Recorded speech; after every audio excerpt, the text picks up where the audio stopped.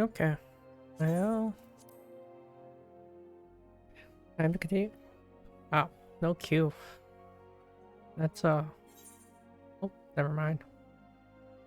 I thought there was a no queue, and I was gonna be like, wow, that's a first. Never had no queue before. Nope, there's a queue. Never seen a loading screen before a queue, though. It's new to me.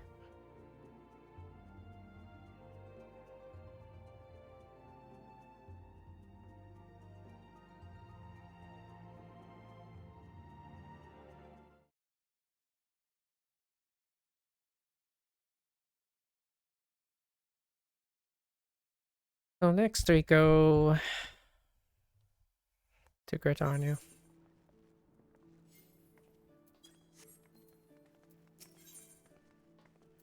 Veteran has information on a new task.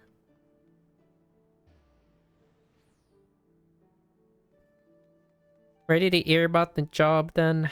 Like I said, the request comes from our sister guild in Gritania. And that's all I know. But whatever it is you get asked to do, I somehow doubt it pose any trouble for a venturer as survived the bedlam in Astasha. If you think he might be interested, you'll have to have a word with Mother Mion? Me counterpart in Gridania. Good luck, lass. Thanks. I'll take these. We all know how it feels like to have one too many. That's why I'll not fault our patrons for having for much of what goes on at our tables.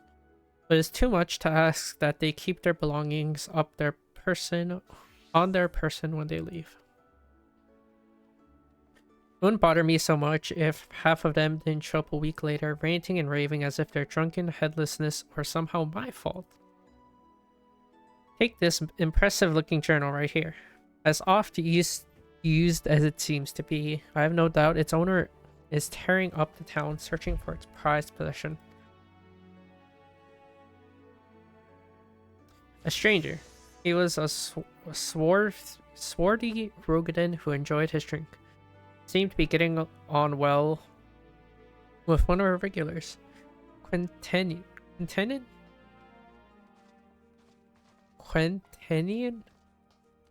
Perhaps you could still catch up with him and spare me the headache. I'd offer you a free drink, but the last time I did that, Baderon docked my wages. Well, as you should.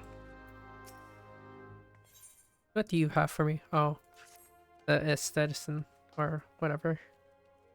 Person that changed your appearance. You're either a brave woman or a fool. Friend to be wandering the streets of Limsa today. One with the slasher of Fisherman's Bottom on the loose. You've not heard? There's a madman about. Why, it said he brandished his blade so long and sharp they could cut a whale. No one's seen any blood yet, but that hasn't stopped the rumors from sending shivers up spines in every alehouse in town. That you're still standing before me tells me you don't scare as easily as the rest. Perhaps you could assist with that investigation. To start with, you might want to look into the scream I just heard outside. Okay. Hi. Have I seen who? Look, just because I spend more nights at the wench than in my own home doesn't mean I'm mates with every sod who comes stumbling through the doors. Wait a minute. That bloody book. Why didn't you say so sooner? The tight arse bastard drained 20 flagons and promptly passed out, leaving yours truly to foot the bill. Said he was heading for Aleport High. Where else discovery sop? Mia Willen, he's still stranded at the ferry docks, though the gods know it won't help me get the gill back. I forget if that's the navigator. Namia? I don't know how to pronounce the name. Why? What are you waiting for? That's him, the slasher. Apprehend him, toss him into jail, and throw away the key. Or gut him and feed his lifeless body to the sharks for all I care. Just do something. Whoa, woe is me. Whatever did I do to deserve this cruel fate? For 6 moons, I saved every gill of my husband's hard-earned wage, forgoing new shoes, a new purse, and sometimes even food for our children. All in anticipation for this day. What's so special about today, you ask? Why, this day marks the arrival of a world-renowned aesthetician in Limsa. My endless patience and self-control were to be rewarded with a hair-raising transformation that would have every fashion-conscious Lominson oohing and eyeing in admiration. Instead, I find myself accosted by this lecturish lout. Speaking of which, weren't you going to do something about this? Go ahead and have your way with him. I doubt he has anything to say for himself. I doubt.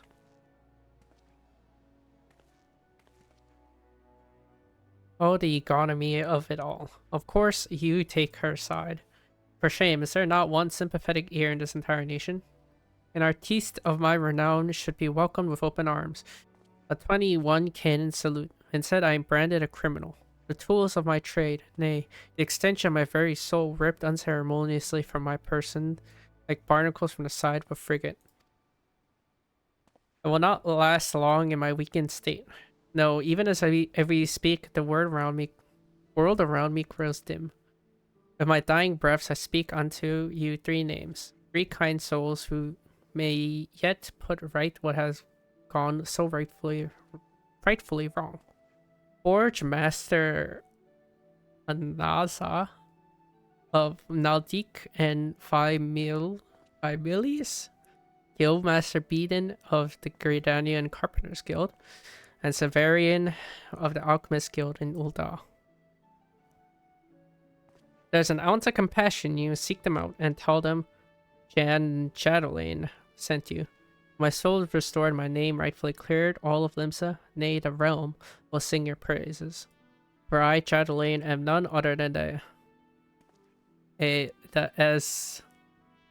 he's dying. He's dying.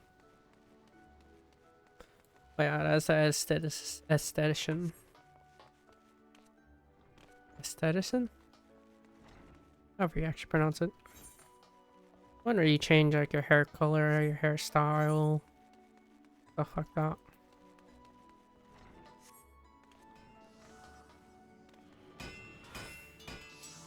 Hi. Chatelaine sent you. Let me guess, the barmy fool's lost his tool. Pardon me. The appendages of his very soul again, and is thrashing and tossing like the ends of days is nigh. The man brings it on himself. If he toned down the theatrics and went about his work like an earnest craftsman, I dare say he'd save himself these misunderstandings. Now, I have not a whit of sympathy for the fool. You, however, have my pity indeed, for having to play audience to his whinging. Anyway, they should shut him up for a while. Tell him that if he loses keys, I'll graft the next pair into his bloody hands. Oh, okay.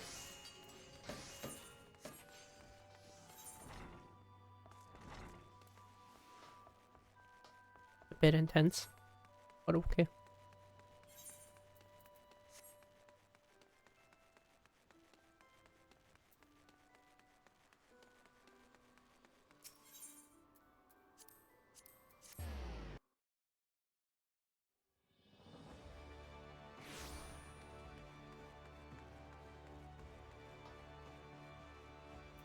Aye.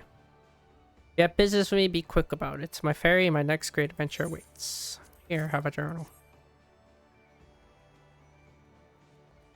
My journal? Well, I thought I had lost it forever. Pardon my rudeness, friend. Perhaps I should have stopped after 19 flagons.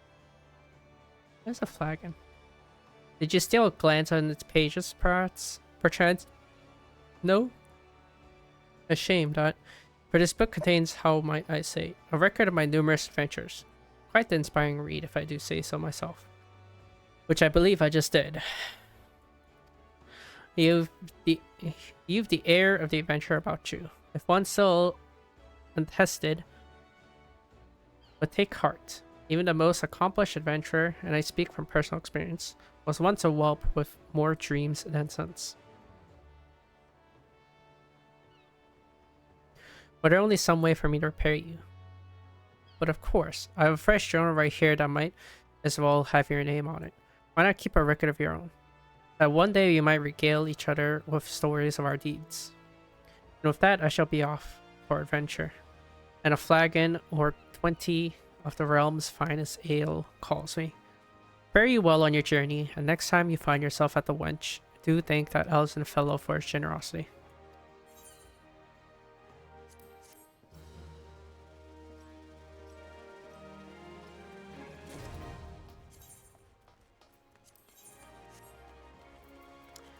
Challenge log's a good unlock. There you go.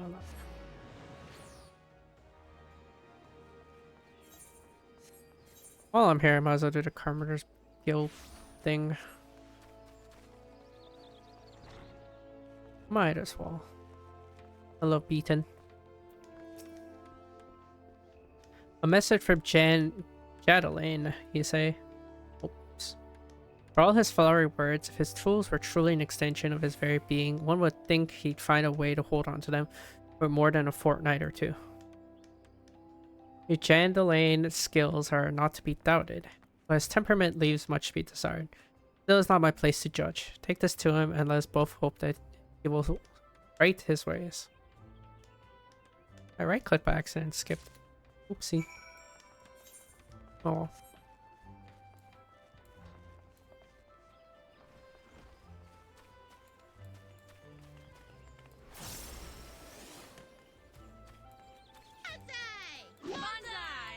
Flamed Wolf, thank you for the follow. Appreciate it.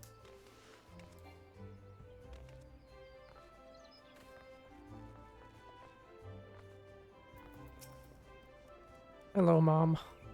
Take a seat wherever you like, friend. Our waitress will come take your... Oh, not here to dine. There, I hope you're the adventure Baderon sent word about. You are. A matron be praised. Allow me to introduce myself. I am Mione. I think that's how you pronounce that name? Mione? Don't know. And the Caroline Canopy is my place.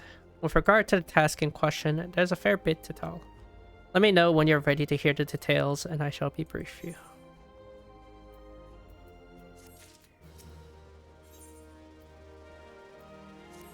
I don't know how to pronounce that name. Ready for the briefing? Good. Now then, here's the long and short of it. Beg pardons for interrupting, Mione, but our need grows ever more pressing. I have none stepped forward. And good morrow to you, Bolord. Your need must be pressing indeed for you to honor us with a visit. The good news is your journey hasn't been wasted. I'm pleased to report that we have a volunteer at last. The one who comes highly recommended at that. My thanks for answering the call, friend. My name is Lewin, and I lead the men and women of the God's Quiver. Now, time is of the essence, so I shall proceed directly to the heart of the matter. We wish you to nip a potential threat to Gridania in the bud. Beneath the central shroud, there lies an underground burial site called the Tamtara Deepcroft. The place was once a Gelmoran settlement, but we Gridanians have long interred our deed there. Or are dead there. Of late, however, shadowy figures have been skulking about the Deepcroft, and with ever-increasing regularity. Based on the accounts of various witnesses, we suspect that these individuals belong to the Lambs of Dalamud, a doomsday cult which sprung up prior to the calamity.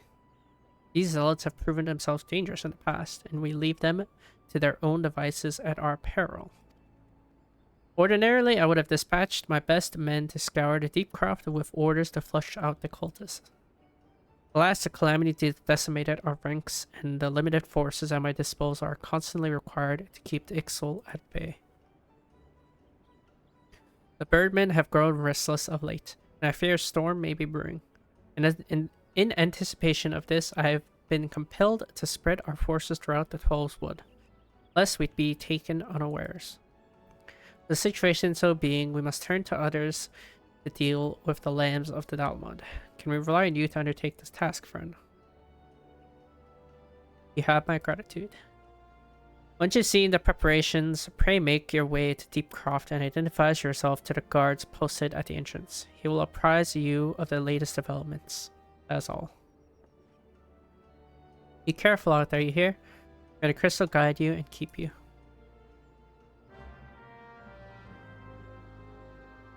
Imtara. Not the funnest dungeon. But it's an early dungeon. Imtara. That's a fault I've seen, right? I don't want no FC. Not right now, anyways. No, thank you.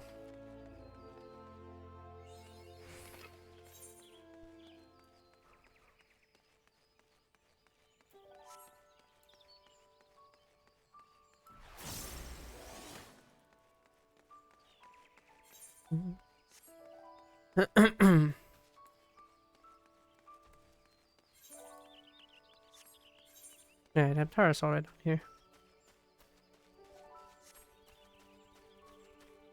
And this is the Gridania starting though. Maybe it's starting if you choose Conjure, I think is the name of whatever is before White Mage. Conjure, Archer, and Lancer. Conjure, Bard, and Dragoon.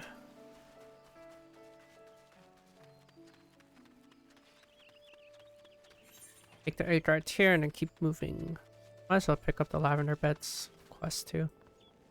Lavender Bed quest is just the residential area of Gridania. Correct me if I'm wrong, but you're an adventurer. I've seen you running to and fro, face set in grim determination as adventurers are wont to do. Hence my presumption. If so, I have information which might interest you. Rumor has it that the plots within Lavender Beds are to be auctioned off. What's more, bidders need not to even be Gridanian. Any old adventurer or wandering minstrel could, with sufficient funds, purchase land and build their own home. Considering how discerning the elementals tend to be about who can and cannot reside within the 12's wood, it's rather surprising, if not hard to believe. If there's truth to these rumors, well, who hadn't dreamed of owning their own forest cottage? Perhaps with a small vegetable garden and a stable large enough for a chocobo or two. Should your travels take you to the Mirror Planks, where the ferry to Lavender Beds is, perhaps you'll find a Twin Adder representative who can tell you more. I'd be shocked if they weren't involved in such a monumental change in policy. It's kinda on the way.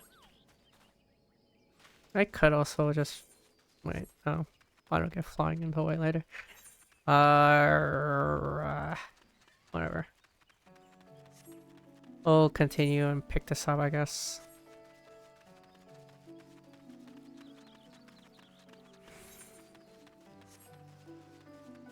Lavender Beds is a very pretty residential district. It's a very nice one. I didn't have 2 in Kugane. I would have picked one in Lavenders.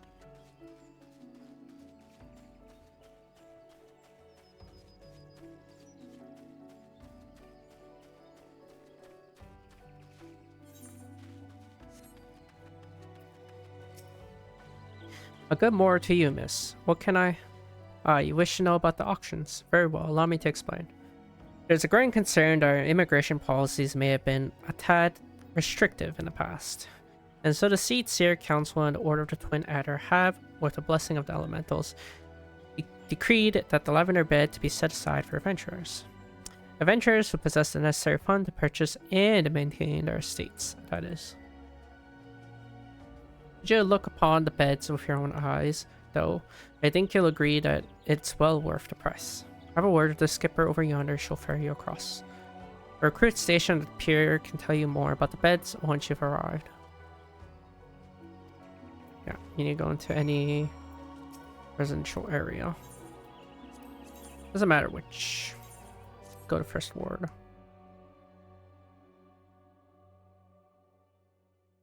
Housing in this game is not easy to get at all. It's a gingerbread house. Well, yeah. I do like Lavender Beds. They're a very pretty place. Some of the house plots have like the little waterfall as their view too. I think it's a very nice looking place.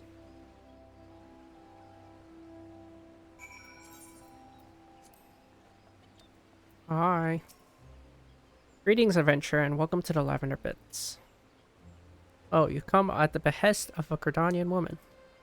I regret to inform you that these plots are reserved for adventurers. Your friend will not be permitted to take part in the auctions.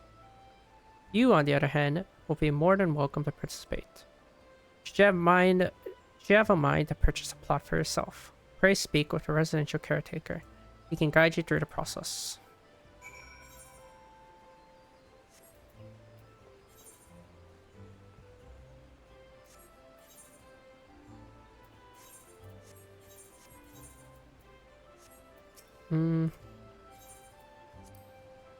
We'll hand that in after. So I need to go to Temptar anyways. Temptar's closer here.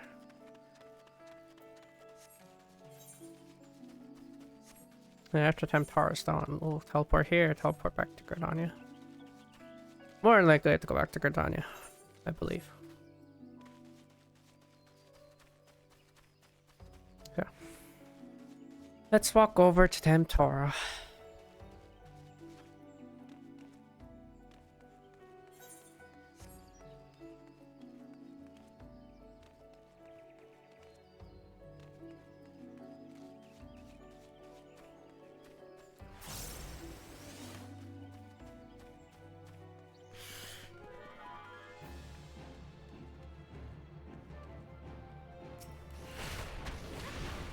I just realized it's the adventurers that were there at Limsa. We meet again. I cannot say I'm surprised to see you here. Take the prize back in Limsa, but this time we will give you better sport, or I am no true adventurer.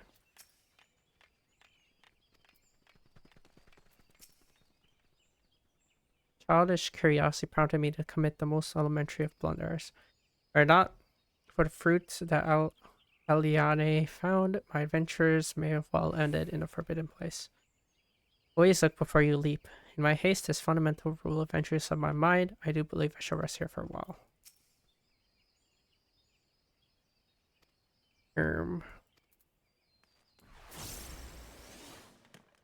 Okay. Anyways. You're Hikaru Akari, I take it. Thanks for helping us out, friend. No doubt the Bull Lord has already informed you, but your task is to enter Deep Croft and purge it of the Lambs of Dalamud. In case you're unfamiliar with them, the cult emerged shortly before the calamity put an end to the 6th Astral Era. The cultists took the lesser moon Dalamud for their god, believing that it would deliver them from the devastation. And so they were rather disappointed when Dalamud exploded into 1,000 flaming pieces before it could complete its descent. Now having seen their god turn to ashes, one would think that the cultists might feel moved to question their faith. On the contrary, it served only to stoke the flames of their fanaticism. The Lambs of Dalamud are convinced that the heretics, that is to say everyone but them, interfered with the coming of their Lord and Savior, and that it's now their sacred duty to avenge him. Whatever it is they're doing in Deepcroft, you may be sure that no good will come of it. For the sake of Gridania and Eorzea at large, put an end to their madness.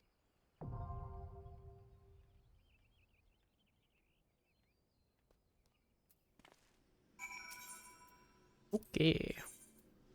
Oh, we continue on.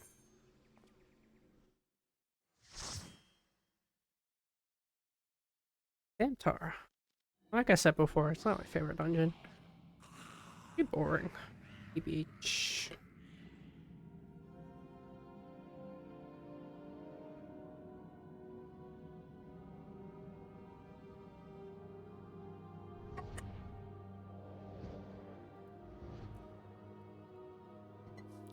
I guess to make it fair, not many of these like early dungeons are too interesting. I think a big reason for that is because of a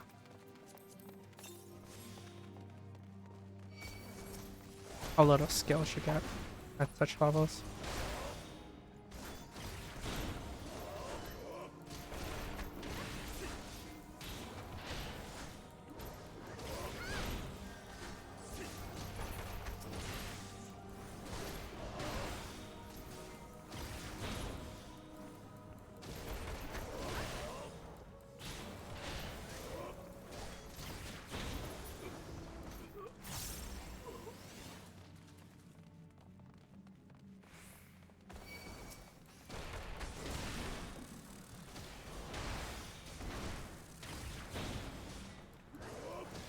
You know, I actually don't know when you're supposed to use your meditation normally. I'm assuming it had to be after buffs though. Whatever, I'll look into it later.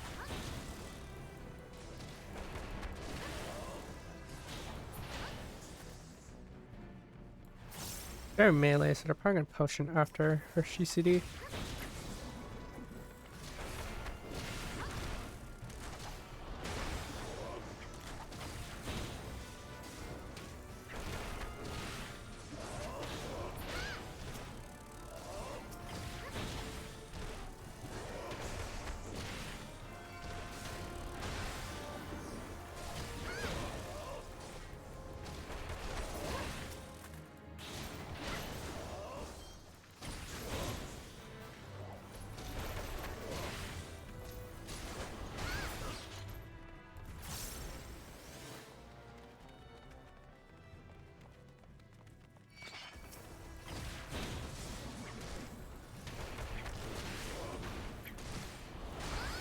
I think for now it's okay. As long as I use my meditation stacks after one trick.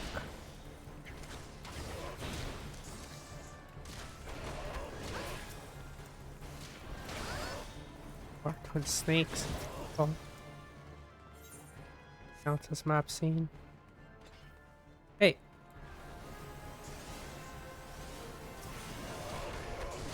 Only came in here for the map, not to actually kill it.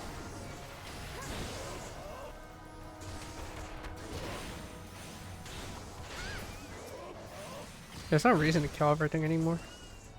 Mobs don't give XP via every little trash mob you kill. It only gives XP off the main boss. The 3 that show up before the final.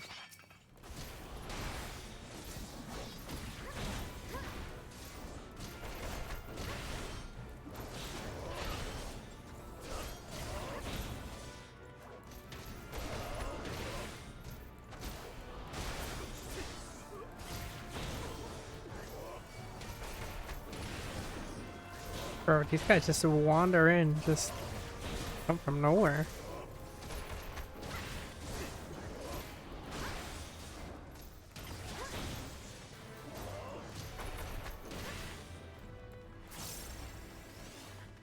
Legitimately just come out of nowhere.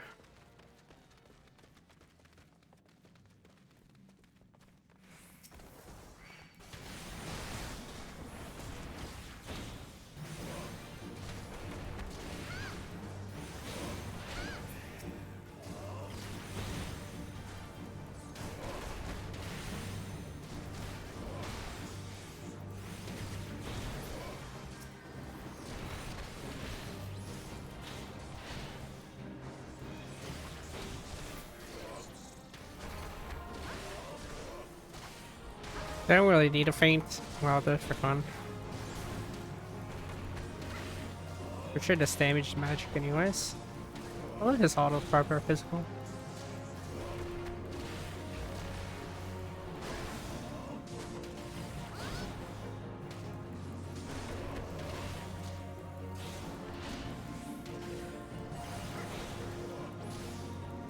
Once I get demolished, I'll actually have to at different positionals. Until that is the case, I will not have different positionals.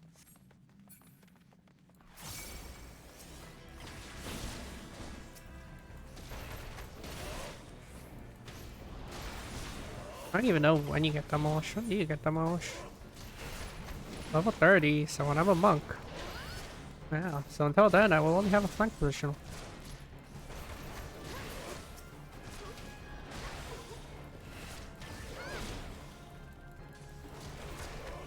It's crazy how I got my AoE before I get my positional. God, good thing. Never mind. Never mind the complaint. Good thing I get my positional or my AoE.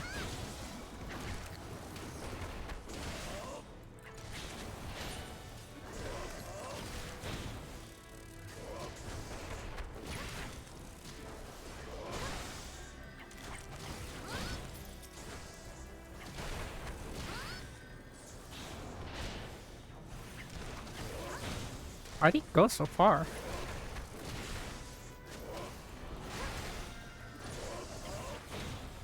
He just like swapped targets when he was he not hitting that the swarms? Why'd they just I never seen it just like run and go to a different target like that. I think I don't really trust that much.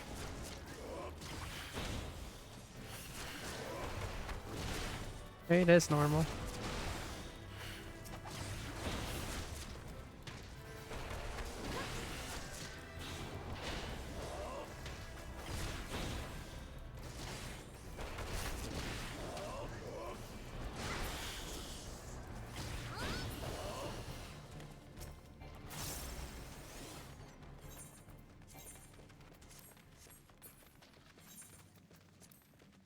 Even is that?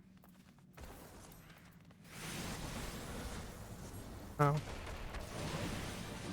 Shit, I can't equip.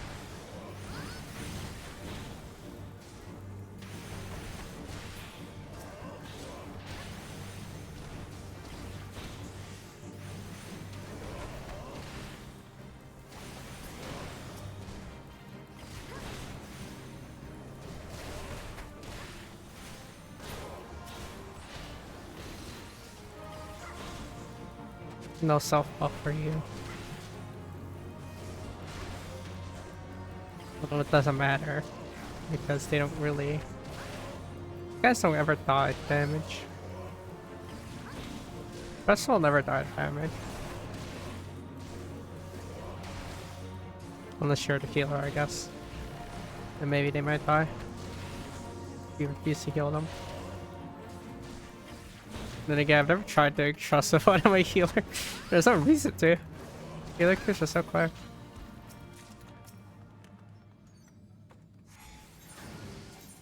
Are they even better? They're not better, are they? Well, I'm not even getting gear for myself. I guess I'll never know.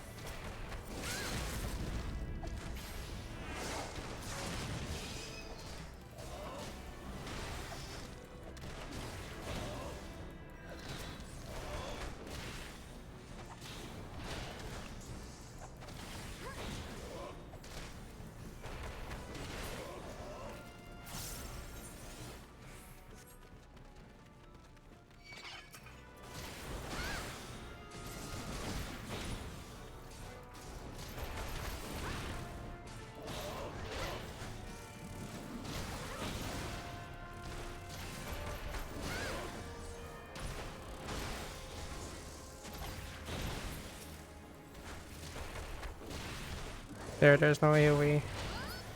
Please proceed on swinging your axe.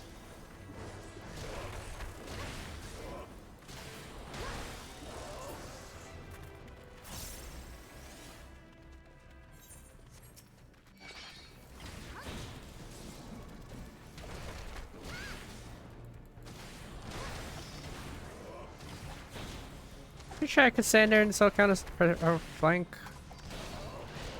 I'm not that into the boss or the bomb set box. Which isn't Chris. On the right. Pretty sure that still counts as a flank though. It's a lot harder and harder to get the right position when you're that close inside a boss set box. It works both in your favor and against your favor sometimes.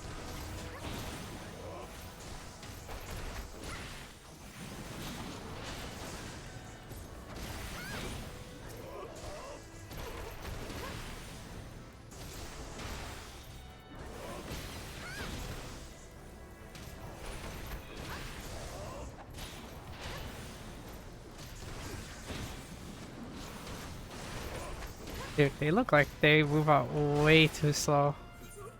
They never get hit by the damage. What gives?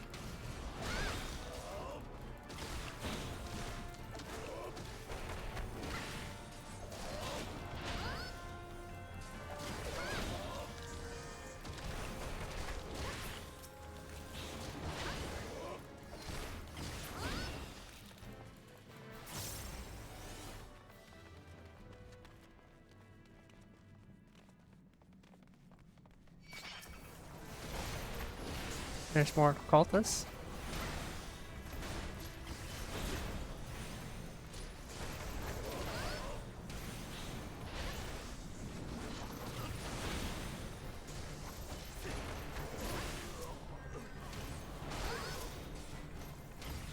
Hey! Turn them around! My positional.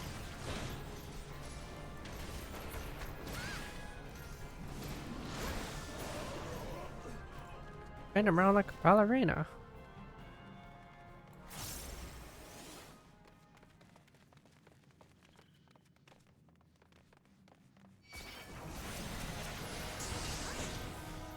Ow.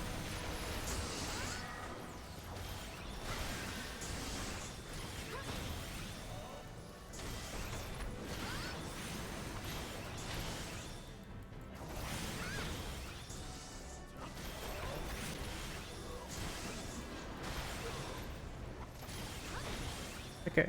Surely they don't need me to kill those. I'll kill the two in the back. Those three can kill the two in the front. Surely. Oh, this works. Never mind. Not how this works.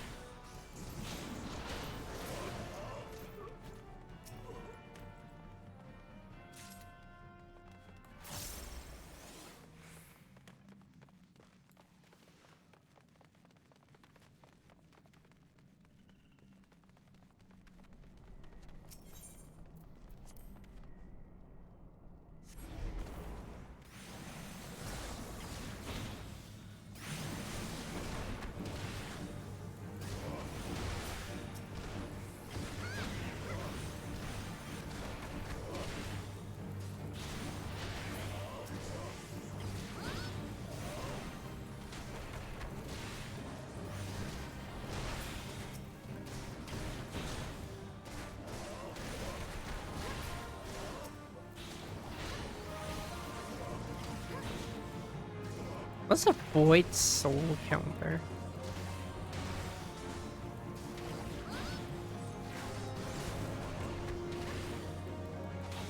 What's the lore behind this mob?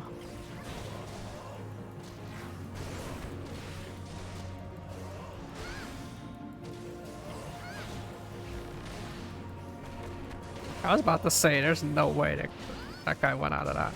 That's some bullshit if he got out of that one.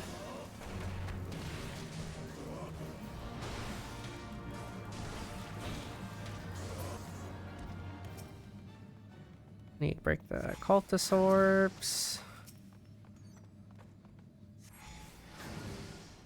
Now the final boss.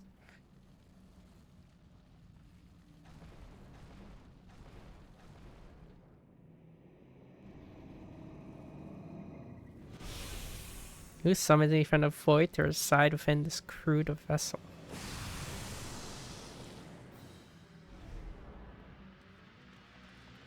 He seems surprised. Did you not cross our gate in search of blood?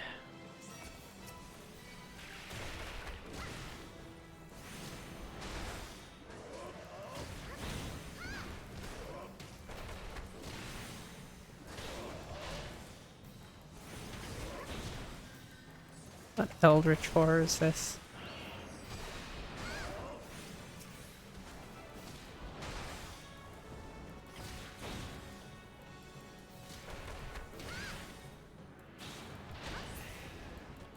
Purple tether equal bad.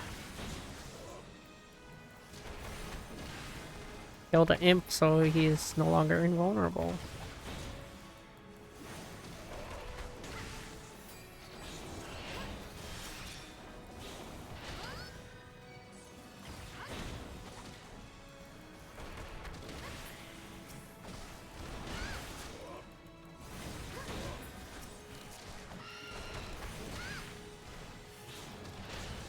Surely I don't need to hit that.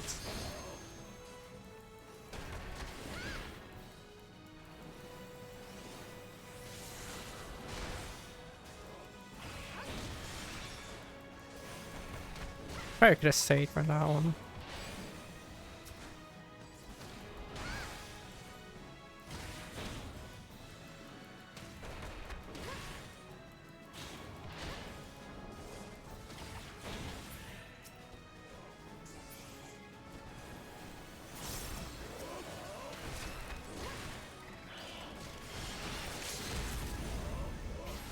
Let's use our LB.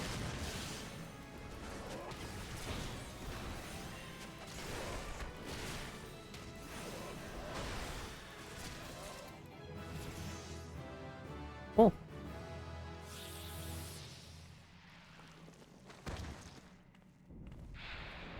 And he's dead.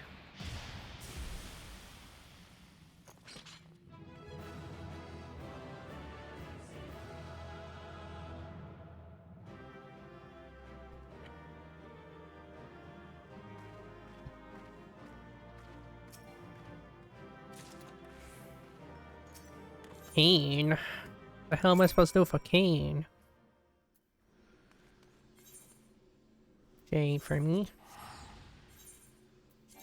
To be honest, I don't think it's better than Nigiri you get for doing the Hall of Novice. I don't think. Good to see you again, friend. Did you learn anything about the lavender beds? Oh, adventurers only. Is that so? Oh, these are trying times, and it's more important than ever for Gridania to attract capable individuals like yourself. I'm sure that one day my dreams will come true to fruition. One day I'll have my own cottage and stables filled with my beloved chocobos.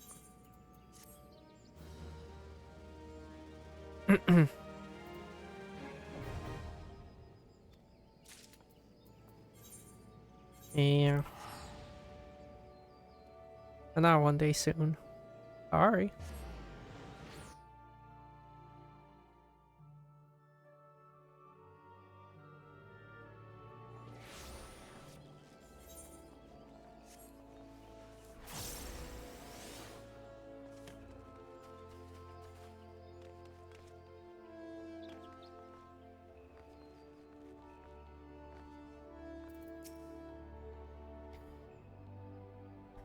Hello.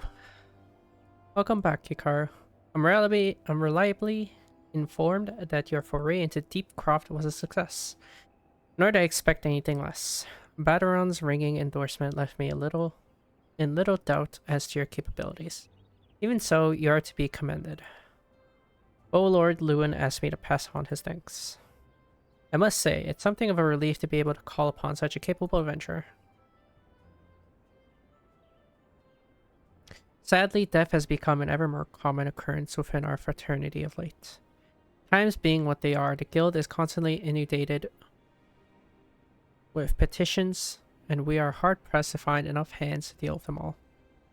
While this means no shortage of work for able souls such as yourself, it also provides ample opportunities for inexperienced to overreach themselves with predictable consequences. As if to illustrate the point.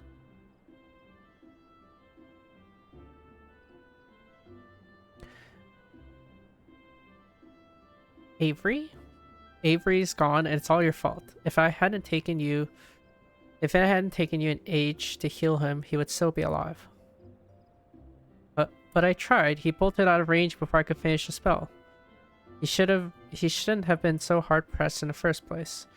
We should have done more to lighten his burden. Bah, to the hells with this pathetic excuse for our party. I'm leaving. It'd be too soon if I never see your faces again. Goodbye and good riddance. I'm leaving as well. I doubt this comes as any surprise, but I never liked you. I only suffered you for your healing, but you couldn't even do that one thing right. Cruel though this may sound, you brought this upon yourself. Oh, and by the way, some parting advice. Get rid of Avery's head. Bury it, cremate it, do whatever the hell you like with it. But for God's sake, stop carrying it around. It's just get rid of it, alright? Wait, don't leave me alone, please. I don't know how to pronounce that name. Avir? I don't even know. I'm so sorry, Avir. Avir? Avir? I don't fucking know. Please forgive me.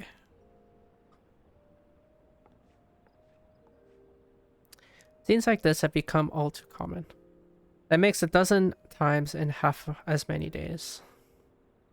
Now you see why I'm grateful for adventures of your experience. I can send a woman like you on a mission without worrying that you might not return.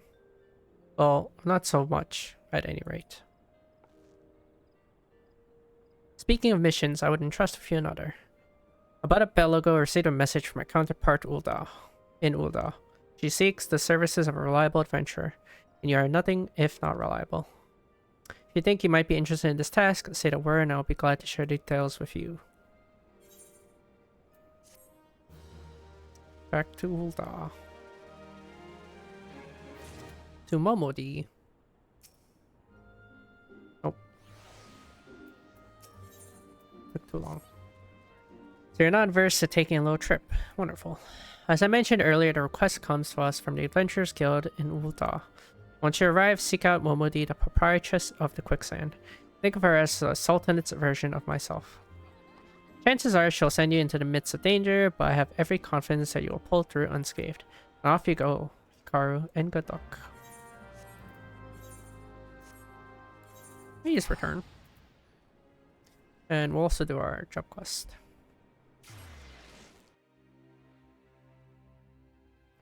We're in a soon thing for level 25 as well.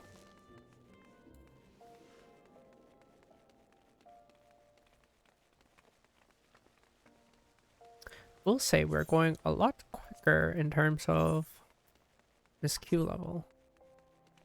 Job level is well above it.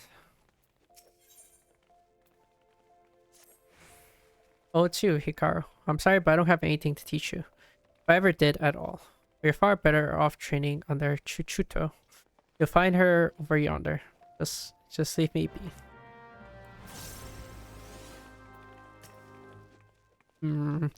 I was so hoping that seeing you improve in leaps and bounds would spur Master Hammond out of his doldrums.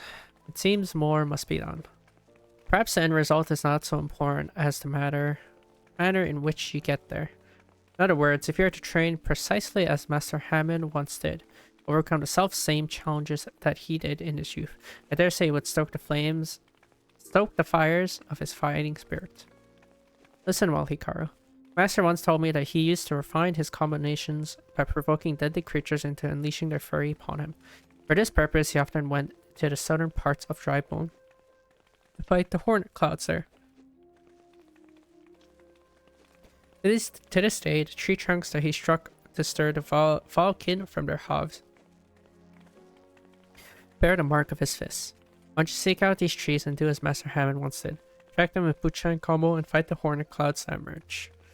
Once you've felled enough creatures to collect 3 of their stingers, return here and present them to Master Hammond. They will remind him of his better days, I'm sure of it. Okay. Sure.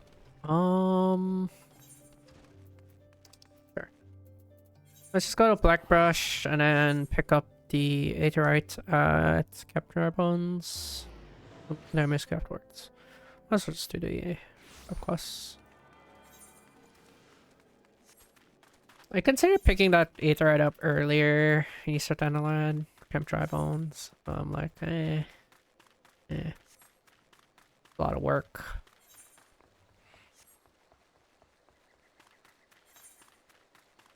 Eventually, I'll have to pick up everything, all the Aetherytes and whatnot, because we'll go to all these places. Not a single place where I won't be going. The set locations. It's not the worst idea to do such things. And pick them up when you have it on.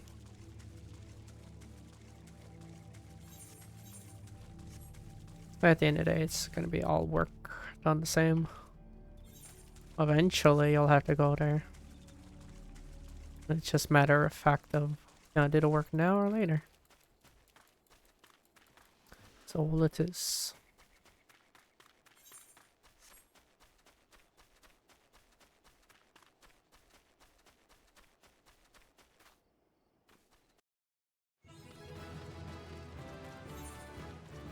I didn't expect that to level me up. Mapping... Doing the map leveled me up. I find that funny. I didn't expect that to actually level me up. Very interesting.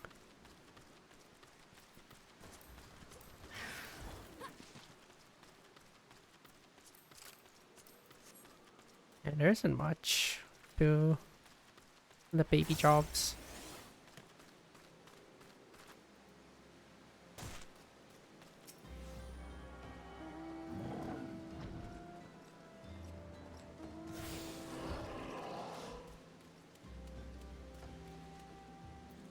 Sure, let's do your leave quest.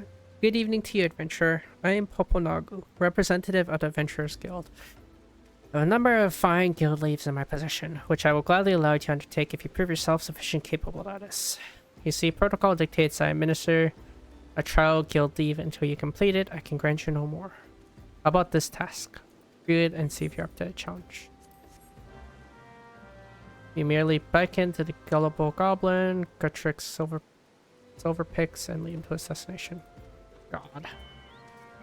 God, I hate beckon quests so much. So much work.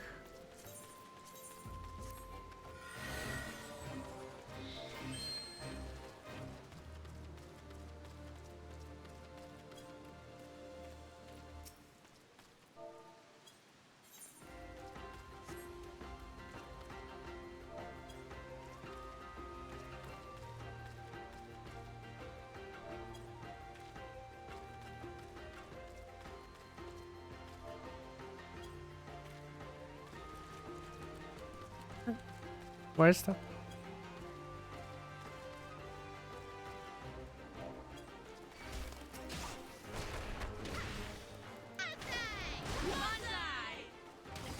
Got 3 or 2. Thank you for the follow.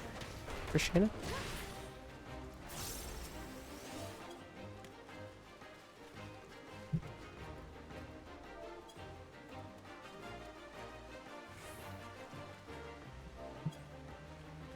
I am not a fan of beckon quests. You have to type every time. It helps that I just have it all copy pasted. That makes it a lot easier.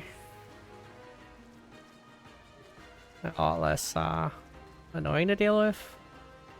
But still not fun. But yeah.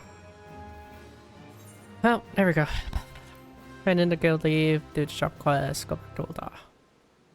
That is our plan here. I see the desert heat wasn't too much for you. Here's your reward, see that you can spend it all at the pub. Man, we can't even drink, come on. And if that, you have fulfilled the requirements, you're free to partake of my guild leaves at will. There's always work to be done here at Camp Tribones. Whatever your talents, I have no doubt that you will find someone in need and willing to pay.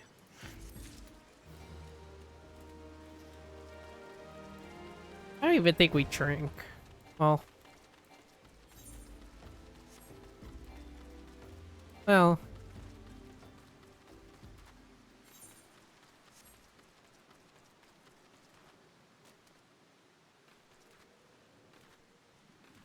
Yeah, well, yeah. I'll rescind that statement, actually.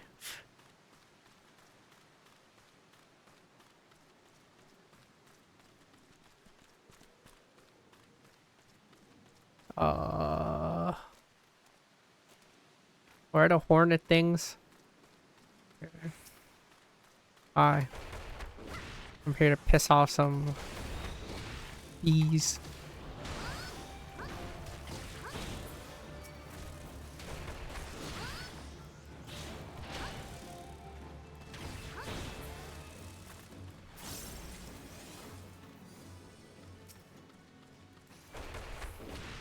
Hope that doesn't actually take my crit away. It doesn't.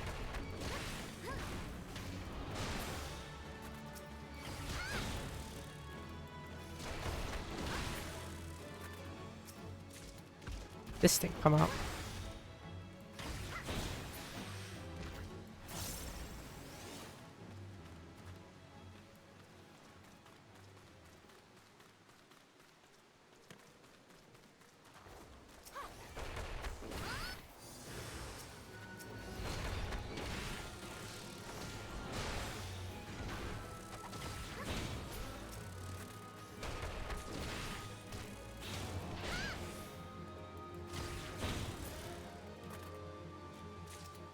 Okay. Spectral, there we go. I'm also not used to seeing that short of a list. Holy. That list is tiny.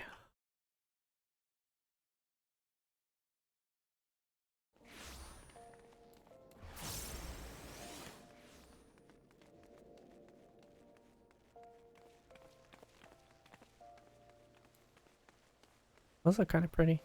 I don't know what chakrams those are. They're cool.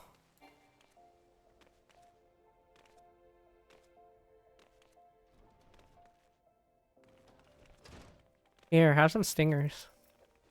What is it now? Can't you leave a feeble old man in peace? Balls. These are hornet stingers. You trained as I once did, out in Drybone. Those hornet clouds were right pesky buggers. I fair lost count of them the times they stung me. But I remember the places well enough. The pain was nigh unbearable, but I always stood my ground. The memories of my younger days come flooding back. What I wouldn't give to relive them. Hikaru, I want you to fight me right here and right now. Make me remember what it's like to be young again. I have nothing to lose and everything to gain. We're beating up the elderly.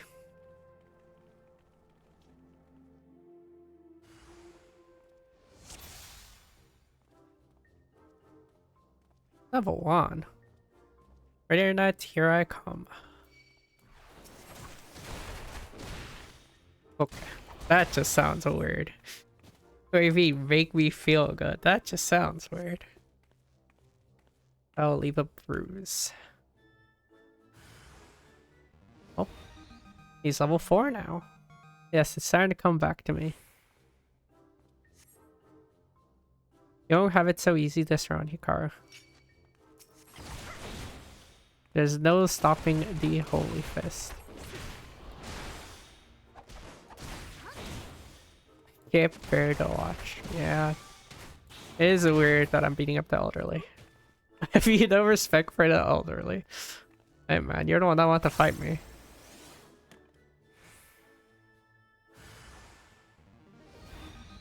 He's level 8 now. Yes, my strength returns. Why does his strength go up when he gets beaten up? That's what I want to know.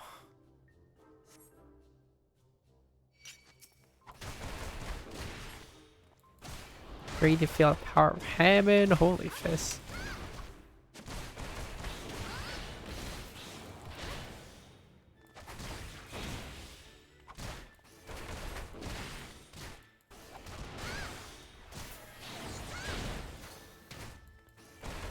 This guy just sounds sus as hell. This guy sounds extra sus.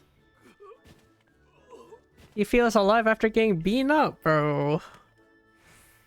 This is some weird ass kink, I swear.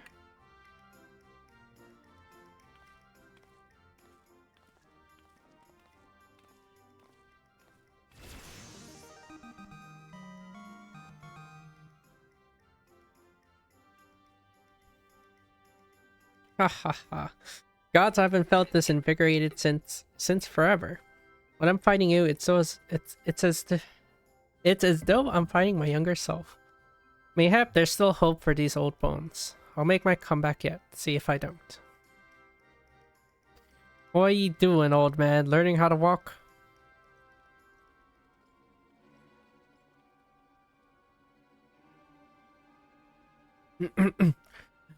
You're Rick Far White Axe. Ain't no one called me that in ages. Nay, not since the day ye defeated me on the Bloodsands. I gave up prize fighting after that for the humiliation, but it weren't long till I found a place in Alakran. Your boy Rurukuta works for me now. Imagine me surprised when I learned he used to train under the mighty Holy Fist.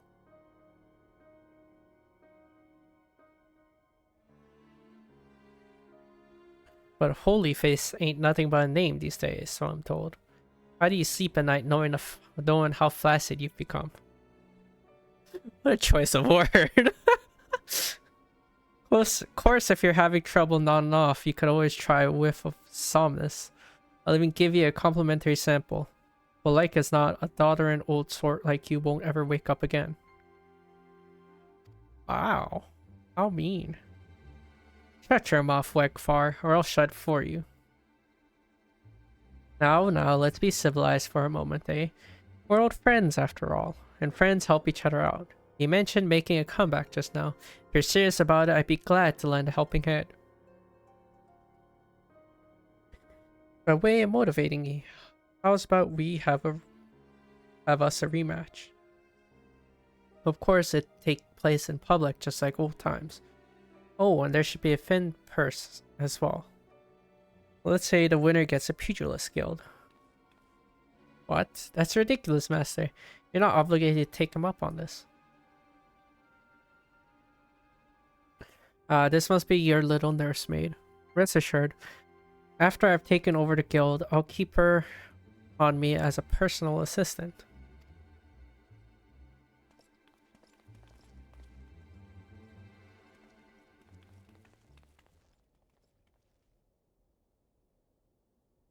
Do you really mean to fight him? I have no fear, Chuchuto. Master. Hikaru, I don't mean to put undue pressure on you, but the fate of the guild rests upon your shoulders.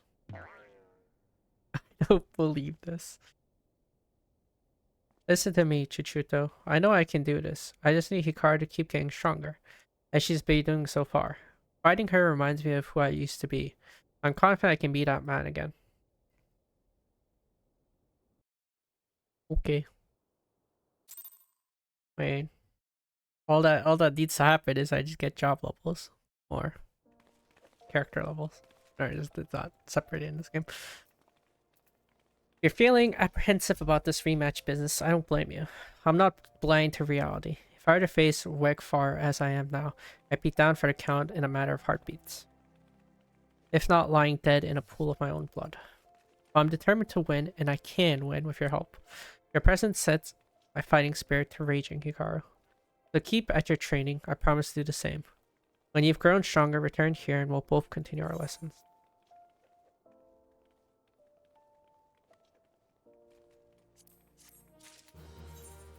Guess we get better helmet.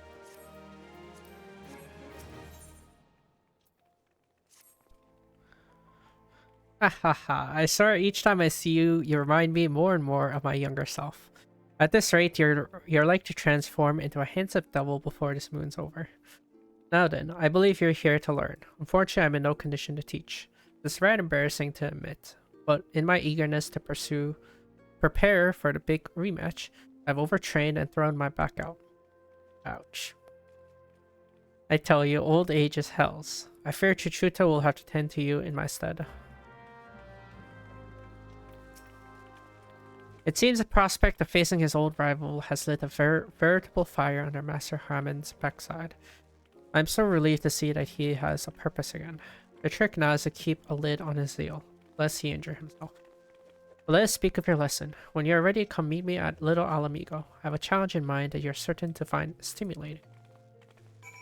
Oh, where the heck is Little Alamigo? It's south. Might be faster for me to just go south from here. No.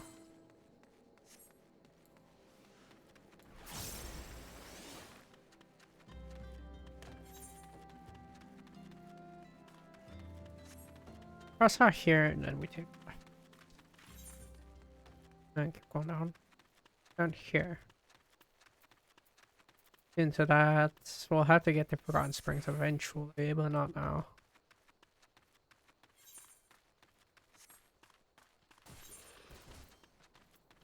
Eventually we'll get to it. Not a problem for me right now.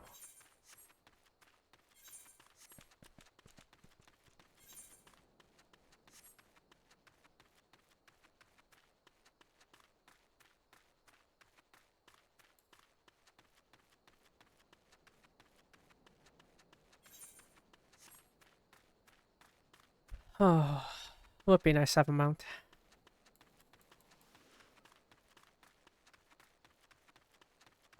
That doesn't happen for another bit. Need to get past the MSQ for me to get the mount. So for a tad bit longer, I won't have a mount at all.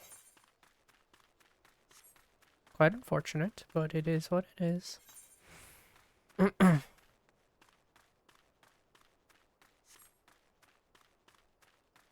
cactus. Stable tender.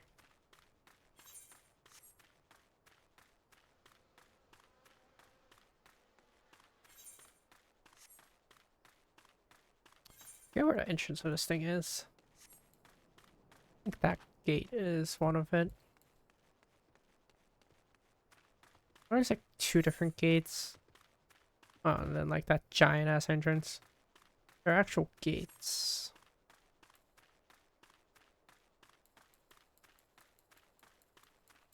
Pretty sure I can enter through this one. Hope I can.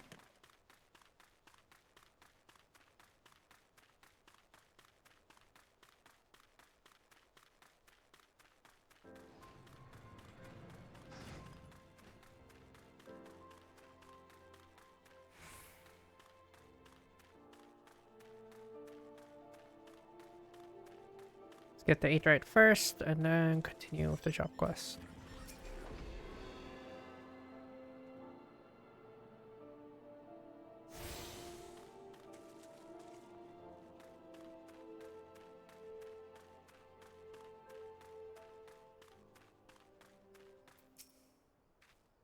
I've been waiting for you, Hikaru. Today your training will be to prepare for Master Hammond's training.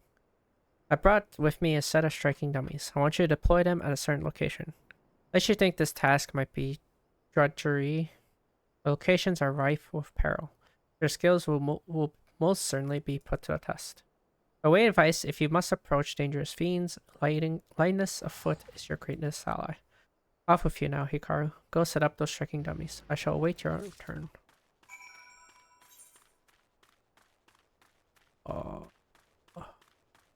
God damn, they make you go all the way around. Okay, well, there's one in here. One south by the edge of the cliff. Like east by... Oh shit, I forgot that dungeon called. Is that dungeon called?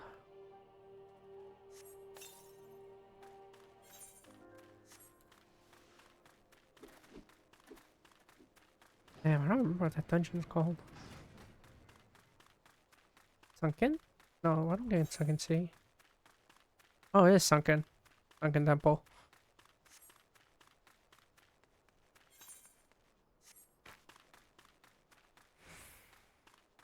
No one of the shapes and whatnot. I don't actually know how to do. I'm being honest. Guess we'll have to learn whenever we get there. Well, I don't think it's a mandatory quest, is it? Forget. Forget if it's mandatory or not.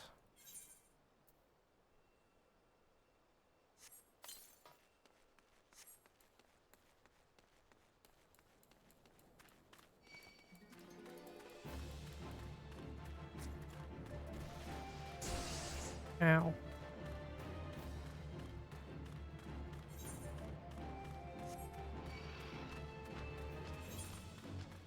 There's no reason to sprint. If I sprint right now, then I can't. I'll just get 10 seconds. Rather than 20 seconds. Wait for the aggro to drop and then sprint.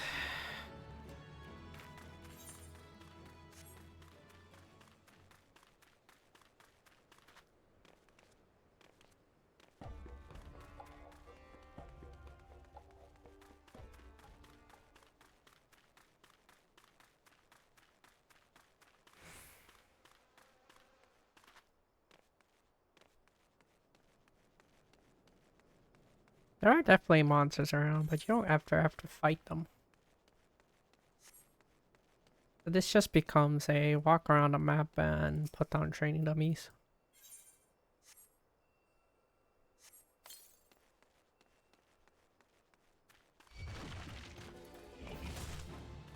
Ow.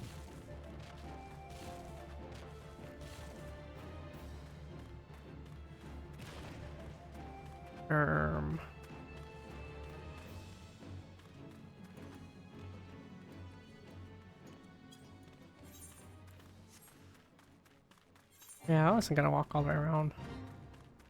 Much work.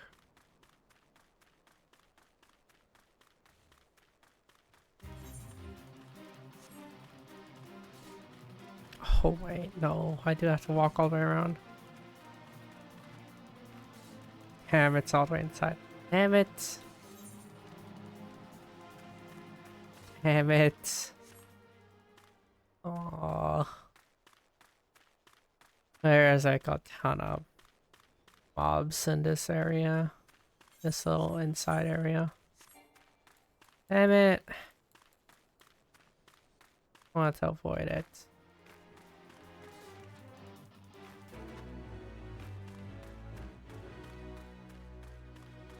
It's okay. I could potentially avoid it still. Don't get in their line of sight. They won't aggro to me. Simple. Proximity and line of sight. How these things aggro. If I don't get into either of them, we'll be okay.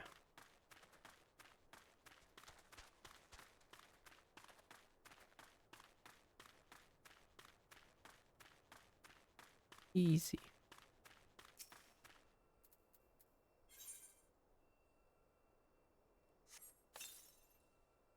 I'm teleporting back.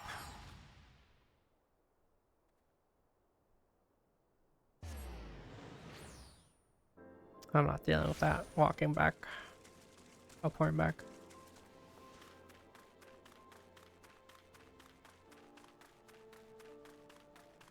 Alright.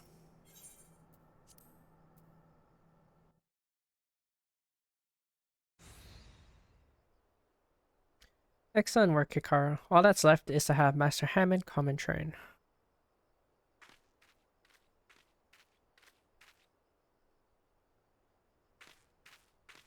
What are you doing here? That adventurer is a negative influence on Master Hammond. I'm gonna see to it that she never bothers him again. What are you talking about? Hikaru is the best thing that happened to Master in years. If you want a piece of her, then you'll have to deal with me too.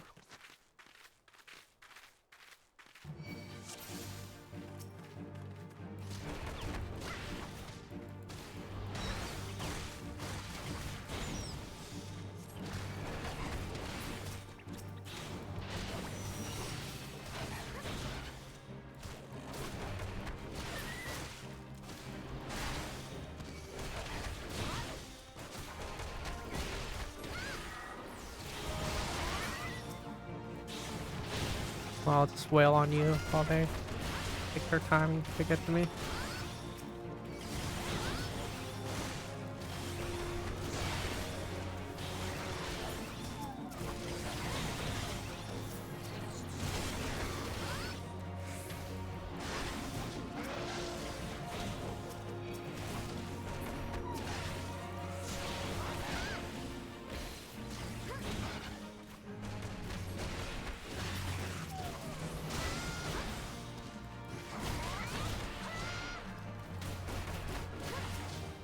A faster.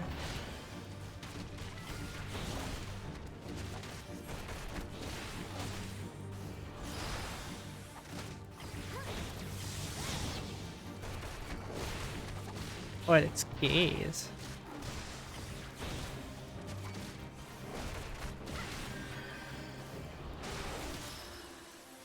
You can just walk out of the cone. Then you have to turn around.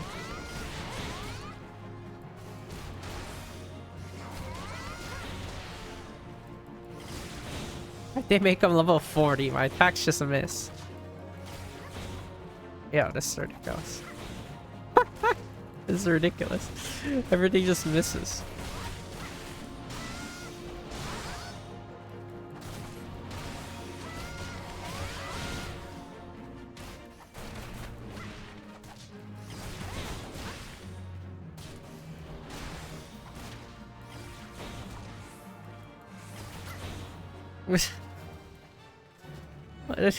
Why they make him 40? My attack's just a miss for fun. Why, Rukuta? Why are you so bent on bringing down Master Hammond and seeing the guild in ruins?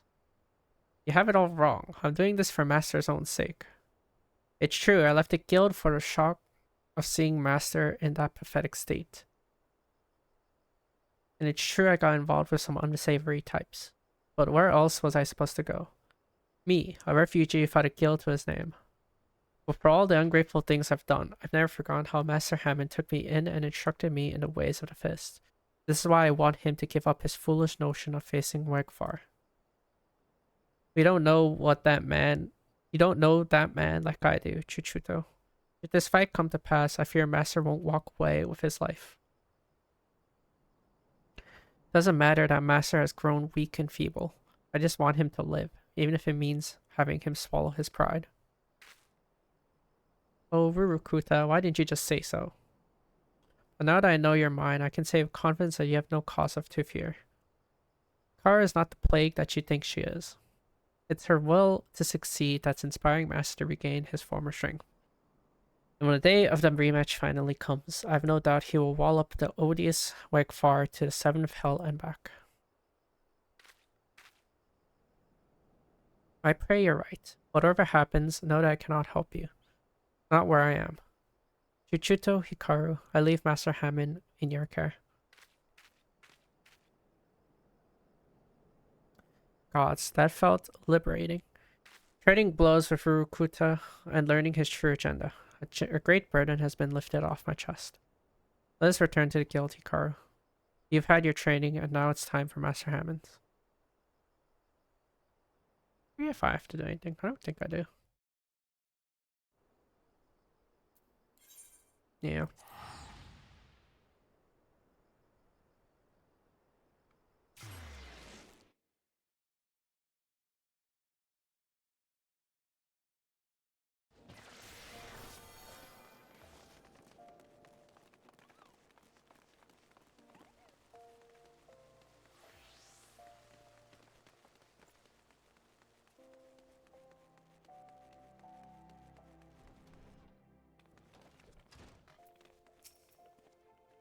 Welcome back, Hikaru. I'm told you've kindly set up some dummies for me. But gods, woman, did you have to put them in such dangerous places? To make matters worse, Chuchuto's hidden my grog and says I won't see a drop of it till I finish training. How the hell am I supposed to loosen my phlegm now? That girl will make a fine guild master when the time comes. I heard about Rurukuta as well. Of course, for all his shortcoming, the boy has a good heart.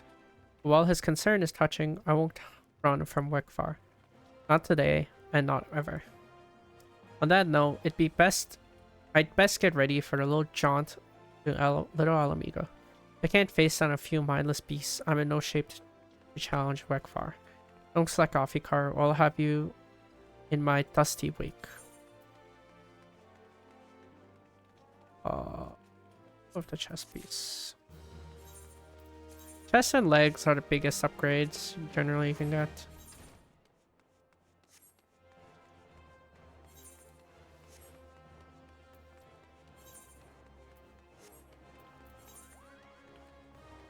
Oh, that's a golden saucer.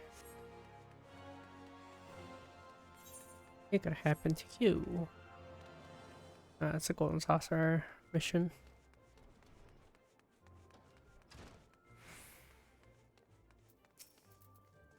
Welcome to the quicksand, friend. I'm a tad busy right now if you wouldn't mind showing yourself too.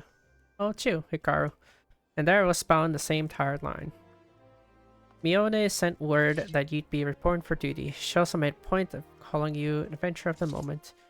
That ain't no small praise coming from her. But you didn't come all this way to listen to my prattle. Doubtless you're eager to get started, so let's start business, shall we?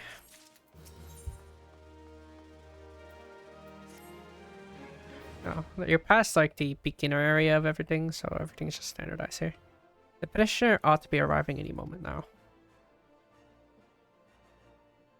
God's almighty, another second under the sun and I would have been set afire. A tankard of ale if you would be so kind. Excellent timing, Papa Sean.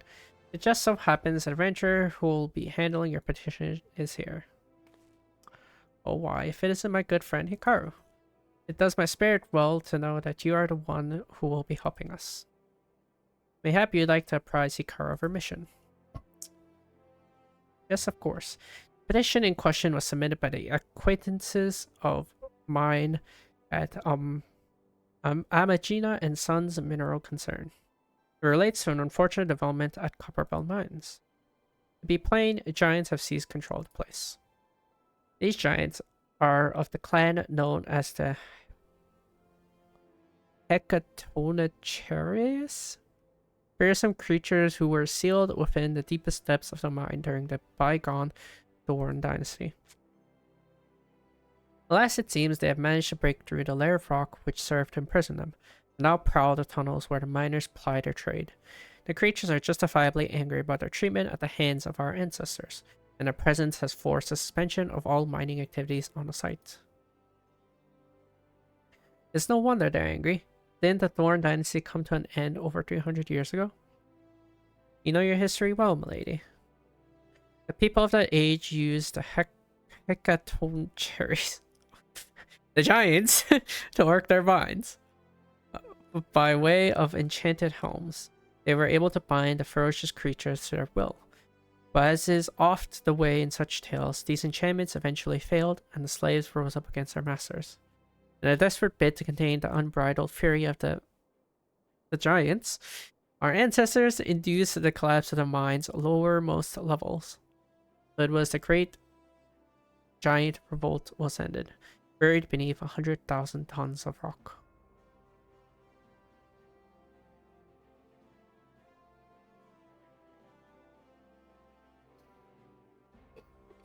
Well, no, that's got me thinking. I seem to recall there being an article about Copperbell in the Mithril Eye a fortnight or so ago. It said the mines were being reopened so as to meet the rising demand of building materials. Like as not, our boys dug a bit too deep and freed the giants. Gods, to think the poor creatures are still alive and kicking after 3 centuries. That's a long time to nurse a grudge. They must be seeded. Indeed, and that makes them a danger to us all. There will be no mining at Copperbell as so long as they remain. For the sake of both peace and prosperity, they must be subdued. This is a task which we would have you undertake. I'll not deny that the mission will be rife with danger, but our need is great. And so I beg you, put an end to this sorry business. God bless you. I feared you might have reservations, but I assure you it is for the best. In case you don't know, Copperbell mines are in western Dandelion. Do take care of yourself, you hear? Oh, and one last thing before you depart. An employee of Amagina and Son is presently at the quicksands. The fellow's name is Painted Mesa, and he knows Copperbell mines well. It may behoove you to seek his counsel.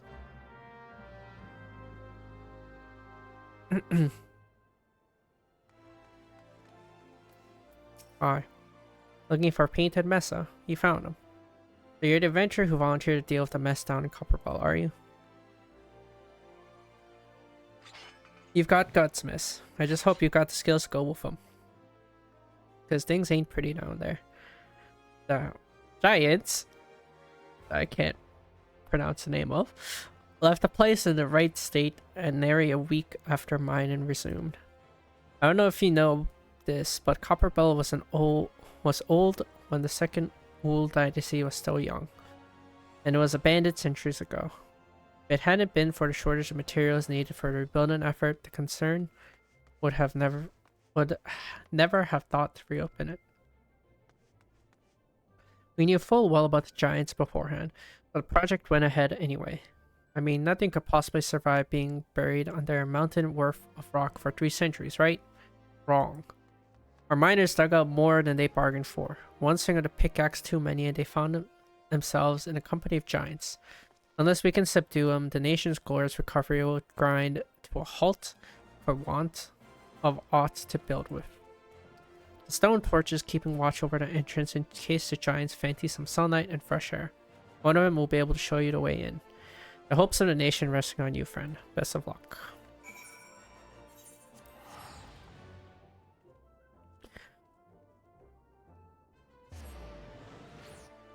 How do these things survive for that long? What kind of plot armor is that? How do you live for 3 centuries? That's a good point. How the hell do you live for 3 centuries? Shit shouldn't be possible.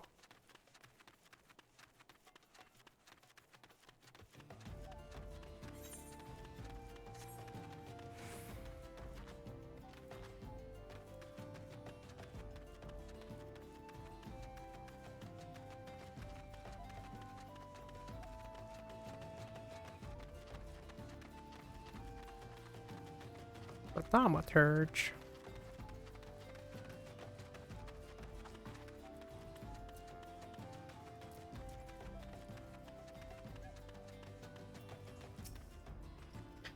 There's been an incident inside Copperbell Mines. We're here to ensure that its effects are contained, but for your own safety, I suggest you stay well away from here. What?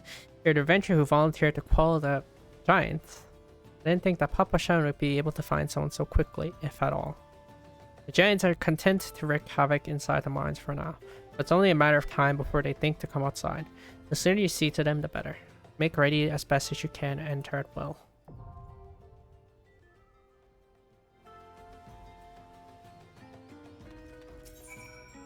God. It's too complex of a name, man. How am I supposed to pronounce it? Such a complex name. The heck of whatever.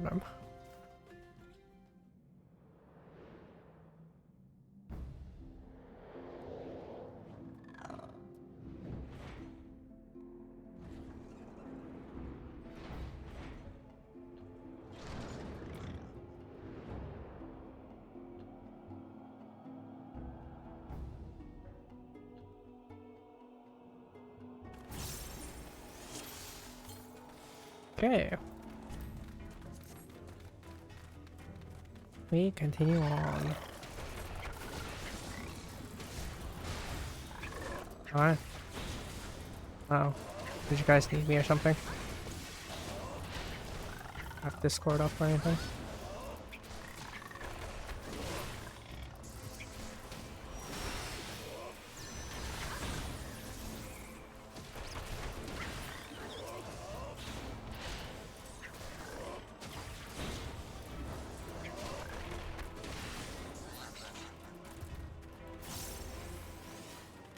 Oh.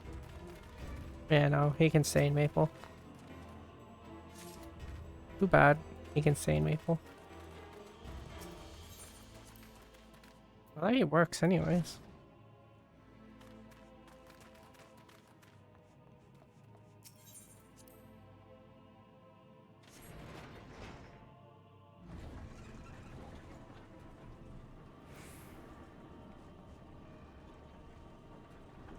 Where the heck are my NPCs? Oh. Interesting. This teleport here.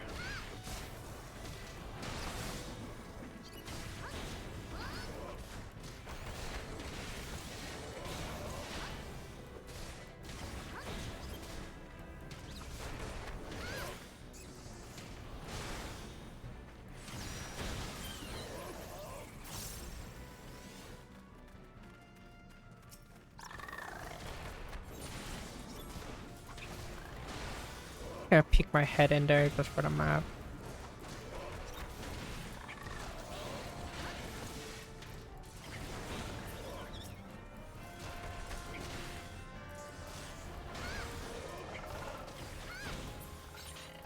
This for the map progression. Oh.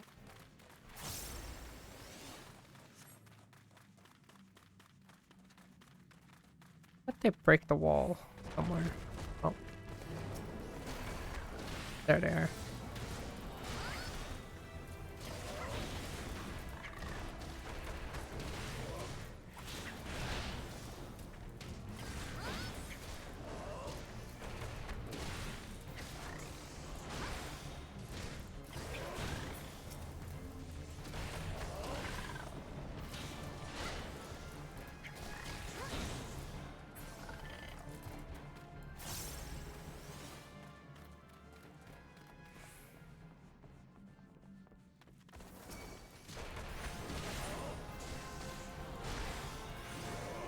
Alright.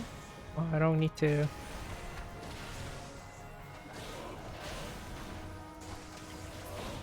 walk there for the map. Some of these AR maps, they don't make it easy to unlock the map. I don't know why. They really don't make it easy.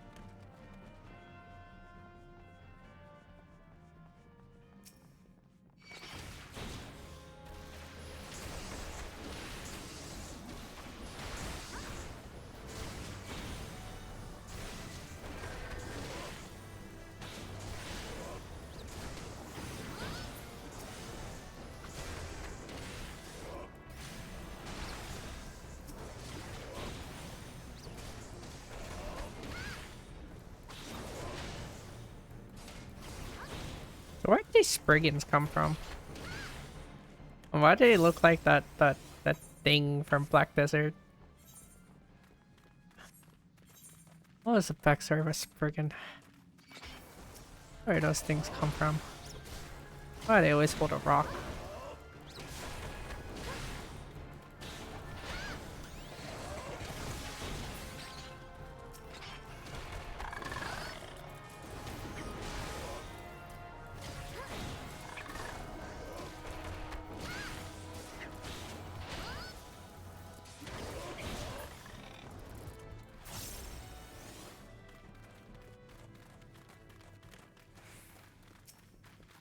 On fire sand.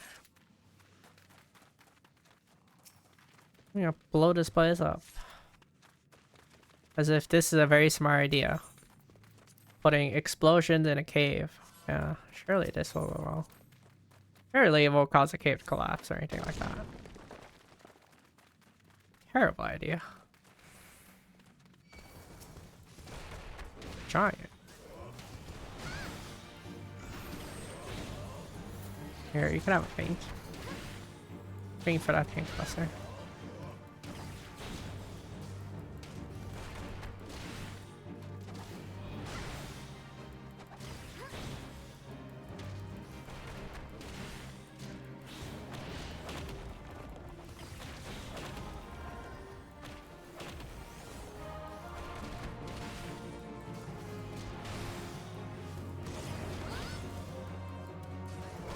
If I had a gap closer, I probably could have gap closer. Hit the boss. I don't think if I had a gap closer, it's possible to hit that boss. Oh god.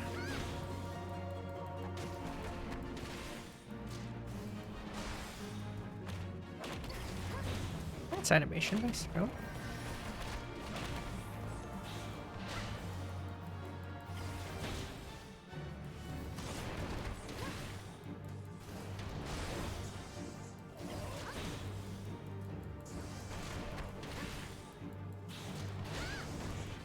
I just realized, why does he have like shields down here, shins?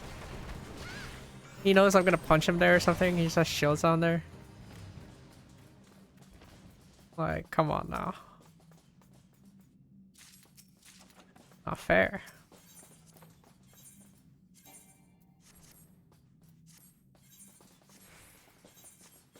What else like getting gear that's like not even for, yeah. Gear that's not even for my job. Fun.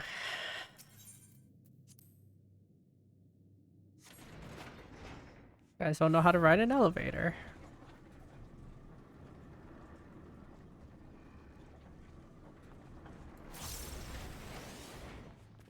Yet they teleport to me.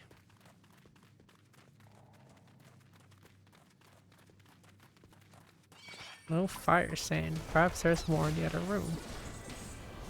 Man, when you beat the shit out of it, you get fire sand.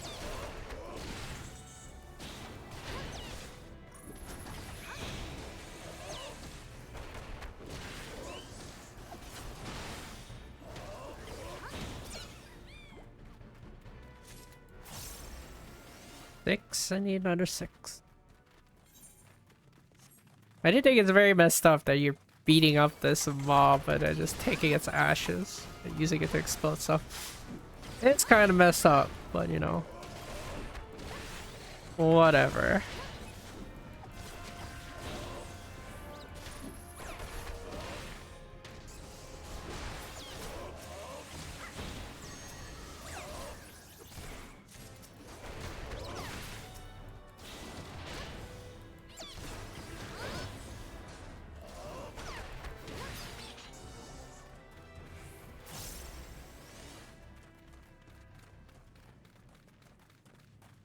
Let's blow up more of the cave. That will go very well.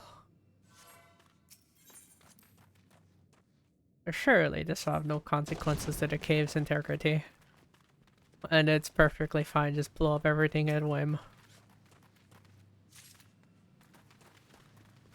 Surely.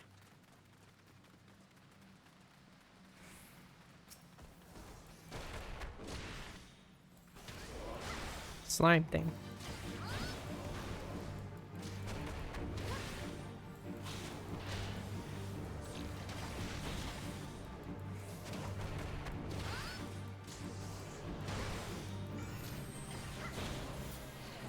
You can have a faint.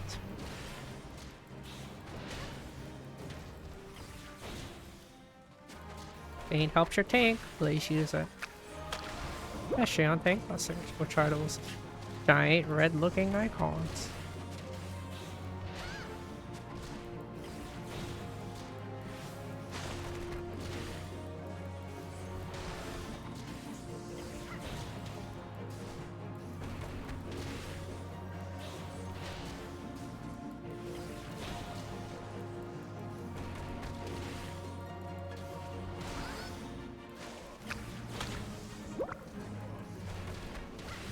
I do like the touch that every time it uses Divide, it physically gets smaller. That is a cool touch. When it gets smaller, the boss hitbox also gets smaller as well. I find that as a nice.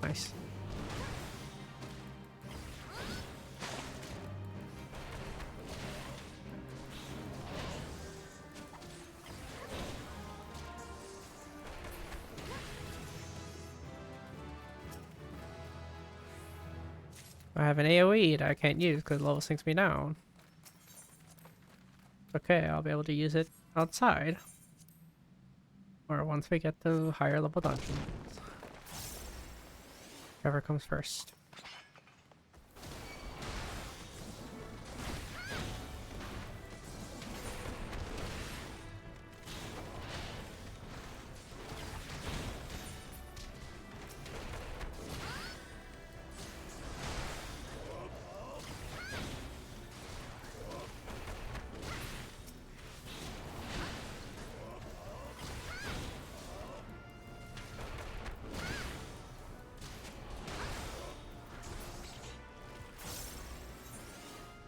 If they made this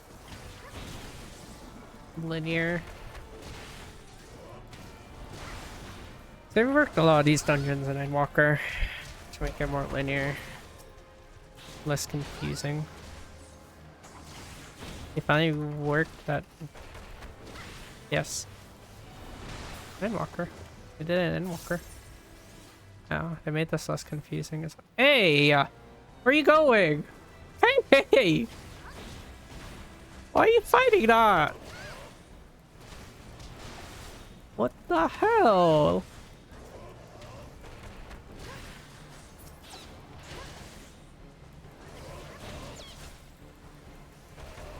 They work both these, both the bosses. I believe the final boss as well. It's good. A lot of these did need like a lot of big quality of life. Bust out that wall like the Kool-Aid man.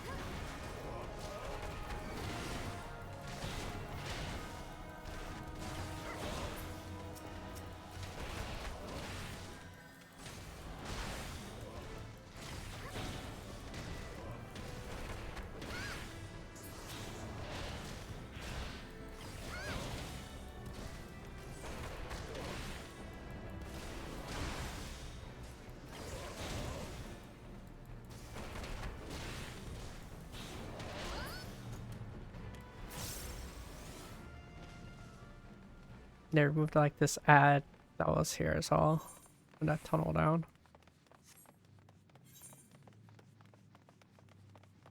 I just think a lot of these are good changes.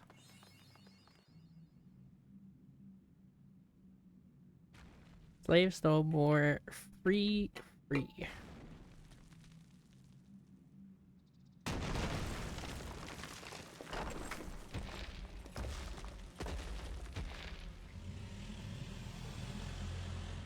Why do all of them just bust out the wall? Are they not afraid of their lives? Well, I guess they did live under a rock for 300 years. I guess they don't really fear for their lives, huh? Never mind. Retract my statement. Yeah, Dynamo.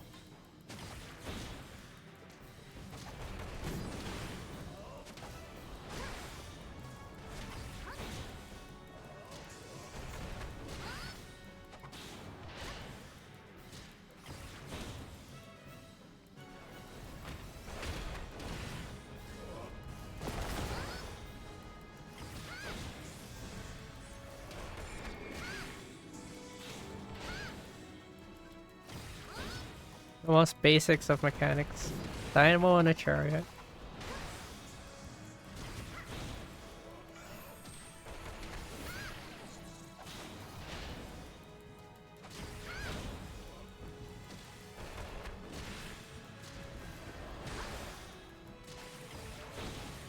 Oh wow, a conal hit too.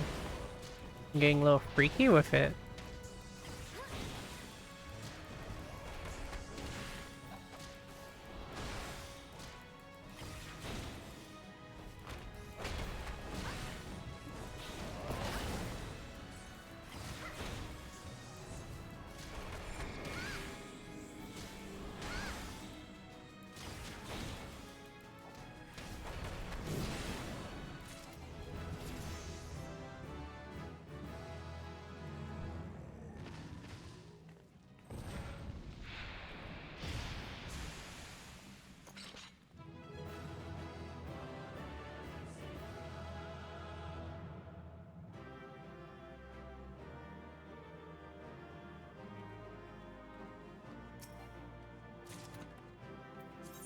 Wow, an orchestron. I don't need gladiator arms. Half tempted to just throw it away. Anyways.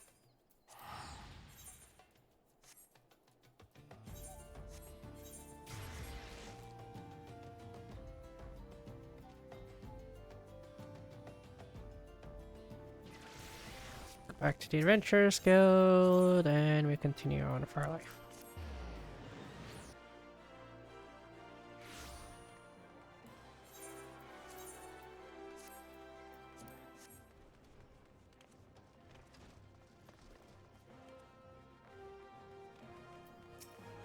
Aye.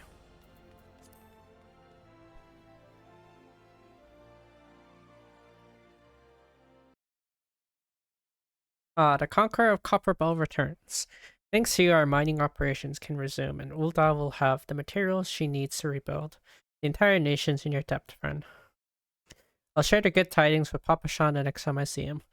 As for you, you'll want to report to Momudi. It'll do the woman well to see you alive and in one piece. She could see me across. It's okay.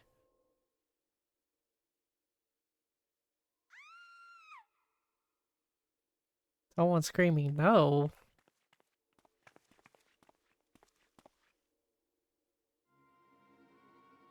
Shut your mouth, you thieving little swine. You stole from me.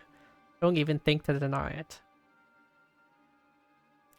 Please, sir, I didn't steal nothing. I bought this, paid for it with my own coin. Me own coin? What rot. You refugees are all the same. Couldn't afford maggoty mole meat, much less a cut choice of dodo. I'm gonna say it one more time. Get back what you stole, or I'll make you wish you never set foot in this town. By rights, I should turn you over to the brass blades, you know. Help keep the streets safe for law-abiding citizens. But I'm a reasonable man. If you agree to serve me in whatever capacity I require, the authorities needn't hear of your crime.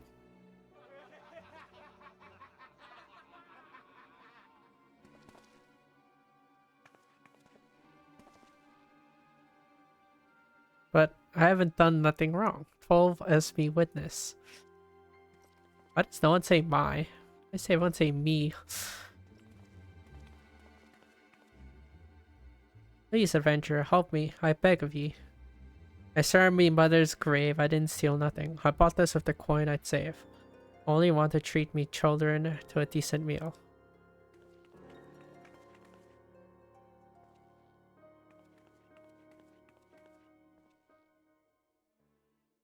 And who the hells are you when you're at home? This dog's master? I've had enough of this mummer's farce.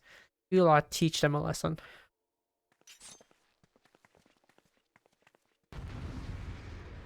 Oh hey, pugilist. He's aggro to me at the start, isn't he? Can't do my meditation.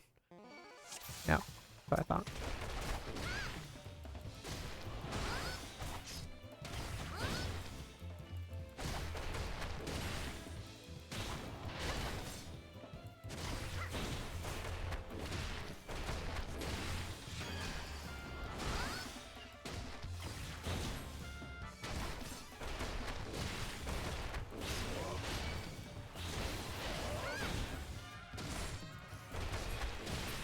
Bye. Yo, that guy just died in one shot.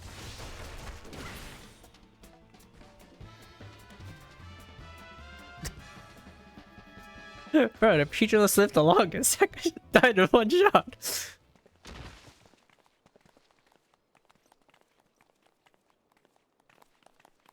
I ain't getting paid enough for this. Hey, where the hell do you think you're going? Thank ye, kind adventure. Thank ye thrice over.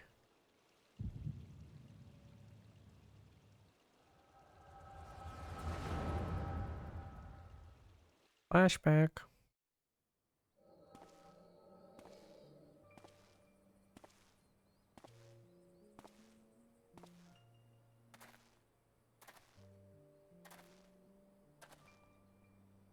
I swear there were more refugees than when I last looked. And you wouldn't be mistaken.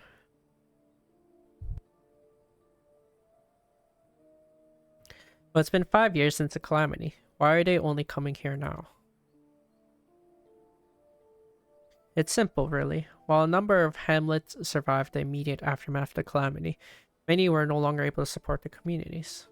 The residents found their land have either been rendered barren or cut off from trade routes, and problems like those aren't easily solved. Though they tried to make the best of it, it was only a matter of time before they were forced to abandon their homes and seek a new life in the city. I see. But the calamity affected the whole realm, didn't it? Is the same thing happening in other cities? If the talk is true, yes. Though perhaps our situation is more pronounced. Ul'dah has a reputation for being prosperous, so it's natural that the refugees would try their luck here first. My heart goes out to them. It truly does. I wouldn't be lying if I said I wasn't apprehensive. I hope their presence doesn't foment lawlessness in the city.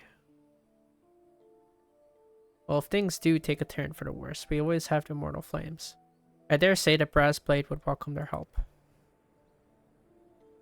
The heroes who fought the Garlean Empire, patrolling the streets for riffraff? It may well come to that. Impoverished and desperate as they are, you may be sure that some of the refugees will turn to crime. You know what this place is like. If you have no coin, you've no hope. What will become of our city? Not all refugees are bad, mind you. Some are able to find employment and lead honest lives. Dodo tenderloins. Get your Dodo tenderloins. Guaranteed cheapest in that line. Thank you for your custom, madam. Please come again. Looking around, you'd think that Ul'dah was well on its way to recovery. But peer through the veil of prosperity and you'll see no end of misery and suffering.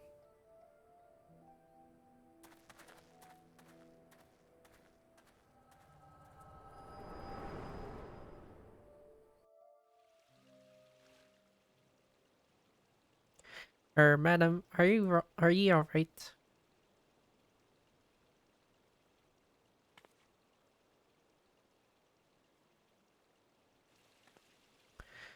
What now? You mean to threaten a defenseless citizen? What? He saw her buy the meat, you say? That's absurd. Aye, as did I. Leave the poor woman alone, you damnable vulture. Who said that? Oh god, that's so irritating. Grr, I won't overlook this, but just this once. God's bless you, adventure. If you hadn't come along when you did, who knows what the monster might have done. It don't bear thinking about.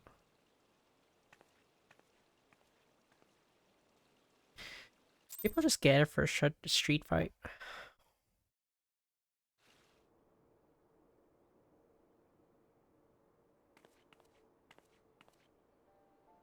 All's well that ends well.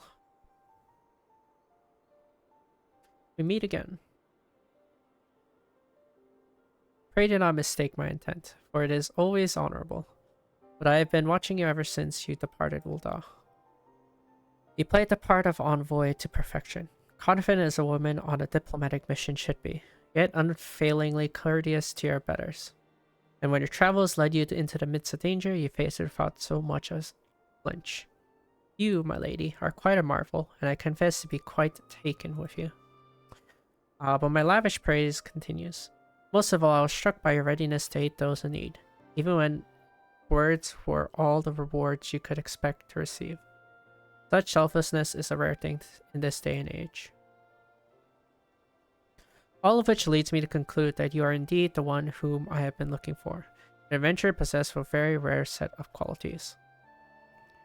Be sure your rescue of that damsel in distress was more of a happy accident, but rescue her you did, and that is what matters in the end. I feel I should mention at this point that I also harbor a burning interest in a certain talent of yours. I speak of your visions. You have been experiencing visions, have you not? Well, it just so happens that I know a woman who shares your talent and can help you understand it. She and I belong to the same organization, and we should both be delighted beyond words if you would agree to join our cause. Naturally, there are benefits to being part of such a collective. For one, we should be glad to assist you in realizing your potential as an adventurer. You need not give me your answer now. Think upon it, and if you feel moved to help us, as I pray you shall, speak with Momodi, the ever lovely and youthful mistress of the quicksand.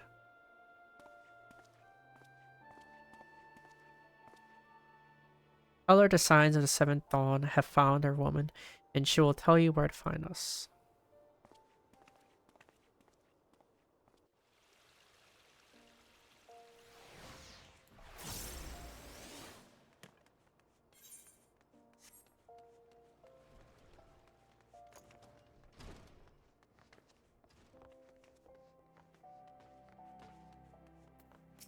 Hi, I'm back.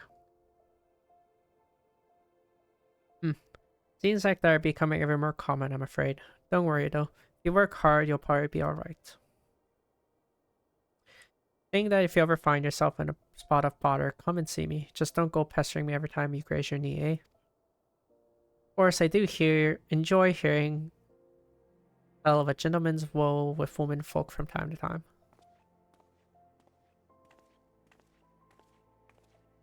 Ah, Hikaru, sorry to keep you waiting. I was just providing guidance to a fresh off-the-carriage adventurer.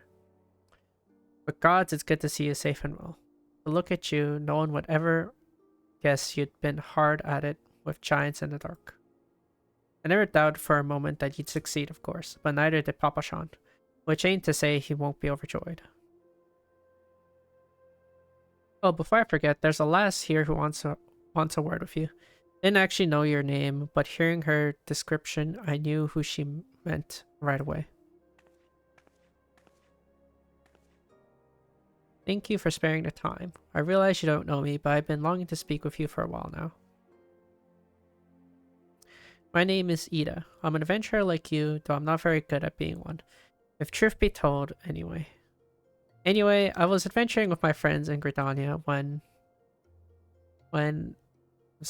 we were in Gridania when the leader of our party was killed. His name was Aviri? I don't know this. I don't know how to pronounce it. And he and I were to be wed in the spring. You may not remember him, but to say that he remembered you would be an understatement. He would sing your praises from dawn to dusk. He saw you for what you are. You see, an adventurer is an adventurer, and swore that he would be like you one day.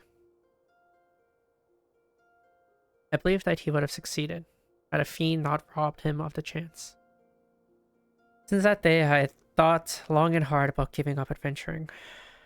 But when I think of the woman you are and all that you have achieved, I find that I am inspired just as Javier once was. And so I've decided to start again as an adventurer. I will go back to the village of my birth and begin my training anew. I want to meet you first, to ask you your name. Hikaru Akari. I shan't forget. Thank you, Hikaru Akari. Pray that we will meet again. Fare you well. Adventuring can be a cruel, bleeding business. Time was. I didn't know why anyone would bother. When they first asked me to take charge of guild here, I didn't want aught to do with you lots. Thought it'd be right in the pain in the arse looking after you all. But against my better judgment, I decided to accept the post. I'm full glad I did. I feel privileged to be a part of your lives. And that goes double for yours, Hikaru. Eh? What'd you say? You want to know about the signs of the seventh dawn? They're beginning to move in earnest, then. Listen, Hikaru. The signs ain't no ordinary folk. And the work they do ain't no ordinary work. I know full well how capable you are, but even you would think twice about attempting some of the stuff they do. Knowing that, if you're still certain you want to get involved, I'll tell you what I can.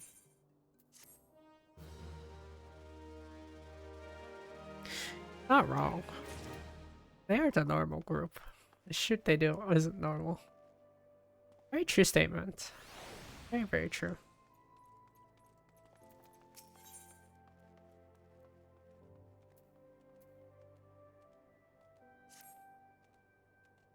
So you want to know more then, do you? Well, ain't that a surprise? I swear if I painted certain death on one door and limitless wealth on the another, 9 out of 10 adventurers would go through the first, and the other bloke wouldn't be able to choose, on account of being old on. Anyway, don't say I didn't warn you. First of all, if you're wondering whether you can trust these signs of 7th Dawn, you can. They're good people who have made it their mission to solve some of Eorzea's most pressing problems. Of course, that ain't no small task, and they're always looking for dependable individuals to join them. Individuals like you, Hikaru. And I've been given leave to tell you where to find the signs, but you must promise to keep this information to yourself. As you can probably imagine, it's something Eorzea's enemies would very much like to know. The signs are headquartered in Vesper Bay out in western Danaland. The place you're looking for is called the Wakened Sands. Give your name to whoever at the entrance and you'll be let in. You're a woman in demand, Hikaru, and the days ahead promise to be busy. I hope you won't forget your old friend Momodi. Drop in and tell me how you're faring from time to time, you hear? Right, while I've said my piece, off you go.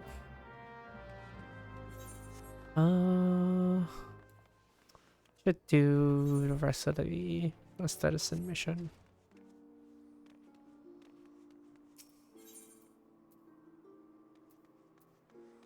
Where am I supposed to go? Is it Goldsmith? No, it's Alchemist.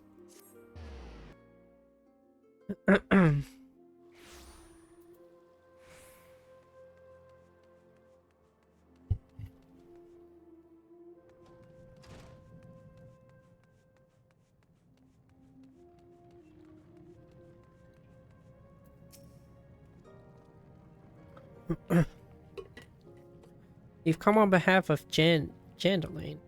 Why, I just furnished him a fresh batch of my special creations last week. I realize the man's service are in demand, but it would be physically impossible for him to exhaust that entire supply so soon. Stolen, you say? An unfortunate turn of events, indeed, if not entirely unexpected. You see, the man is something of a genius, and genius is often misunderstood by modest minds. Trust me as I speak from extensive personal experience. Yes, great minds must band together in trying times, lest the realm be deprived of our talents. I command you, deliver this parcel to Jandalane, all speed.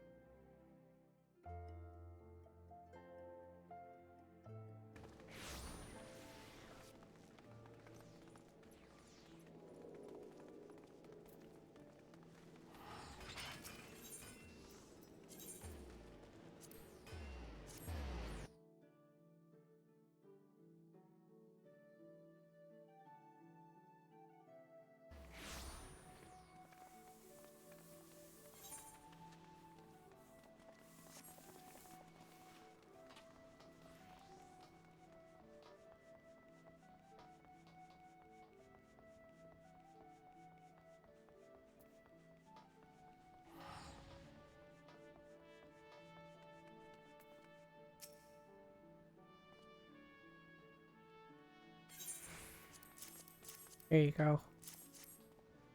Could this be? Yes, I can feel it. The light returns to my eyes. Power courses through my fingers. I live. What a very eccentric person. And as I live, this unspeakable embodiment of ugliness must die. Be gone, foul demon.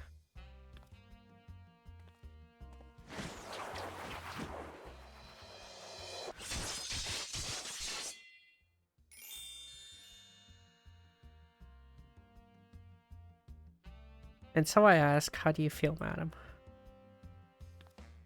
Why, it's as if, but a single magnificent moment, I traveled beyond the void and returned to life as the embodiment of all that is beautiful in this world. Could it be? Yes, it must. How else to explain such power? You are the one whose coming was foretold. You, yes, you are this that is.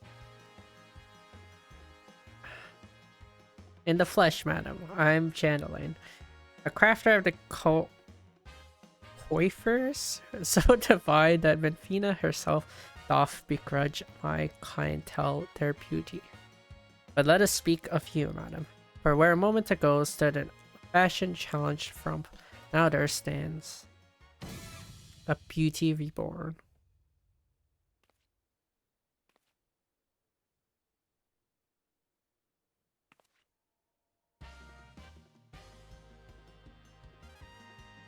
And you are the one I must thank for reviving my soul.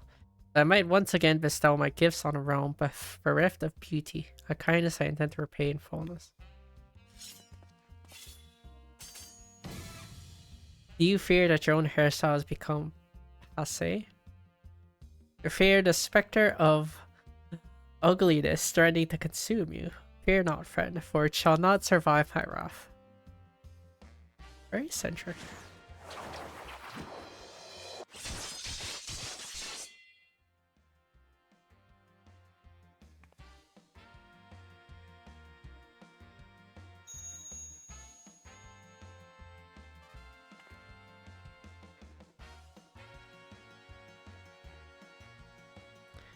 As the madam before you, as this very realm we call home, an abyss of unfathomable drabness you shall rise anew. My clients have been known to make reservation moons, even years in advance, but you shall know no troubles. No, for proving a staunch ally to good taste when all others turned a blind eye, I gladly place myself at your beck and call. Yes, the next time you find yourself plagued by aesthetic ennui, you need only ring the crystal bell from the comfort of any inn-room at which you have taken up lodging.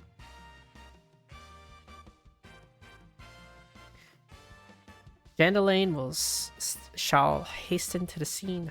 Yes, in a flash, the dreary, uninspired life you have hitherto known shall end.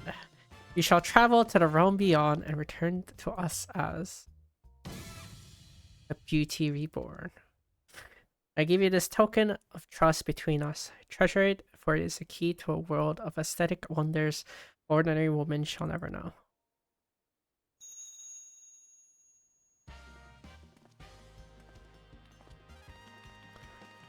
Oh, Master Chandelaine, do come back. I've not made my next appointment.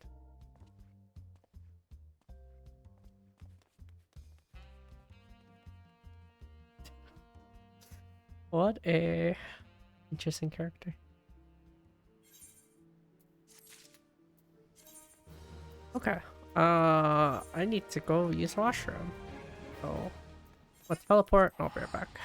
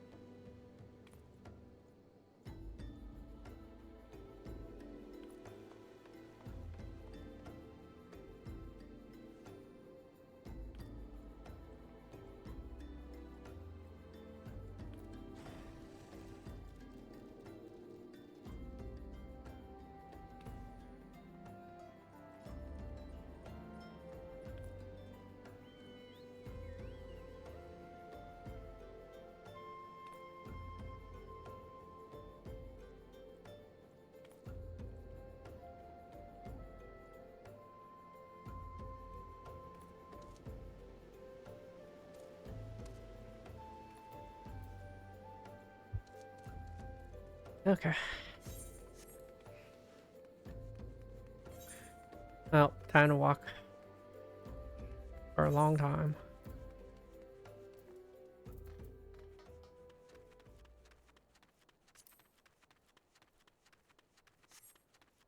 Hey, Wavy, did you end up cooking? Or did you order food? What did you end up doing?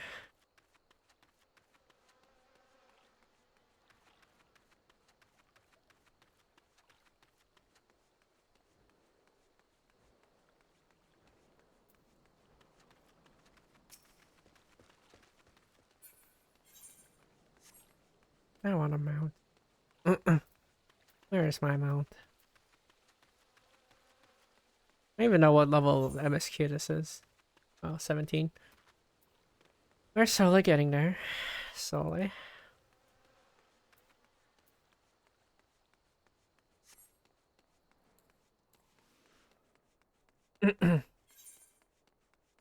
Slowly getting to the mount level.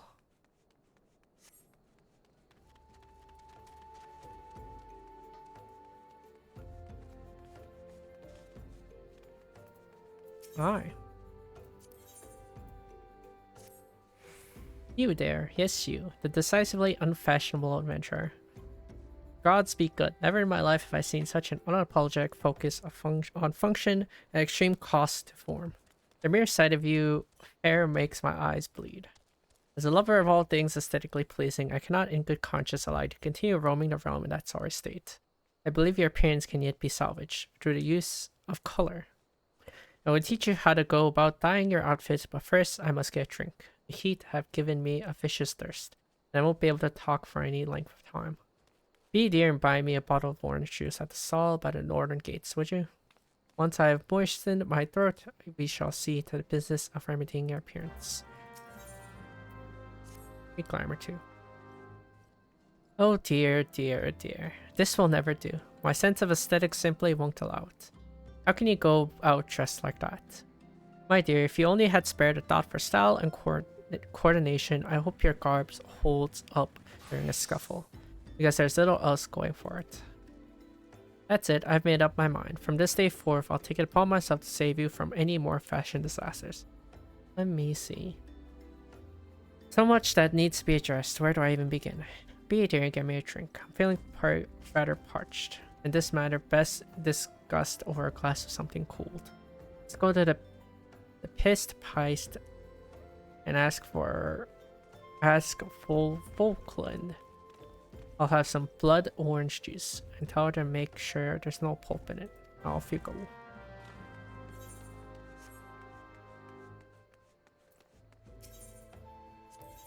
Okay, let's repair first, mostly for my earring.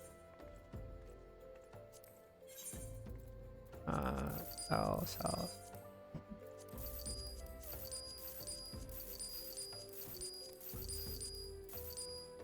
While I'm at it, I'm gonna sell right there.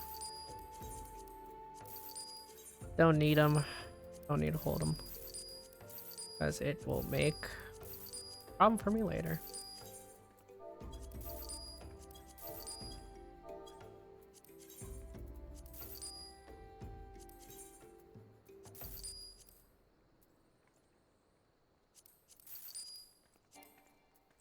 Oh, oops. Well, thankfully it doesn't let me take away to some of the stuff that are actually.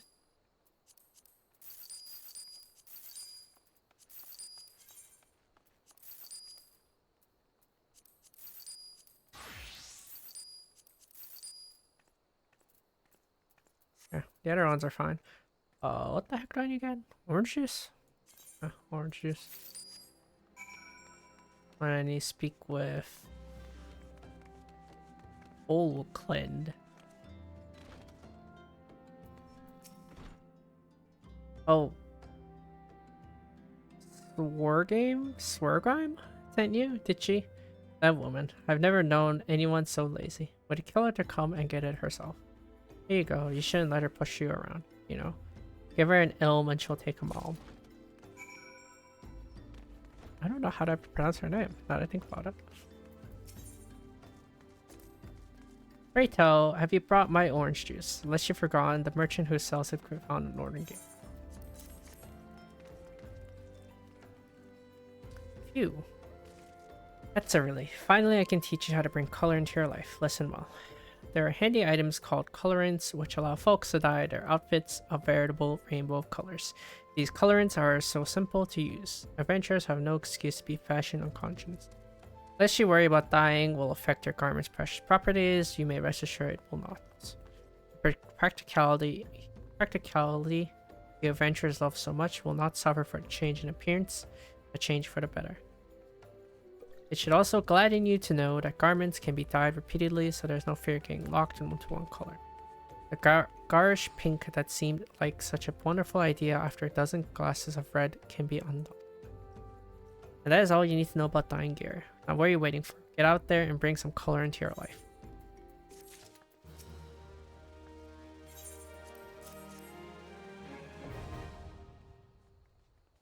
Oh, delicious. Nothing better on a hot day. Some say I have expensive taste, but life's too short to settle for second best. Of course, this extends to my choice of wardrobe too. Now that I'm feeling refreshed, shall we get started? You know, dear, you'd look a lot less drab if you knew how to apply glamours. What's a glamour, you ask? Well, they use a glamour prism as a catalyst to project the image of one item onto another. It's just an illusion, mind, but very convincing. That means the original object stays essentially the same, it just takes on a new appearance, that's all. Remember, if you fancy a change, you don't have to stick with the same glamour, just apply another one on top, or use glamour dispeller to return the object to normal. Why sacrifice style for such a humdrum trifles as durability, protection from bodily harm? Limitless possibilities for self-expression are just a couple glamours away. Go ahead, give it a try, and you do make it quick, dear, for my sake. I'm finding your uninspired attire more and more offensive with each passing moment.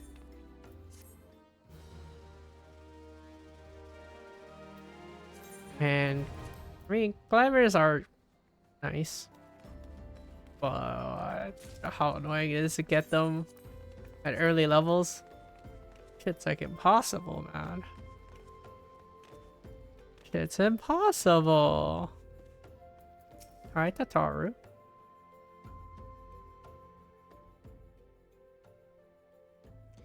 Deep in the desert of my heart, a lonely flower blooms, yearning for the heavens above to quench my thirst for you. Oh, lo, lo, lo, lo, lo, lo.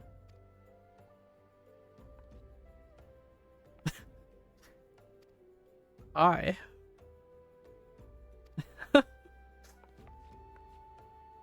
Oh, thank you to not sneak up on me like that. Now, please be advised this is private property. Unless you have pertinent business here, I must ask you to. Here at the behest of Thancred. My sincerest apologies. May I please have your name?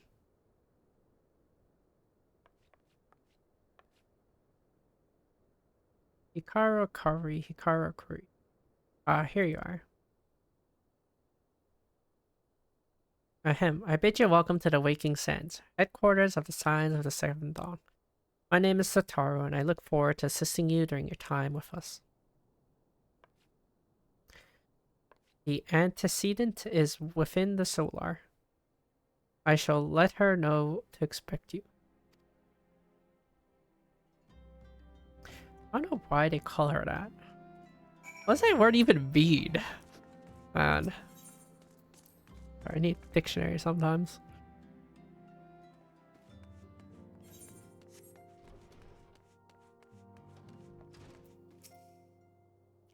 I take it you are Hikaru Kari. The tower sent word that you had arrived. Lady Minfilia has eagerly awaited your coming. This way, if you please. I think all these are worse here I have right now.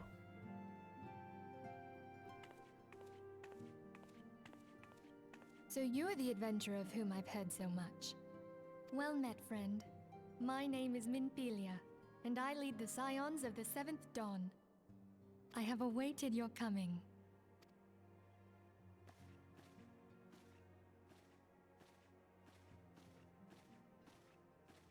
Please, be at ease.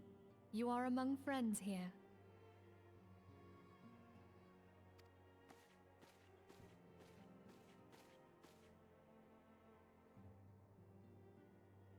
No doubt you are ripe to burst with questions. But have patience. All will be revealed in time. First, let me begin by telling you who we are and what we do. We are the scions of the Seventh Dawn, an order that transcends political boundaries. Our single objective is the preservation of the future of Eorzea. Among our gravest concerns are the godlike beings known as the Primals. Their existence is a bane upon Eorzea, nay, the world at large, and we have striven to find a lasting solution to the threat they pose. Our order is home to a number of individuals who, like you, possess a rare and special talent. This talent takes various forms, but one holds particular interest for us. Tell me, have you ever experienced a sudden, inexplicable loss of consciousness? Have you ever had the sensation of being pulled away from reality? Felt as though you were hovering in space, a mind without a body? All these things are the manifestations of your talent. Yours is the power to transcend the boundaries of the soul, a power known as the Echo. The Echo allows you to pass through the walls of a man's soul and hear the resonations of his past. You will be there in his memories and see things as he saw them. You may even interact with that which you see, though you cannot change the outcome of events. What's the point of interacting with it? For another blessing, the Echo will enable you to know a man's mind even if you cannot comprehend his words. In short, the Echo is a truly extraordinary power, and this power is strong within you. But you can't control the It is Echo. only a shame that we cannot use it whensoever we choose. Oh, there's my point. Can't control That's it. right. I too possess the Echo. With that established, let us return to the subject of the Primals. So long as they exist, the realm cannot take so much as a single step towards true peace. Measures must be taken. Measures which transcend boundaries, be they of faction, race, language, or creed. And to do so, the Scions require the aid of those with our talent. Make no mistake, the Echo will be instrumental in dealing with the primal threat. Without it, we cannot hope to save the realm. I know not what it is you desire for yourself, nor what it was that first brought you to Eorzea. But I firmly believe that the power we possess was given to us for a purpose. Why else would the gods entrust man with a gift so extraordinary, if not to have him use it? And so I implore you, lend us your power.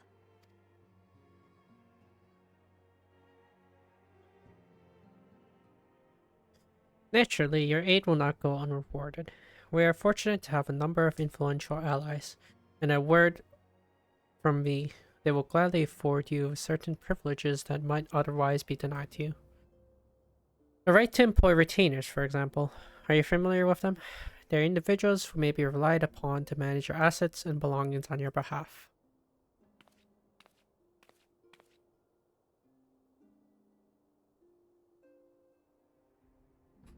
I didn't know the retainers were locked behind the silence. I'm not gonna lie. The papers you requested, my lady.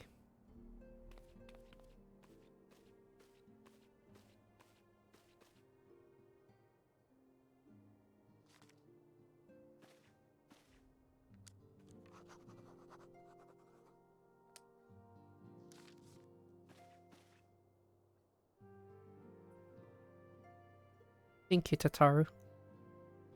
Pleasure is mine, my lady. By way of welcoming gift, I have taken the liberty of adding your name to a retainer's registry. As of now, you are entitled to employ the services of a retainer. You will need to consult a retainer vocat regarding the particulars of this arrangement. But believe me when I say that retainers will prove invaluable to you in your adventuring endeavors. Let this gesture serve as evidence of our commitment to do all in our power to facilitate your personal objectives. Wow, 500 hours of story if you join and you're being blackmailed to join because of retainers. Dude, I didn't know retainers were locked behind MSQ. I genuinely didn't know. In return, we ask that you aid us to the fullest extent of your talents. A mutually beneficial relationship, I am sure you will agree, and one which serves the greater good besides. Well, that was a veritable lecture, was it not? Forgive me, but it is important that all concerned are aware of what is expected of them. Now you know our purpose and what we can offer you. I invite you to consider joining us. When you have come to a decision, you may tell me without fear of censure. In good faith, I shall entrust you with our order's password, which our members use to reach one another when afield. It is Wild Rose. Pray keep it safe.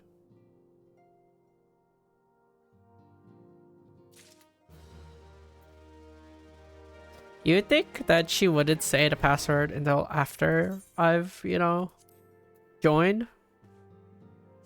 But, you do you, I guess. We Sands have but one objective, to safeguard the future of Eorzea. Among our gravest concerns are the godlike beings known as the Primals. Long have we striven to have a lasting solution to the threat they pose. I know not what is you desire for yourself, nor what it was that first brought you to Eorzea. But I firmly believe that the powers we possess was given to us for a purpose. Pray consider this when you give me your answer, Hikaru.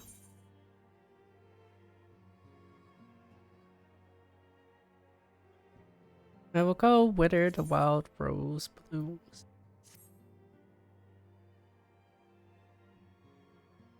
I take it you will help us. Yeah. Wonderful. I knew you. I got nothing else to do. I feel like that's like. Come, I would introduce you to your friends in the order. I feel like that's like the mentality behind it. It's like, man, what else do I have to do? Fuck it. Tell me, does the name Sharlayan ring any bells? It used to be one of Eorzea's 6 city-states, and was situated in the northwest of Aldenard. The Sharlayans were the keepers of wisdom both old and new. Their mastery over magic and ether was unsurpassed, and even the Garleans knew to fear them. Among their number, there were a noble few who devoted their lives to safeguarding the future of Eorzea. When the realm began its descent into chaos, and their countrymen fled for the motherland, they alone chose to remain here. These noble men and women were called the Archons. Those same brave souls stand before you now. The masked woman is Ida, and beside her is Popolimo. The two are charged with surveying the Twelveswood. Hello there. Welcome. Okay, my turn to introduce someone. That there is Thancred. Well, already met He's him. our man here in Ul'dah, Jewel of the Desert. But this assumes that you didn't start in Ul'dah, or just it assumes Welcome to the team. it assumes that you need to introduce everyone because they don't know where you started. I never doubted that you'd come. If I may, the lovely maiden beside me is named Y'shtola. Limsa Lominsa has the pleasure of being under her care. Greetings. Did she just say they're all from Sharlayan? Yes, they are. Last but not least is Urianger, who presides over all affairs within these halls. Pray seek him out whenever you have questions. Dawn may banish even the darkest night. The words of a dear friend. I am glad of our meeting. At the Battle of Carteneau, our leader was taken from us. But we did not stray from our purpose. We sought out Minfilia and others with her talent, and together established the Scions of the Seventh Dawn. There is a bit more backstory with each of them, which gets told later on. But it doesn't mean that there's Charlene born per se, but they did come from Charlene. That makes sense. Along with the Archons, those blessed with the Echo play a pivotal role in our endeavor to forge a brighter tomorrow for the realm. Oh, I should also introduce you to Tataru, our clerk. She ensures that everything runs smoothly.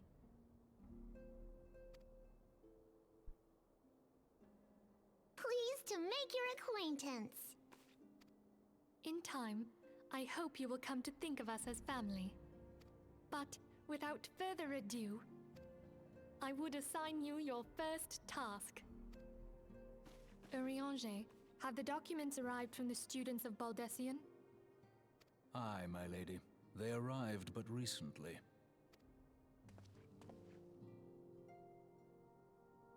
We have received a request for aid from the Immortal Flames. Thancred, would you do the honors? It would be my pleasure. Some days ago, a crystal caravan registered to Amagina and Sons mineral concern was waylaid and divested of its cargo. But there is more. Within a bell of the robbery, several people were reported missing from the shantytown outside the city. At a glance, one would assume the involvement of bandits, kidnappers, and coincidence. Such crimes are hardly uncommon, and the Immortal Flames deal with their like almost every day. However, this time we have reason to believe that a primal is involved. Aye, the evidence left behind implicates the Emulja, who are known worshippers of Ifrit. If we then consider the objects that were taken, there is no room left for doubt. The crimes were committed in the name of a primal. That you may better understand the nature of our struggle with the primals, I would have you play the leading role in this investigation. You have my thanks. If there is aught you wish to know, I recommend you speak with Thancred. He is well versed in the affairs of Ulda. Ever at your service, fair lady.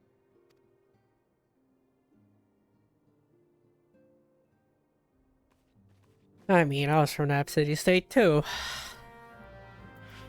That confusing ass city-state.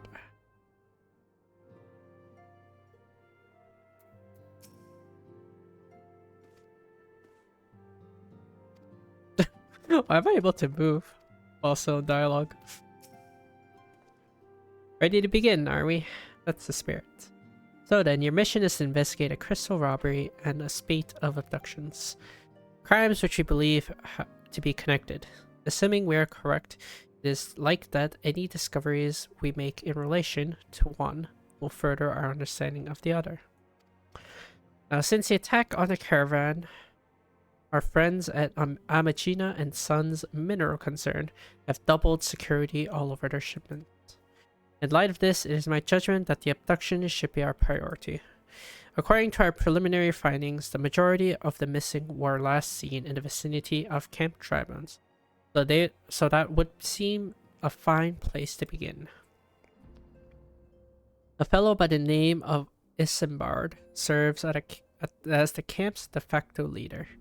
Pay him a visit and see that he gives us full cooperation.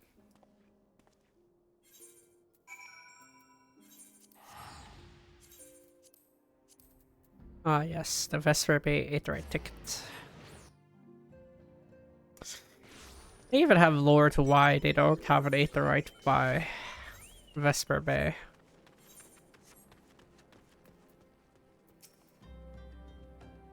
Hi, I'm Isambard. Here to search for the missing folk, I take it. Minfilia sent word that an adventure fitting your description to be along. She also warned us to be wary of the Amalja. It seems we know who the culprits are, at the very least. Now, I bear no official title at this camp, but the people have come to look to me for their leadership. You have my word that I'll do all I can to help see the victims safely returned. Let's get right to it then. Minfilia names the Amalja culprits in all of this. You would do well to investigate them first. Much harm has been levied on these lands by Amalja hands. The flames burn where they might, but their light cannot stay the darkness in place at all times. There have been brutal murders of callers at the Church of Saint Adama Landama, innocents wishing no more than to pay their respect to the dead.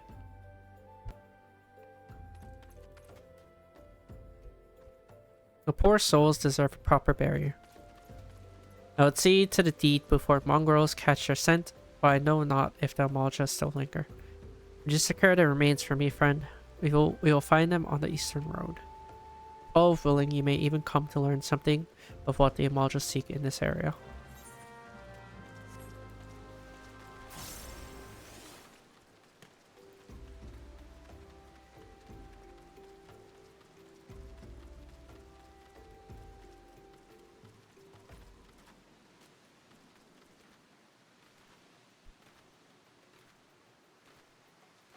Why is it tied? Why is the thing say ripe corpses?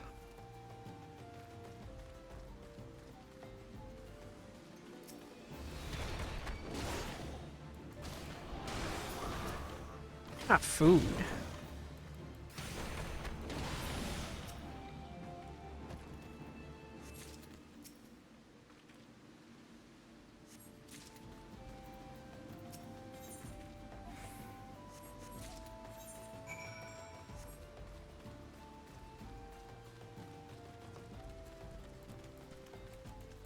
I should make a retainer too.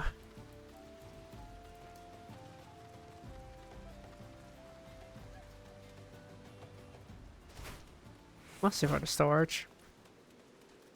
I know my inventory is gonna be a mess later. It's good to see you returned. We're able to secure the remains of our fallen. With bodies given back proper to the earth, the souls will find their way across the other side. You have done a noble deed this day. I thank you. Now then, what of the Amalja? Did you see any? Surely such massive monstrosities as they cannot conceal their presence. Much less take their quarry unawares. Ah, so there were Amalja remaining. After all, I feared as much. Their part in the low-born disappearing is all but confirmed. I sense there is more to this than meets an eye. The occasional Amalja raiding party will not account for people going missing in these kinds of numbers. The toll is too great, and the questions too many. It would not surprise me in the least to learn of another hand in this. But whose? Countless travelers pass through dry bones every day, and even if it were one among them, how would we best discover who may be implicit in these vanishings?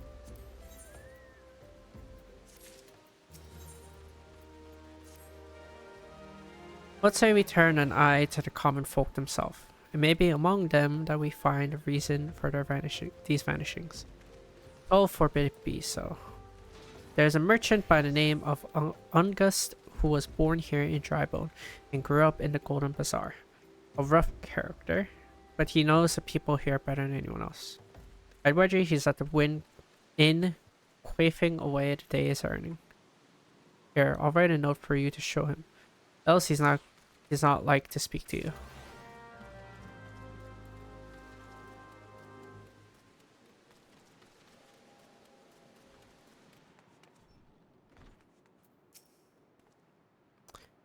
Hey, I remember you.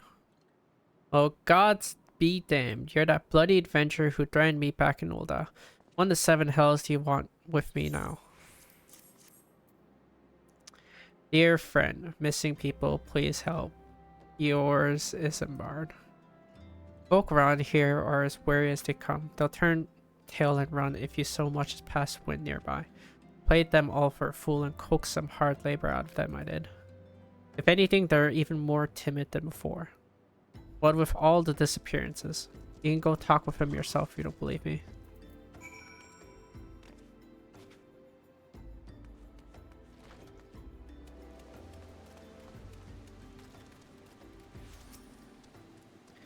Please, miss, just leave me be. Bye.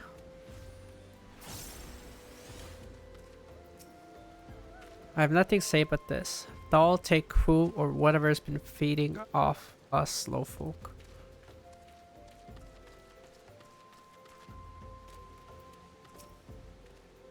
What do you want from me? I don't know anything, I swear. Please don't kill me.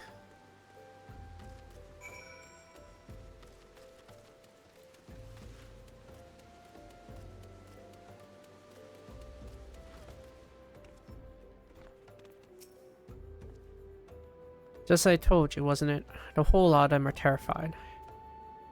There's been talk of folk getting abducted, but if you ask me, they simply up and moved on to a better place. This place isn't exactly Costa del Sol, if you know what I'm saying.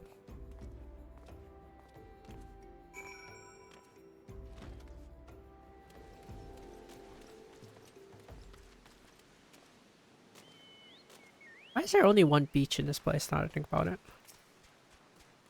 Welcome back, Hikaru. Have you learned aught of import? I see. I suppose I should have expected as much from August. Well, another thought occurred to me in your absence. The common folk are nothing if not fervent in their religious beliefs. Perhaps if they speak freely to their gods, then the clergy may know something of use. Those are worse than what I have. If we would know what the common folk speak to their gods, we've no better place than to ask than at the Church of Saint Adama Landama. It's a small and humble church found to the northwest of here. And so long as you are headed there, might I ask you to deliver this embalmed corpse? A morbid request, I grant you, but it must be borne to burial. I trust none more than you to see it done. Seek out a man named Marquis. He tends to graves of the Lichard. He will tell you where the body is to be interred.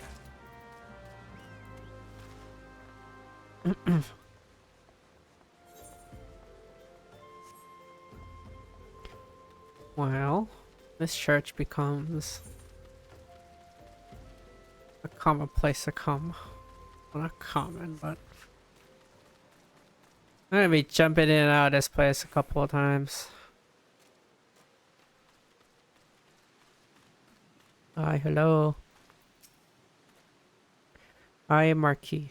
Yes, a body, of course. There have been so many bodies of late. I apologize, miss.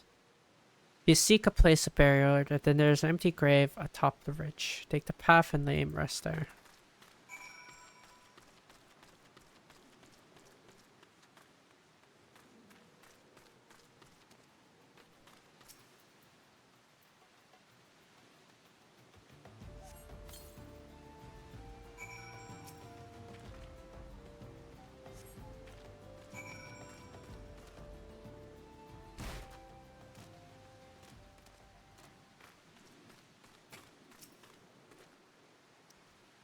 May they walk in Thal's realm. What? Missing people? I'm afraid I cannot help you. But maybe Sister Orson can. She has been kind to me. Everyone has been so kind. I don't know why though. Pardon me. You'll find Sister Orson within church walls.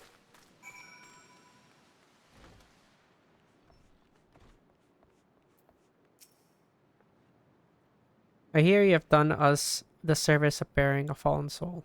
Please accept our gratitude and extend it to Isambard when next you see him. You seek knowledge of missing Tribone inhabitants. It is true I am closer to the people than any other of the order. I confide in them and they in me. When they wish to speak to their keeper, Thal, I am the medium through which they do. If I learn anything pertinent, I will be sure to share the information with you. I only wish Marquis would be more helpful in the matter. I pray he did nothing to offend. He saw terrible things during the calamity. His scars run deep. Indeed, he seems to now prefer the company of the dead over the living. While tragic, I fear such behavior ill befits the church. I received word not long ago that one of our recent visitors, a man called Tancred, I believe, took offense to his conduct. I must have words with Marquis and soon.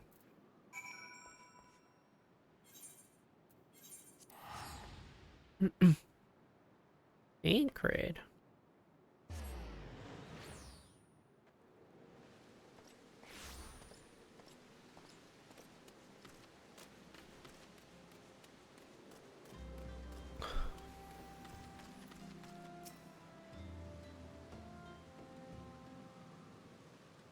Thank you, Hikaru. A burial is no easy thing, even when the departed is a stranger. Were you able to learn aught of the missing common folk? You've been keeping yourself rather busy of late, haven't you, Hikaru? A pleasure, my dear Isambard. The name is Tancred, and I share a passion with you and our mutual friend here for learning what has become of these missing persons and why. I too spoke with August, more times than I care to count. There seems to be some truth to this notion of the common folk speaking their secrets only in those in service to their gods. Prostration, prayer, penance. Abject deeds done behind closed doors, away from prying eyes. Who better to take the pies unawares than she who takes confession, the good sister Orson herself? Orson, she couldn't, she wouldn't. She couldn't. Even the most beautiful rose have thorns, my friend, and you would be wise to keep an eye to this rose. Still, the Lich Keeper Marquis. I swear to the 12 I've seen that face elsewhere before.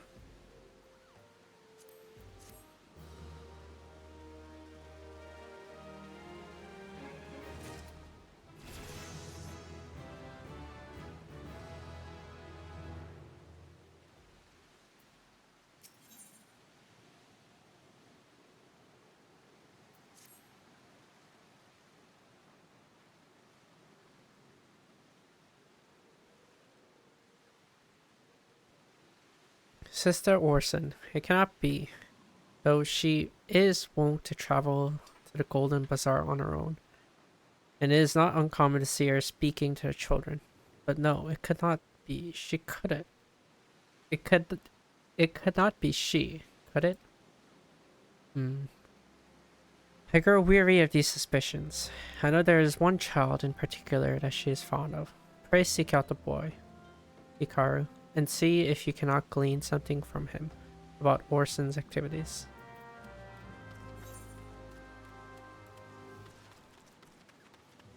Where the hell is that? Oh, up there.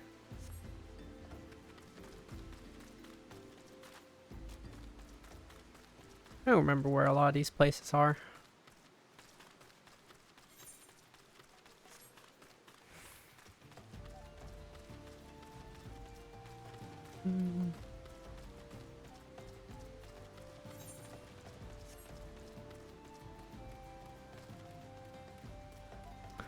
Oh, why is it raining so much?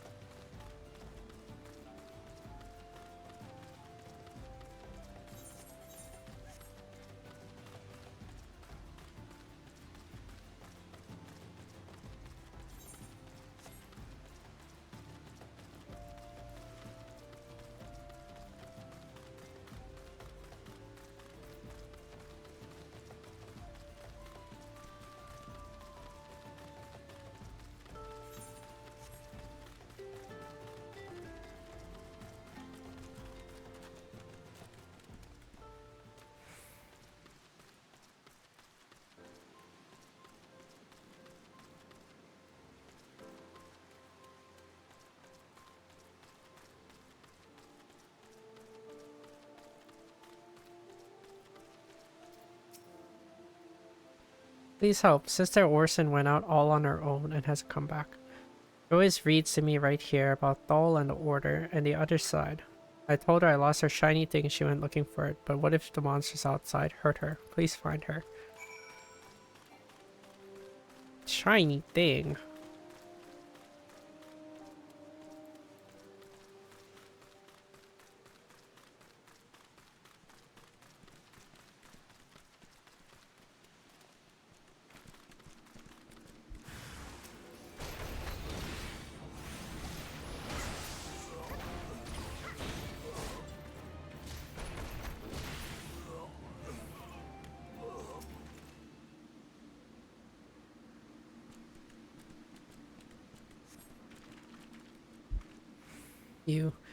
You are the one from church.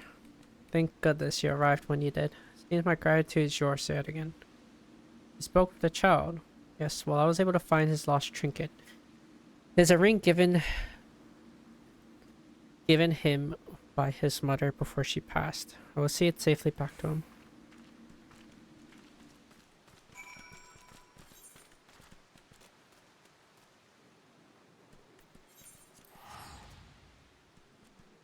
That didn't really tell me much. Did it now?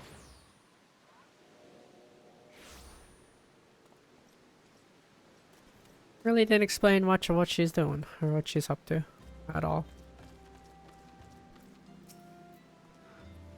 Sister Orson was attacked outside the Golden Bazaar.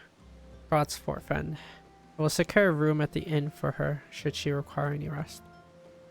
Searching for the mementos of orphans and risking her own well-being in doing no less. Certainly not the dastardly deeds Tancred would have us believe.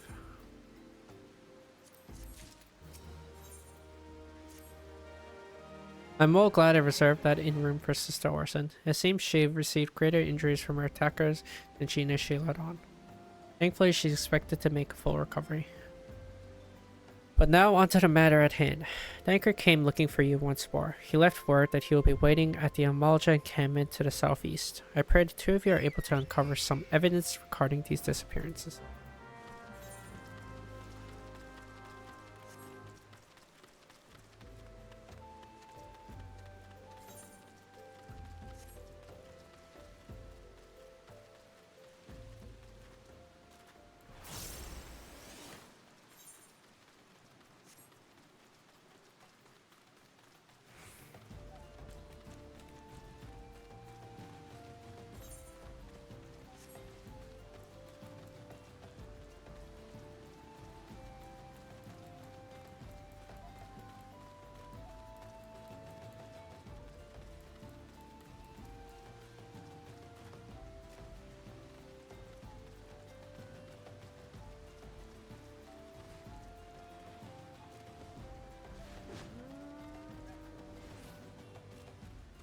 You know, I don't know where the rest of my hot logs stuff are.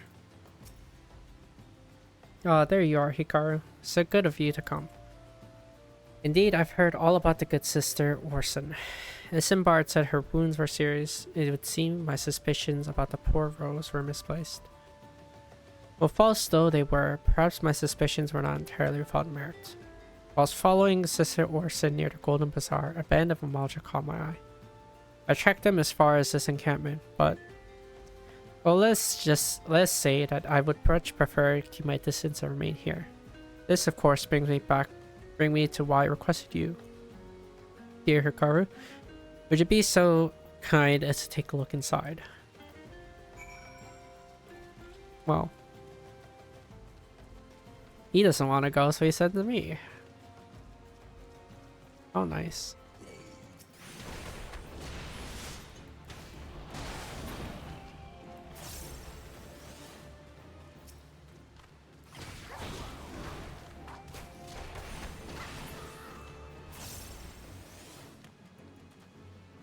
A strange leaflet.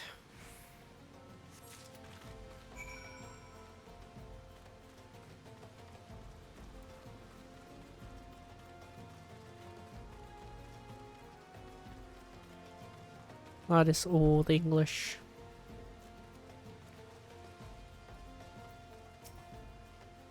Well, did anything tickle your fancy?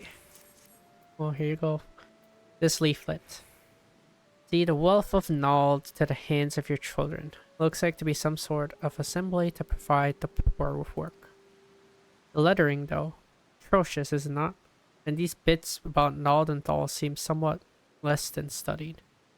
I find it hard to believe one among the order penned this. Pray take this to the inn at Camp Bones. Let's see what Sister Orson makes of it. Orson? I don't know how to actually... Orson, maybe?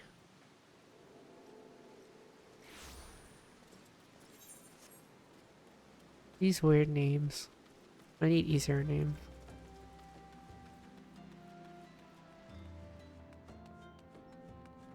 Also need to stop raining so much. My savior comes again. To what do I owe the honor to this day? What is this?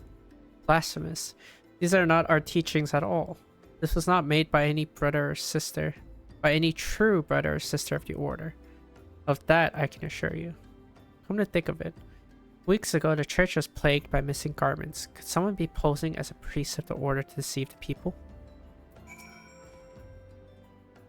The plot thickens, Ikaru. Our culprit pretends to be a priest to lend credence to his deception. There's no doubt an irony in there somewhere, but I suspect we will have a worthy adversary on our hands. I shall consider how best to handle this. For now, tell Isambard what we have learned here.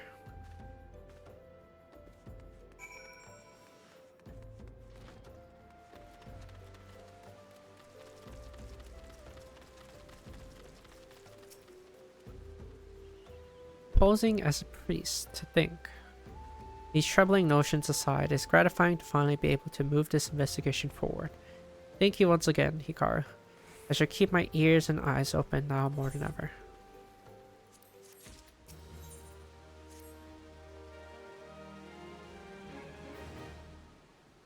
I'm afraid I have not seen any unusual activity, nor have any at the camp given me cause to doubt them.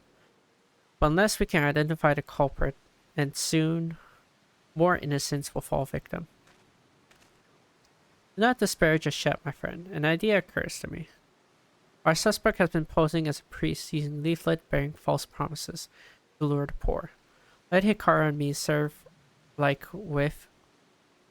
posing as impoverished souls in need of succor.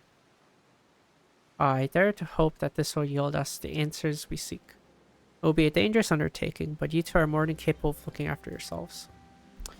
I'm next to useless in a battle, but I can supply the garments for the disguise. These old tunics and slops should serve your needs, so long as you don't mind the smell and the stains. These will serve very well. You have my thanks. Listen, Hikaru. So as to lay the foundation of our little ploy, we must make it widely known that more vagrants have arrived at the camp and are desperate for coin. To this end, I want you to don the old garments Isambard has lent us and beg for work around the camp. Before long, the false priest should catch wind and approach us. Make me use old garments.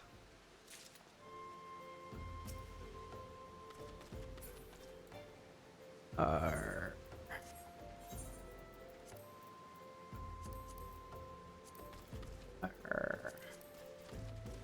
we go.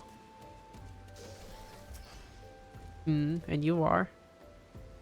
Another refugee by the looks of you. The mortal flames have neither work nor coin for your like. Be gone and see to it you don't make a nuisance of yourself.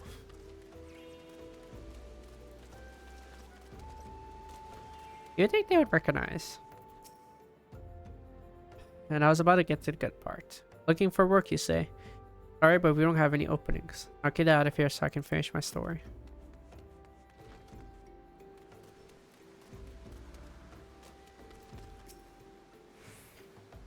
I preach the teaching of Azima the Warden. Hast thou come to partake of the honey of her wisdom? Azima is the keeper of the sun and the goddess of inquiry. All is laid bare beneath the light of her divine countenance. Open thy heart to this light, needy child, and thou shalt want for naught till the ends of days. Not a preacher.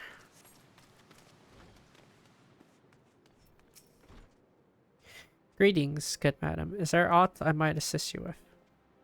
Oh, I don't believe there is. I'm afraid our wares are very expensive.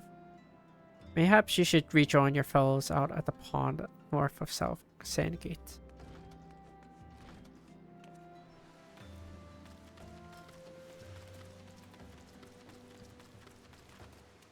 Well, how expensive could they be? Like, honestly. What is it? God, it's not again. Look, being poor doesn't give you the right to pester whomever you like. Why don't you keep with your own kind out by that muddy pond of yours at Drybone?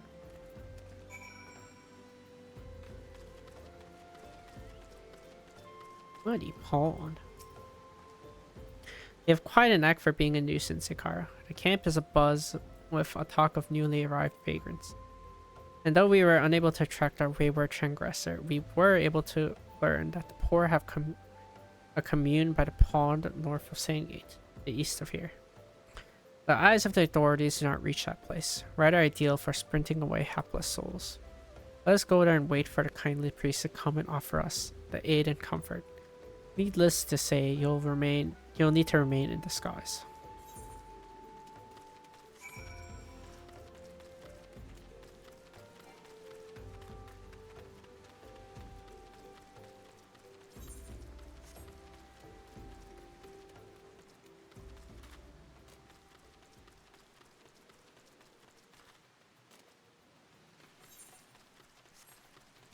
You'd think some of them would remember me just running around the goddamn city so many times.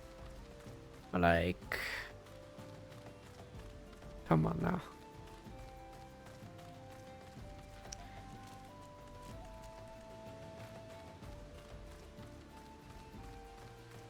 The adventure running around doing chores, you would think someone would remember. A fine evening for catching false priests, wouldn't you say?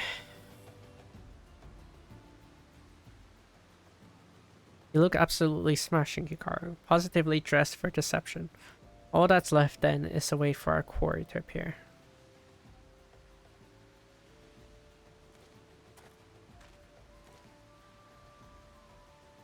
Oh, you poor unfortunate souls. This is no way for men to live. No way at all. Who are you? What do you want? Be at ease, child, for I mean no harm. For I mean you no harm. I'm a priest of the Order of Nald Dal, and I come to offer you succor. This leaflet bears the teaching of Nald. Trust them, and they will surely set you free from the shackles of penury.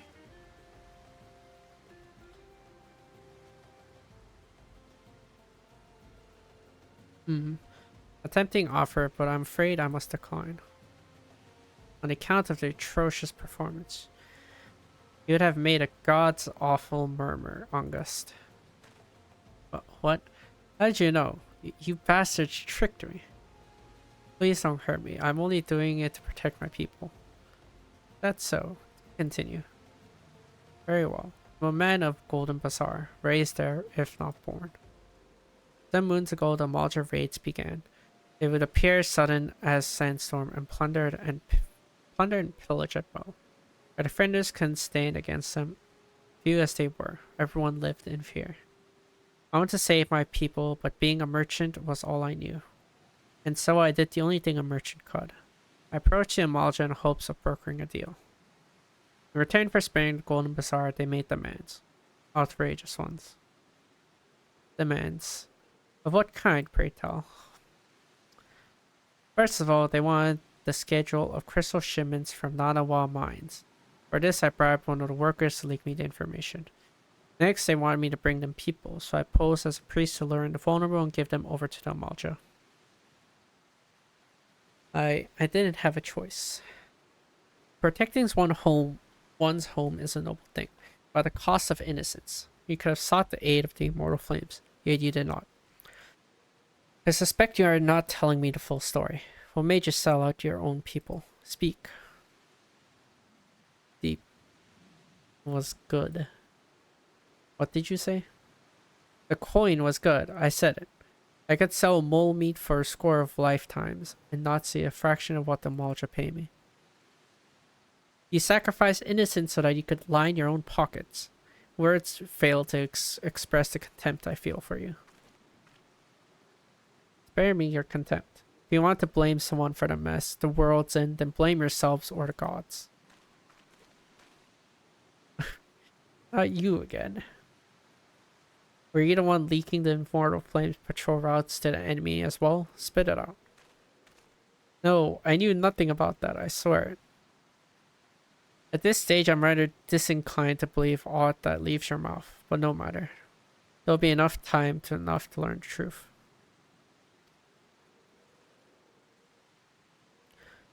Hikaru, be dear and take the words of these developments to Minfilia, would you? I'll surprise everything I can out of this filth. The abductees are still somewhere out there. Our foremost priority is to rescue them.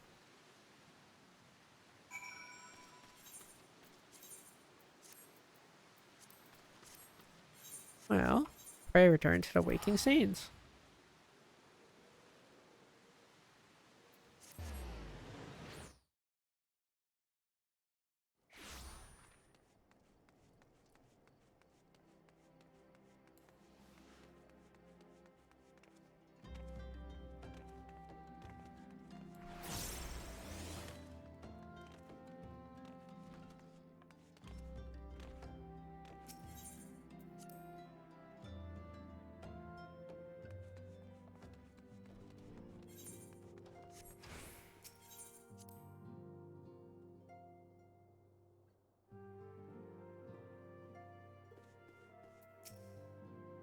Welcome back, Hikaru.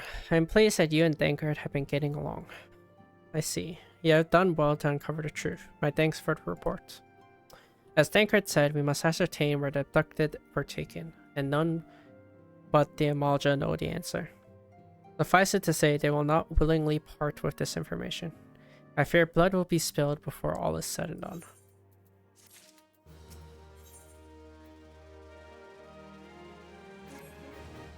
Though we seek a peaceful solution to the primal problem, we must need to be ready to fight for our cause.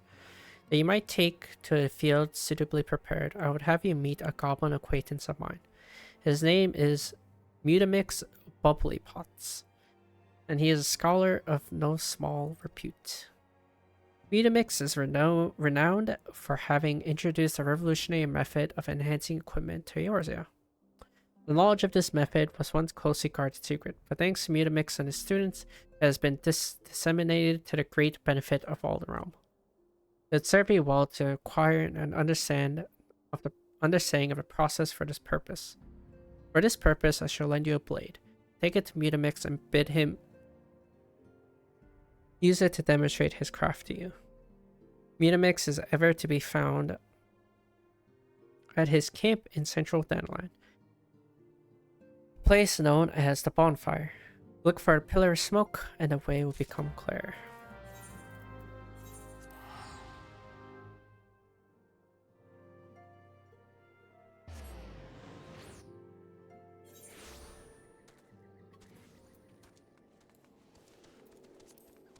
Learn about materia. These are very important in the later stages of this game.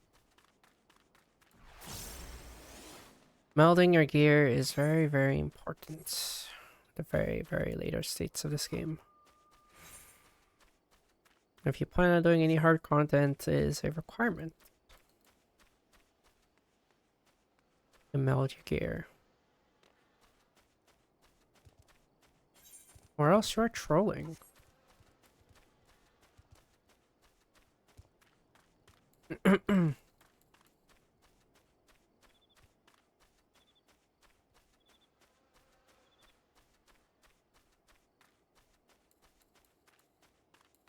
Okay to be gray. Blame it for that. It's just more so you're making it harder for your team for no reason. Because materia isn't hard to get in the slightest. What's your quest about? Forging the spirit. Oh, material extraction. What would you say if I told you that inanimate objects can possess a soul? They can't, believe it or not, although the soul in question is not their own, but that of their owner. Your faithful service, the arms and armor that we use come to hold our spiritual energy. Thus do we form a spirit bond with them. The spiritual energy can be drawn out and converted into materia, a special kind of crystal that can be attached to gear to enhance its properties. I am well versed in the ways of material extraction. If you wish to learn more of the process, it will be my pleasure to teach you. You're ready to commence your learning. Good. As you have gathered by now, the materia is crystallized form of one spiritual energy. As this energy is deprived from an individual's psyche, a volatile beast at the best of times, a degree of variance is to be expected in its production. In practice, this means you won't know the exact properties of a stone until you cradle it in your hand. Now, materia won't grant you much of anything on its own. Its power must be tapped. See, and this is achieved by melding it to the gear. Know, though, that it takes the deft hands of a crafter to meld materia. You can always seek others to attach materia off on your behalf, but if you would sooner do it yourself, I recommend you speak with Bombas. Melding is her field of expertise.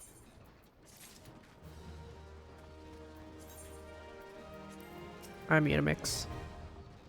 Who is Uplander come to 10th ring of Mutamix bubbly pots?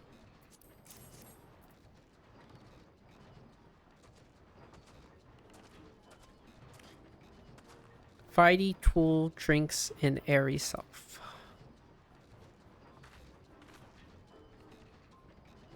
When full of airy self, Fighty Tool changes to Stony Shine, name of materia. The materia join with other Fighty Tool.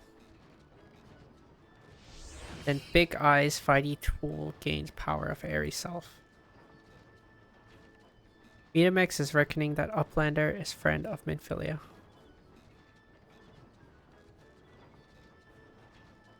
His tongue flaps reach ears of Mutamix with fastness. Minfilia wants Uplander to see the power of materia. Uplander brings Fighty Tool to Mutamix, yes?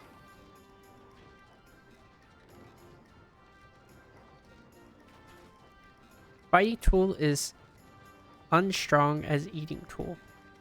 Makes good teachy show of power of materia. Oh god, this is hard to read. The materia master. Now eyes of Uplander point at Fighty Tool, yes? Materia join with Fighty Tool.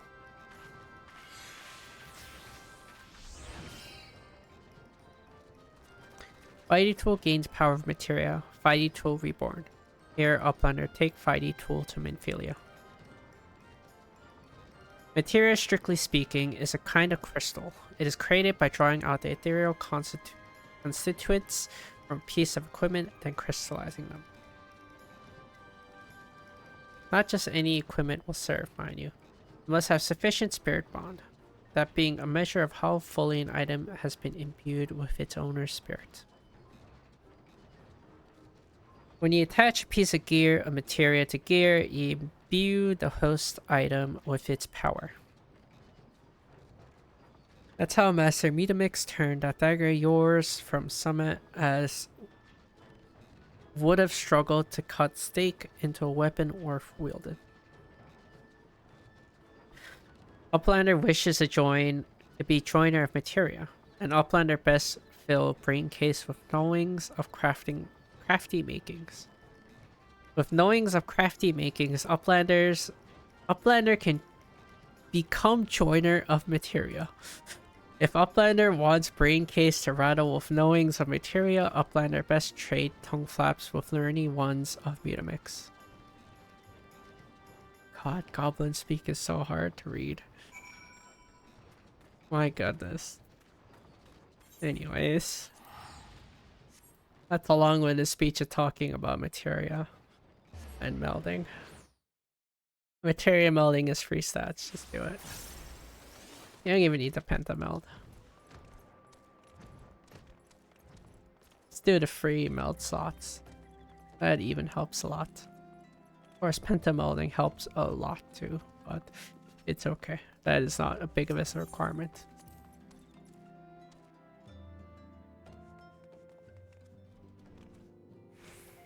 And pentamelding only works on crafted gear anyways. It's also only very useful if you're doing week 1 each. Welcome back, Hikaru. I trust your visit to the bonfire proved fruitful. Yeah, here you go. What a remarkable difference a single piece of material can make. Granted, the skills needed to manipulate the substances are not easily acquired, but one needs only look upon the results to realize such efforts are worthwhile.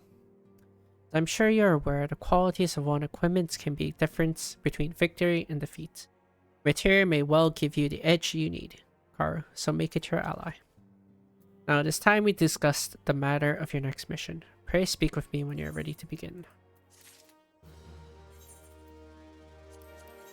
I feel like that's weaker than what I have. Yeah, it is. Oops.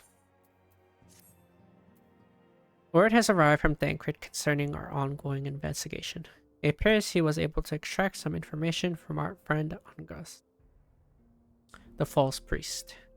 We revealed that he is due to meet with the Amalja to discuss their dealings. The Immortal Flames believe that the meetings will present an ideal opportunity to ambush and capture the Amalja responsible for the abductions, and so they mean to have Angus attend as planned.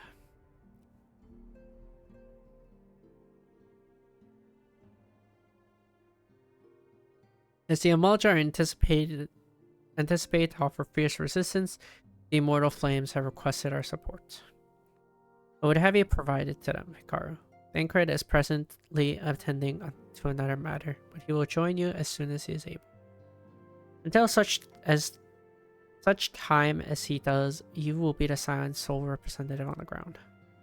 Before he left, he bade me to tell you to save some for him. Such is his confidence in you, a confidence I share. When you have made ready, pray take yourself to Camp Drybone and report to the Flame Sergeant leading the mission. May you walk in the light of the crystal.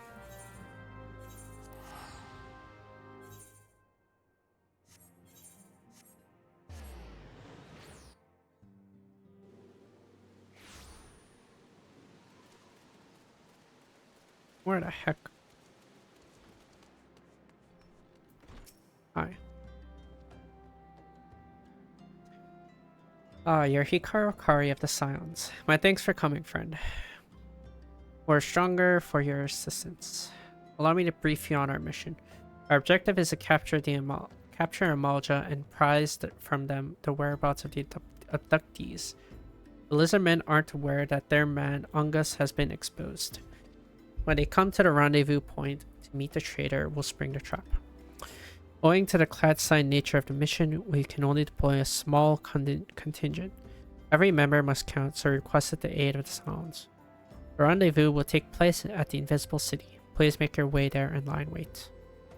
We stand to learn much and more of the Amalja plot if the mission succeeds. Hikaru. Let's make sure it does.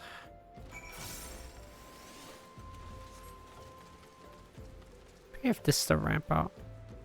Yeah, it is.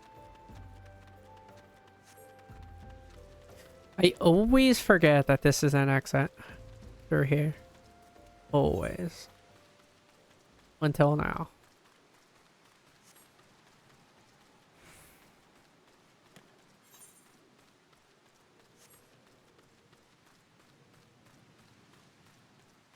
That might be like the first time I've used that exit. I'm not gonna lie. I like the pacing so far. I feel like there's no huge plot yet. I don't know if I could read 1 to 50. I mean, you also have to remember that they cut a lot of missions when they did AR. Right? They've cut a lot of missions. So the pacing might feel a bit weird because there might be some missions that were supposed to be there to provide exposition. is the word, I think. Provide more story behind. But it's not there anymore. Right now, it's like a lot of this is going to be weird world building. So a lot of this will be weird because it's just world building. We don't know what the big bad is. We're just told here and there the primals are bad. We don't know what it is. We're told the Garlean Empire is bad, but we've never had a single dealings with them.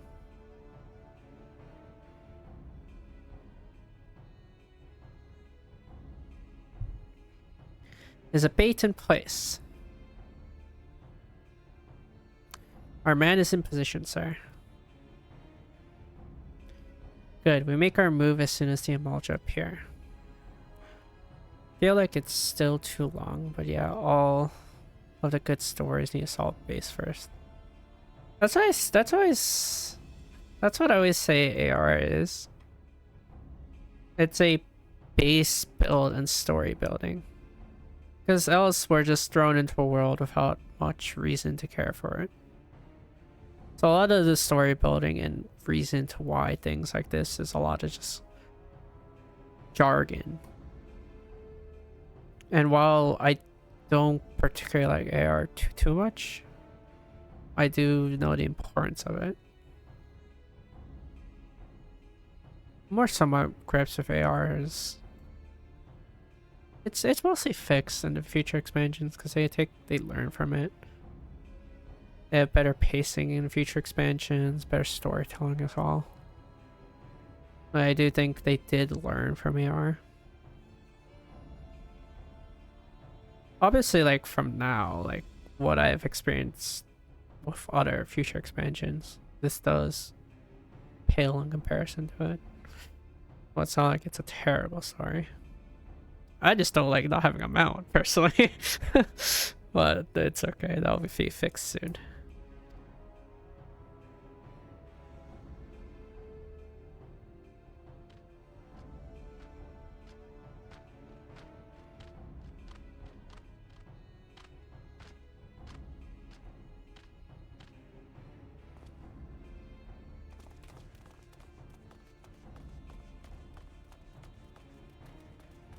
What is the meaning of this? Wait, something's amiss.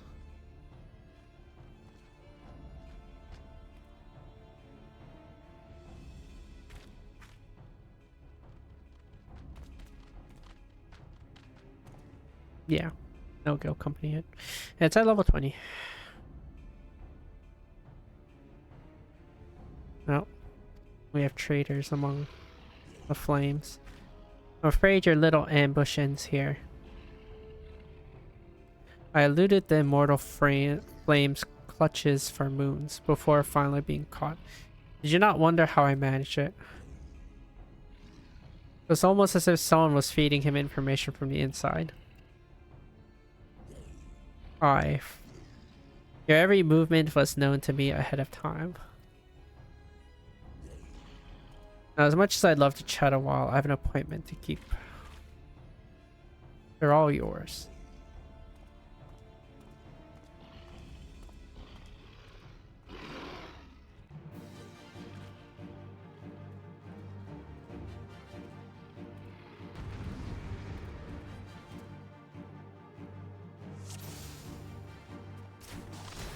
You know, I don't know who I'm supposed to... Whatever.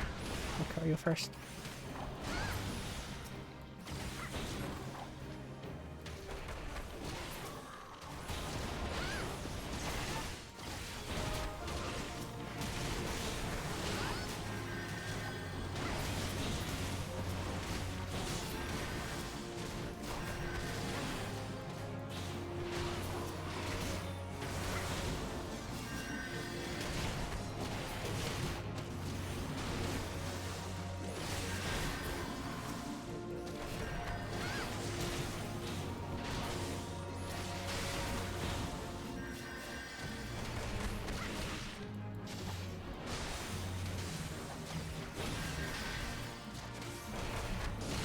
No, they don't have a single healer here, but they still have healers. Quite impressive.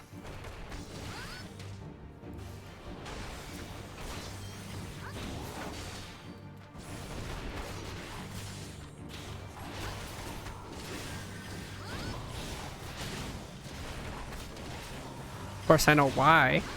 Because, you know, it'd be kind of ridiculous to do this without healing. But, you know. Very impressive. I think I'm playing Ragnarok. Just picked up a card and gave him a camera.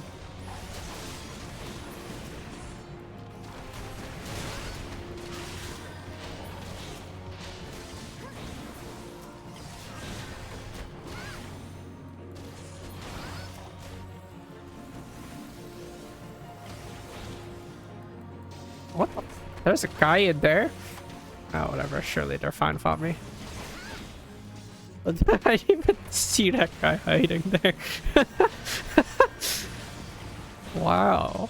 What a sneaky little lizard. May say it's in a base game too, since you could take care of everyone. Yeah, I've heard. I heard you need to do cross jobs to even get different jobs as well. So cross skills are very normal. Put your weapon away or your comrade's a dead man.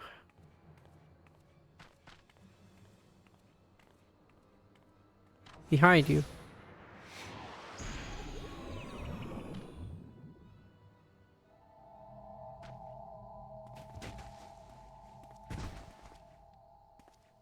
Wow, it's the first time someone used sleep.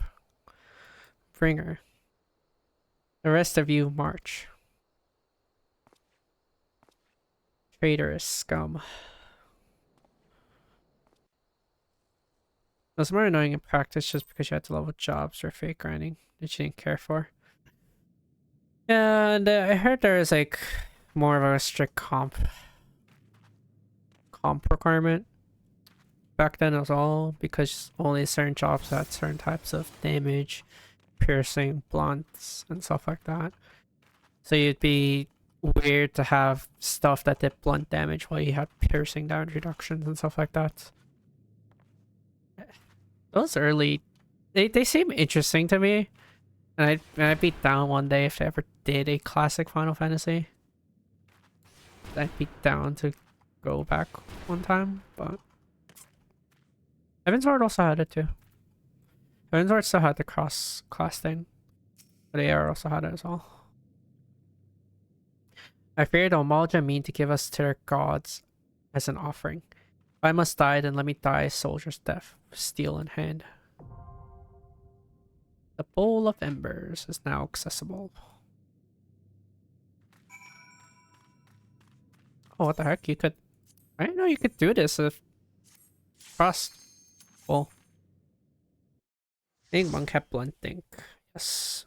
Slashing and piercing should have been there too, I believe. But... I haven't played back then. I only started playing this game at 5.56 or 5.55. You know, that COVID patch happened in Shadowbringers. That's the time when I first started playing this game. It's a bit over 2 years now. Lord of Inferno, hearken to our plea. Lord of Inferno, deliver us from our misery. Wow, he spins some bars. Almighty Ifrit, Lord of the Inferno. Humble your servant, beseech you, grace us with your divine presence. Wow, he went from rhyming to not rhyming. Come on now.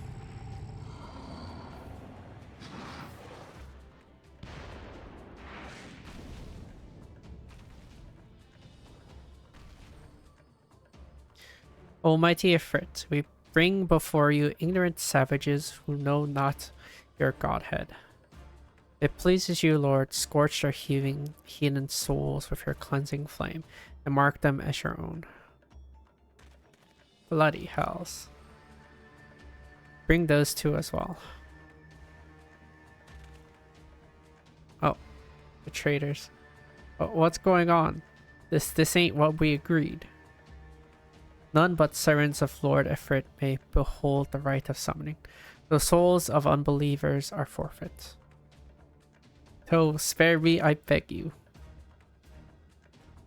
Pitiful children of man, by my breath I claim you. Arise once more as my loyal minions. Feed my flames with your faith, and all who stand against us shall burn.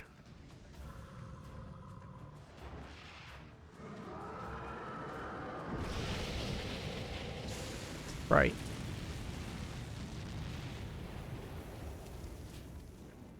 Almighty Ifrit, my one true God.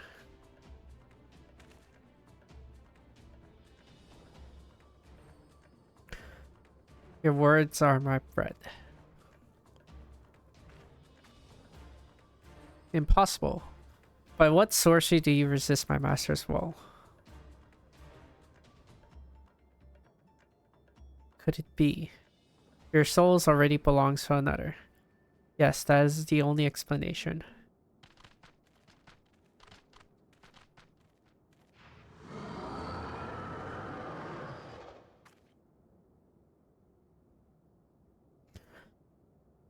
Forsooth, thy frail mortal frame can serve as vessel to the blessing of but one. Yet I smell not the taint of another upon thee. The truth of thine allegiance waxeth clear. Thou art of the godless blessed number. The paragons warn of thine abhorrent kind. Thine existence is not to be suffered.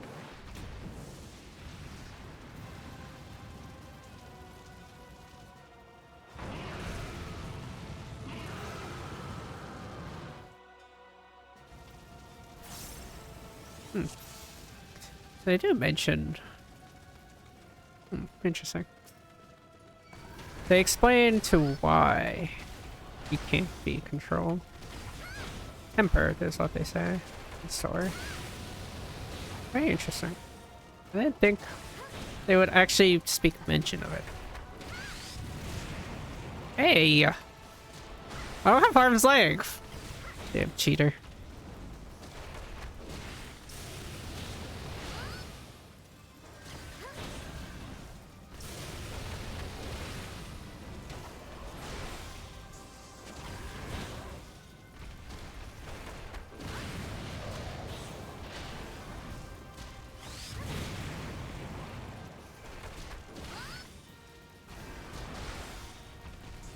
What's a nail?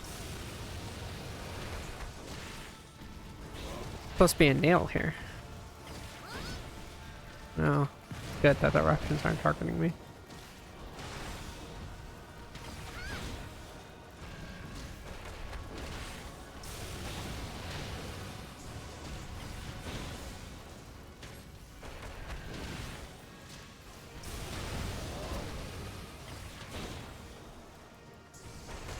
Oh, let me walk here so I don't get knocked back. Oh, never mind. Bro, that thing's the size of Africa.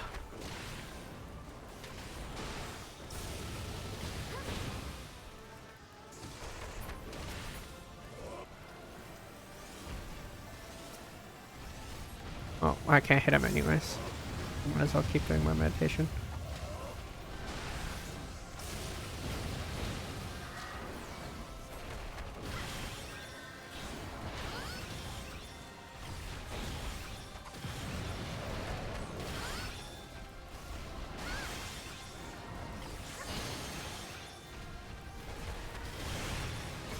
Ow.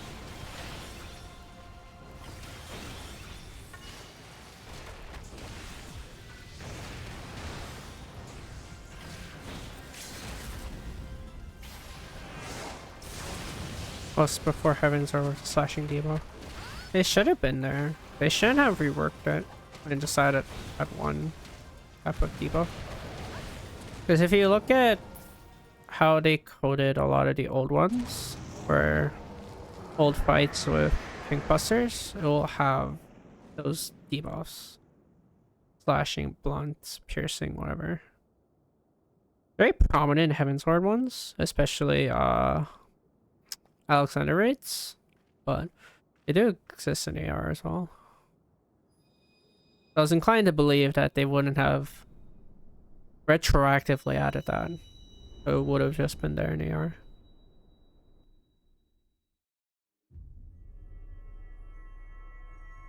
Oh, you can still see the Dragoon. I think it's Dragoon dot.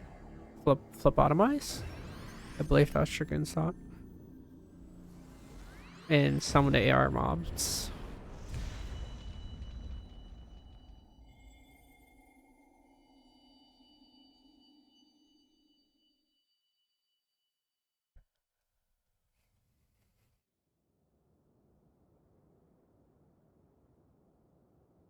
Pray forgive my lateness.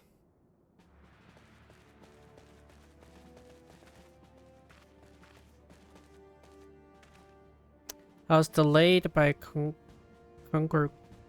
congregation of Amalja zealots. I swear, each seemed more evangelical than the last. Holy shit. No, Disembowel still exists. They had another thought. It might have been Dragoon, but it might have been someone else. Whoever had Phlebotomize. It's no longer in the game anymore. Disembowel still exists though.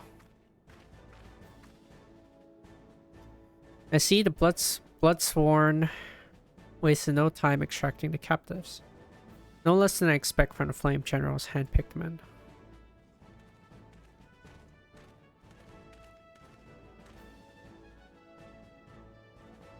As for those two, it is fair to say their hardship have only just begun. They have much to answer for.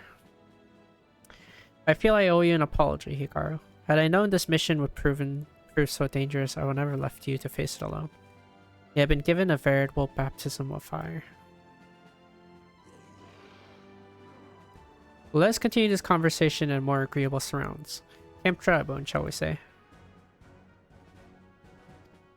This way, sir.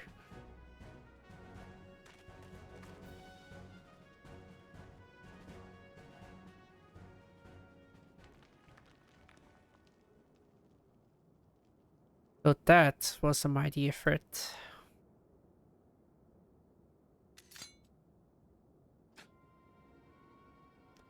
And what a disappointment he was.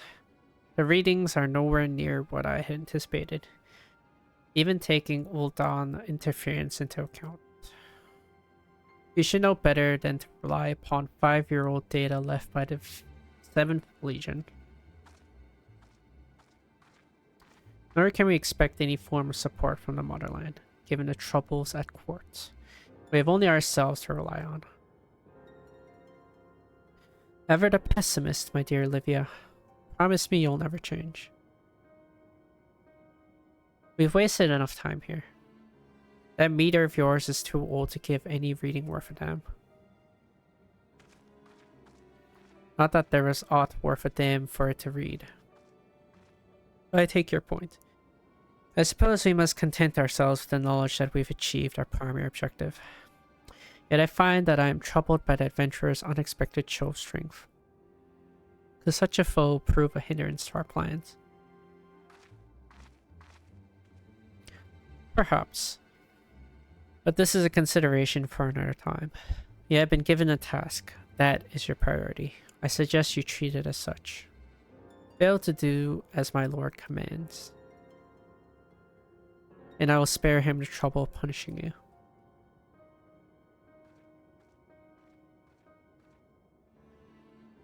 With allies like that, beware a woman in love. I shall need to be on my best behavior. Yeah. Don't, he kind of sims for Gaius, you know?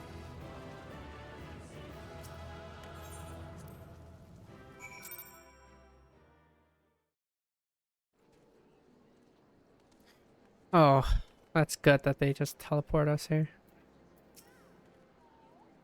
Ah, there you are, Hikaru. Come, rest a while. You'll have no better opportunity. After witnessing their god's ignominious defeat, the Amalja will be less inclined to risk our wrath, for a time at least. Now, where were we? Ah yes, I was in the process of apologizing. I do hope you can forgive me. I arrived too late to be of any use to you or the abductees. They may be whole of body, but but the same cannot be said of their minds. Once a man is tempered, but ill suits me to dwell on the negatives. Amidst all of your misfortunes, there is still reason to rejoice. Ifrit is slain, and by your hand, no less. That is a deed of no ordinary individual, Hikaru. Not that I ever thought you were ordinary. On the contrary, I have long suspected that you have the potential to shape the fate of this realm. What can I say? My fine eye for talent remains undimmed. Minfilia will be proud beyond all reckoning when she hears of your deeds. I trust you shan't object to my bearing the tidings to her. That way I can claim to have contributed something to this mission. You, meanwhile, have earned yourself a rest. Take some time to relax and return to the waking sands when you're good and ready. We can discuss matters in more detail then. Just don't take too long, will you? The realm's problem won't solve themselves. Yeah. All I'm gonna do is take a bath real quick. I'll be right back.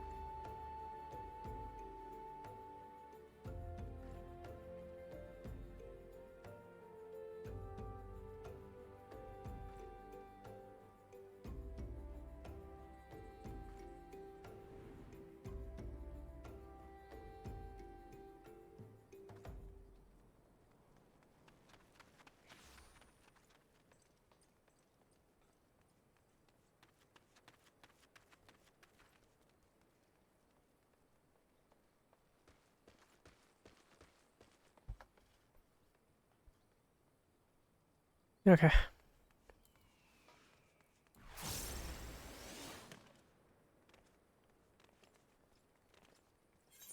What's that mission? Oh, Halatali. I don't particularly need that right now.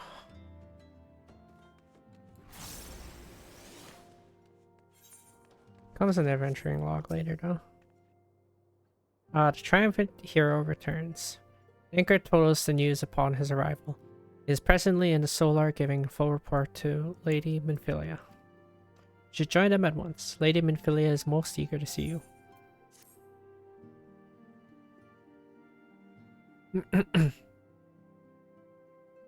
My late arrival nearly cost Hikaru her life.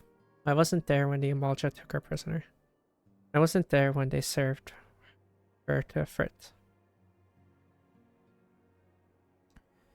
Yes, by some miracle she survived, but that does not excuse the fact that she should never have had to face such dangers alone. I failed her utterly. just as I'm failing you all. What's done is done, Thancred. You can ill blame yourself for every...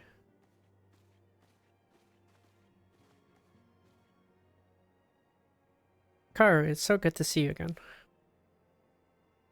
Impeccable timing, my friend. I just finished regaling Minfilia with your heroic exploits. Thancred has told me everything. You have done well to return to us. The perils you faced were undeniably great, yet a part of me believes that I had no cause to fear. Now we can put paid to our long investigation. As we suspected, the Amalja undertook both the robbery and the abduction with the aim of summoning their primal Ifrit. Nor is this tale limited to Ul'dah. Similar incidents have been rife in both Limsa, Lominsa, and Gridania of late. I dare say you've been curious as to how these crimes are linked to the primals. Permit me to explain. Having manifested in physical realm, primals must consume aether if they are to maintain their presence here. And the stronger they become, the more aether they require. Now, aether exists throughout creation. It flows through all life and permeates the very air that we breathe. Alas, this alone will not suffice to sustain the likes of Ifrit. Nay, he and his kind require a more concentrated source of aether, crystals. It is for this reason that incidents involving crystals can often be traced back to a primal. Which leaves us with the why of the abductions. To understand this, you must first understand how primals are born. When all is well with the world, primals possess no physical form. Their essence is dispersed across the greater river of aether. However, when the world is plunged into chaos, those who worship the primals cry out to their gods for deliverance from suffering. These cries serve as a beacon towards which a primal's essence is irresistibly drawn. It is this coming together or etherical coalescence which grants the being's physical form. Once born, a primal gains strength from its followers' worship.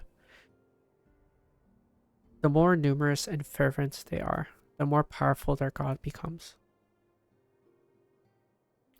But the primals are seldom satisfied with such reverence as their adherents freedomly give, and in order to gain more power, they do not scruple to create followers.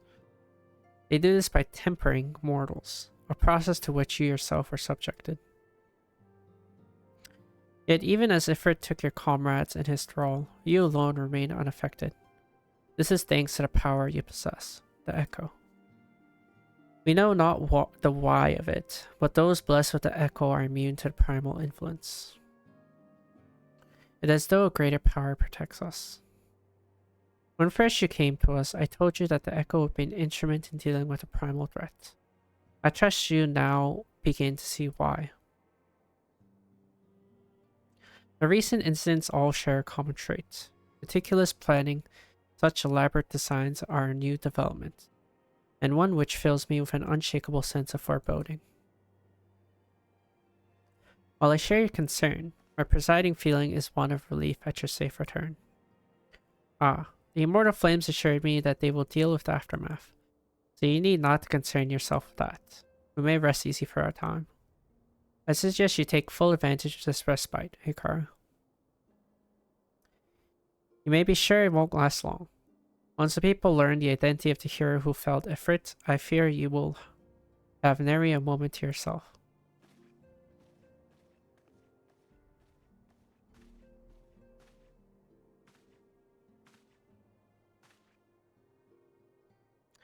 Whether she intended to or no, Minfilia neglected to tell you something.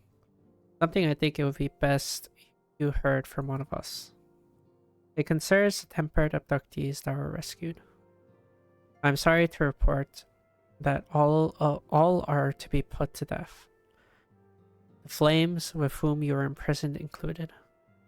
Needless to say, this information must not be known to the public. I swear to you that we would not do this if there were any other recourse. But once a man is tempered, he is tempered for life. His very existence lends strength to the primal whom he cannot choose but worship.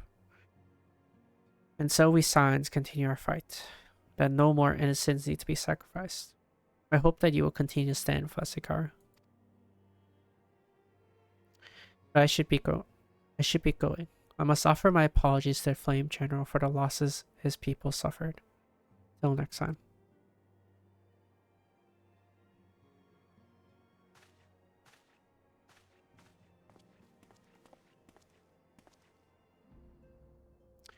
Gods forgive me. How many more lives? Luisa would never have allowed this to happen. I have to do better. I have to be stronger.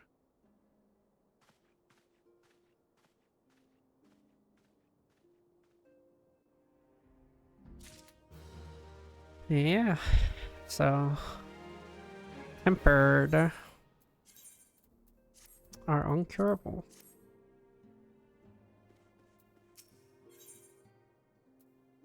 A hero in the making. Finally, grain companies. Until not so very long ago, you're but one of the many adventurers seeking to make their way in Eorzea. But for your character and courage, you're raised to the esteemed post of envoy. Thereafter, you traveled the realm, aiding those in need without thoughts of reward, confirming to Thancred that the Scions would benefit from your aid. And no sooner had you joined us than you personally bested the primal effort. You have achieved a great deal in a short time, and won fame in so doing. Alas, fame does not come without a price, as you will soon discover.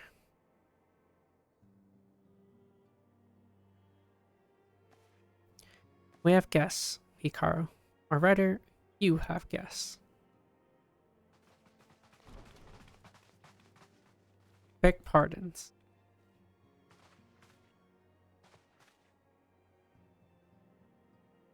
Ah, Lady Minfilia, radiant as always. I am given to understand that the Scions of the Seventh Dawn have but recently welcomed a new hero into their midst. I am here on behalf of the Maelstrom Grand Company of Limsa Lominsa to offer said hero a place of honor within our ranks.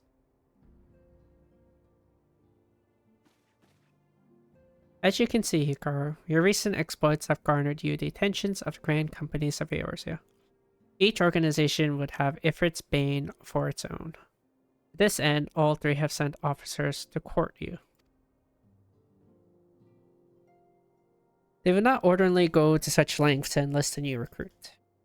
That they have is evidence of their high regard for you. I find myself wondering how word of Hikaru's deed spread so quickly. That the Immortal Flame should know of her triumph is to be expected, but what of the other Grand Companies? Eep. Your reputation precedes you, Mistress Akari. There's no ordinary woman who can face a primal and emerge the victor. The Order of the 12 Adder has need of valiant women such as you. Join your strength to ours, friend, and together let us ensure the peace ever reigns over the 12's Wood. What a pleasure it is to finally meet you, Mistress Akari. My comrades speak of you in the most glowing terms. Why, even before you aided us against the Amalja and their deed, that dread primal, yours was already a respected name in Ul'dah. Our people know you and love you well. A woman of your talent belongs with the Immortal Flames. Join your strength to ours, friend, and together let us secure a prosperous future of Ul'dah. The Admiral was not exaggerating when she said you have the look of a hero. Full often does she speak of you, friend. It's only natural that we should want you for the Maelstrom. Join your strength to ours, and together let us see the grand vessel of Limsa Lominsa to the shores of glory.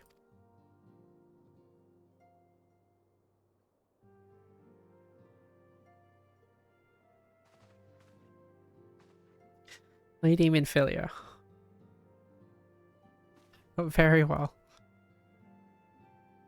I'm quite sure you need no reminding. Mayhaps a brief summary of the situation would help clarify your thoughts on this matter. As you know, the Grand Companies are all-encompassing organizations empowered to call upon the marital, economic, and technological resources of their respective city-states in times of strife. There are presently 3 such organizations in Eorzea: the Maelstrom of Limsa, the Ward with the Twin Adders of Gridania, and the Immortal Flames of Ul'dah. Serving a Grand Company means serving the nation to which it belongs. You will be charged with its defense and tasked with advancing its cause. In return for your faithful service, you will be furnished with various rewards, some of which will prove useful to you in your other endeavors. If you are agonizing over which Grand Companies best deserves your loyalty, be at ease. The commitment you make to stay need not to be permanent. Should you wish to shift your allegiance at a later date, you are entitled to do so. And yet, I can see that is no small choice you face. A thought occurs to me. You will, of course, recall that the 3 city-states are planning to hold remembrance services. Well, as a part of proceedings, I'm given to understand that the leader of each Grand Company will deliver an address. Hearing these addresses ought to help you make an informed decision. What say you, my dear officers? A fine suggestion. You are as wise as beautiful, my lady. Very well. Let Hikaru hear our leader speak, then return here with her decision. We eagerly wait your answer. Yeah, I don't know which one to choose. I was content on like rolling the dice. I know full well that adventurers are by their nature a liberty-loving breed and not best suited to the discipline of military service. But I strongly urge you to join a Grand Company nonetheless. While the promise of reward is enticing in itself, it is not only benefit. You are possessed of a great power, Hikaru, and with it you are capable of doing untold good. Yet know the great power is wont to attract attention. Not all of it is friendly. There will be those who wish you ill, and you must needs to be on the lookout for them. Yet, however vigilant you are but one woman. In the midst of the Grand Company, however, you will be one woman amongst many, a friend amongst friends. Her achievements will be shared, and so will the danger. I can think of no better arrangement. Of course, joining one organization need not mean leaving another. I hope that we can continue to rely upon your aid. 12 know that we will have need of it in the days ahead. Grand companies seek to protect their nations. We Scions, on the other hand, seek to preserve the future of Eorzea as a whole. Similar, yet not quite the same. Now then, I expect that you will be afield more often in the future. As such, I would have you carry this link pearl with you at all times. It will allow us to stay in touch regardless of location. Eorzea is changing. Hikaru and you have the power to help shape it anew. None can say what the morrow will bring, but so long as we believe in ourselves, there is naught we cannot achieve. Now, it is time you made ready for your journey. Before you depart, please be sure to speak to Tataru. She will apprise you as to where and when the remembrance service are due to take place. Wow. So that thing is happening that I did at level 15. It's like that was like a long time ago. How did they find me when I'm in an instance? You read a free company invite. I was in an instanced area. How did they even find me? Novice network, I'm assuming? It's the only thing I can really think of. Novice network. I'm sorry about all the attention you're getting, Hikaru. I might have sung your praises a little too loudly, and often to a few too many people. Next time I'll be sure to hold your tongue. Hold my tongue. Literally, if necessary. Anyway, I expect you to want to know where, when the Remembrance services are taking place. If all goes to plan, Gridania's Grand Company, the Order to Twin Adder, will hold the first of the three services. The elder seed seer Khan E. Senna will deliver her address at Miketo's amphitheater. I should probably mention at this point that due to the organizational challenge involved in assembling all of the involved parties, it's possible that the order of the services might change. Still, there's not much we can do about that, so make Gridania your first port of call. Next, you'll need to go to Ul'dah, where Flame General Rabban Alden will be addressing the masses at the Royal Promenade. Oh, and it's rumored that there's a special guest. How exciting. Last but not least, you must make your way to the stateroom in Limsa Lominsa, where Maelstrom Chief Admiral Marlwib Blowfishwind will be giving her address. The room is accessible via the Admiral's lift. Identify yourself to the sentry, Sandtail, and he will meet you.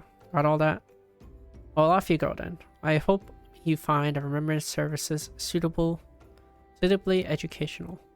I suggest visiting the city-states in my prescribed order, though with the record of impeccable timing and luck, the schedule may well change in favor of your preferred traveling plans. Farewell.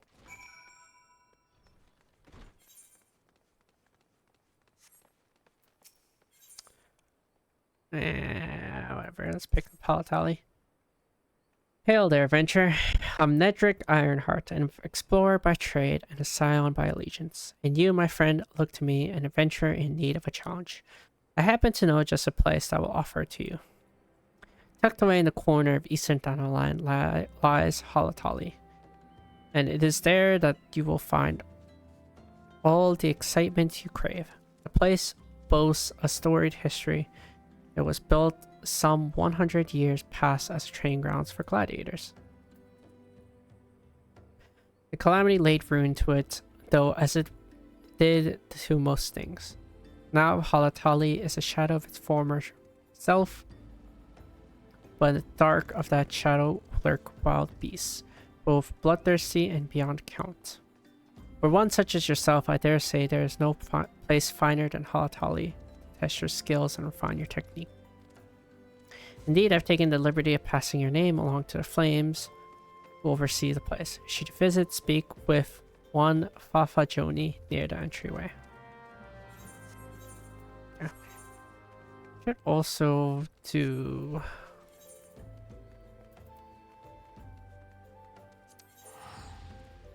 Should also do these.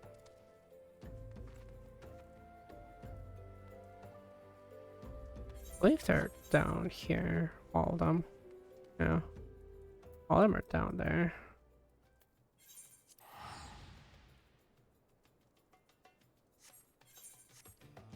Should do that before I go to Halatali, which I won't really do Halatali today either. I need to sleep soon, I have work tomorrow.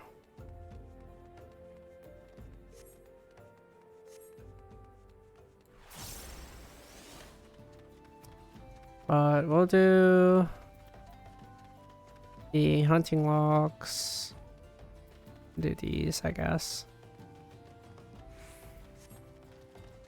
Call it there. Hopefully it doesn't take long.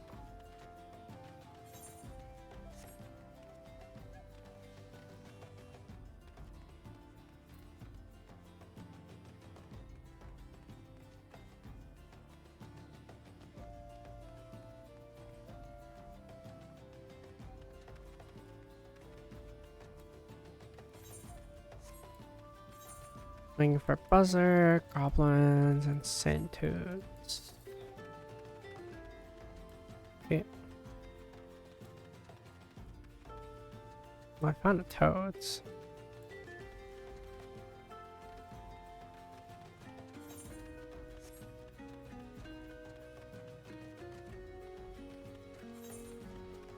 Are they all down there? I think they are.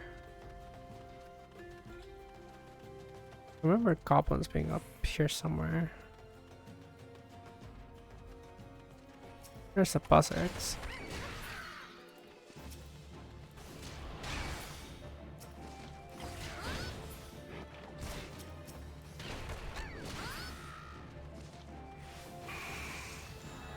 Goblins should be up here too somewhere. I think. Yeah, there they are. And the toads are down there.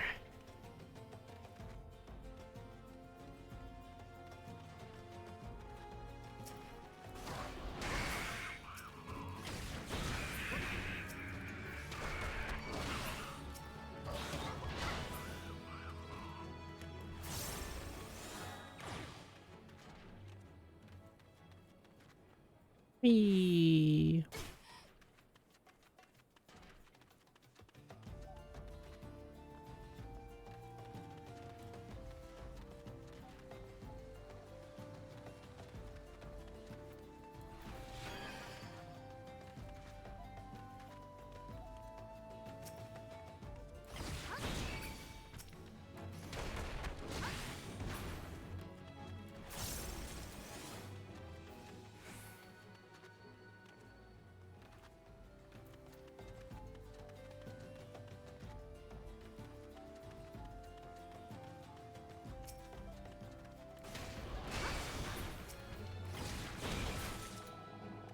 Yeah.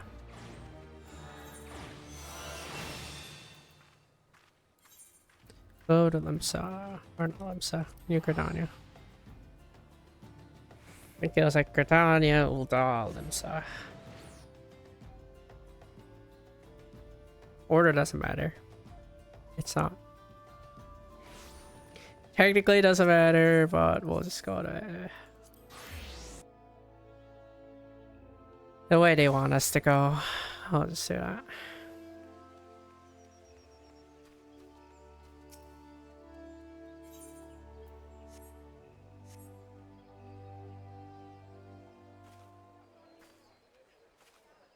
I lost my son to the calamity. The three seed seers are all I'm not out together. of order. This is the right order. Take a step without stumbling over a body. Told me to go Gridania, Ul'dah, then Limsa. It's the right order. Our forebears were once strangers in the Twelveswood. Fearful of the Green Wrath, they hid themselves in the dark recesses of the earth. Yet they dreamed of basking in the dappled sunlight of the forest. Through great effort, they proved their worth to the elementals, and were granted a place beneath the boughs. So it was that Gridania was born, some 5 centuries ago. 5 centuries? Working hand in hand, the Hyur and the Elysian settlers sowed the seeds of our civilization. And soon, they were joined by folk of all races.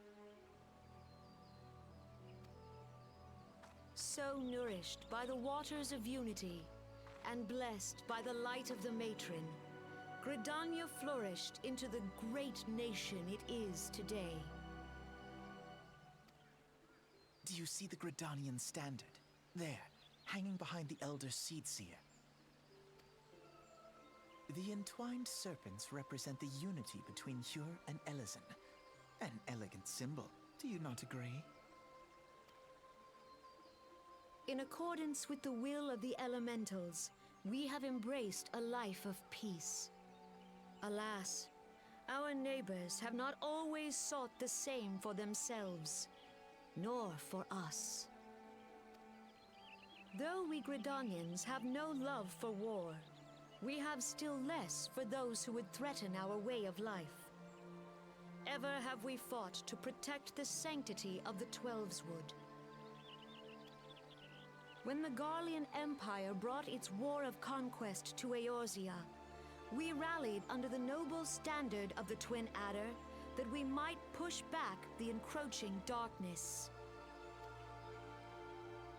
And it was we who prepared the ground for the reformation of the Eorzean Alliance, that all the peoples of this realm might stand united against the common threat.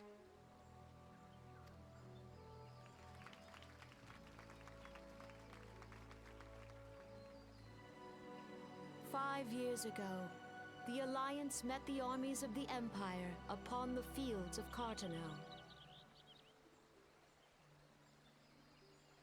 It would prove the bloodiest battle in recent memory.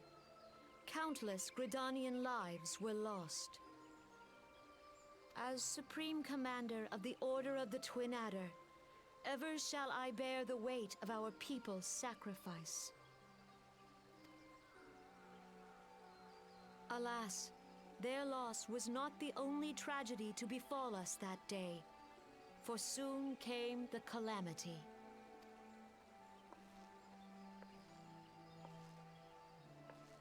The scars borne by our forest are a constant reminder of its violence. Our lives have been irrevocably changed, each waking hour a struggle to survive. Driven to desperation, some among us have strayed from the path of righteousness, resorting to banditry, poaching, and other unconscionable deeds. To compound our woes, the Ixal have returned in force, emboldened by our suffering. They test our defenses nigh without cease, and prey upon the vulnerable. So beleaguered from within and without, it is of little wonder that our unity now falters. Dark times are upon us. Time was a man could walk the high roads without fear. On this day, 5 years ago, countless Eorzeans laid down their lives that we might behold another dawn. Please join with me in honoring their memory.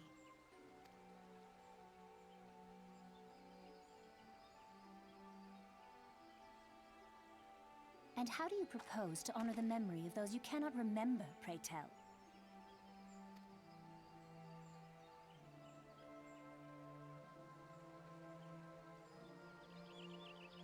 The destruction wrought by the calamity was indiscriminate. It dealt death to Eorzean and Garlean alike. Yet while we have labored to rebuild our homes, to rebuild our lives, the Empire has set about raising steel fortresses here in the Twelveswood. That's true. Garleans are closest to Gridania. Let none be mistaken. The Garleans remain the greatest threat to our survival. If we are to stand against them, we must remember what it is to be united. Our many troubles blind us to the woes of our fellow man. Thence is harmony lost. Yet harmony is the founding principle of Gridania. We are gathered here to honor the fallen. Let them be honored not only in word and thought, but through concerted action. I bid you join hands with me once more beneath the Twin Adder standard. And together, let us heal the forest's wounds, that our progeny might live in harmony beneath these ancient boughs. For serenity, purity, and sanctity. We must think of the children! Woods will be done! It's up to us to protect the Follow forest. the elementals!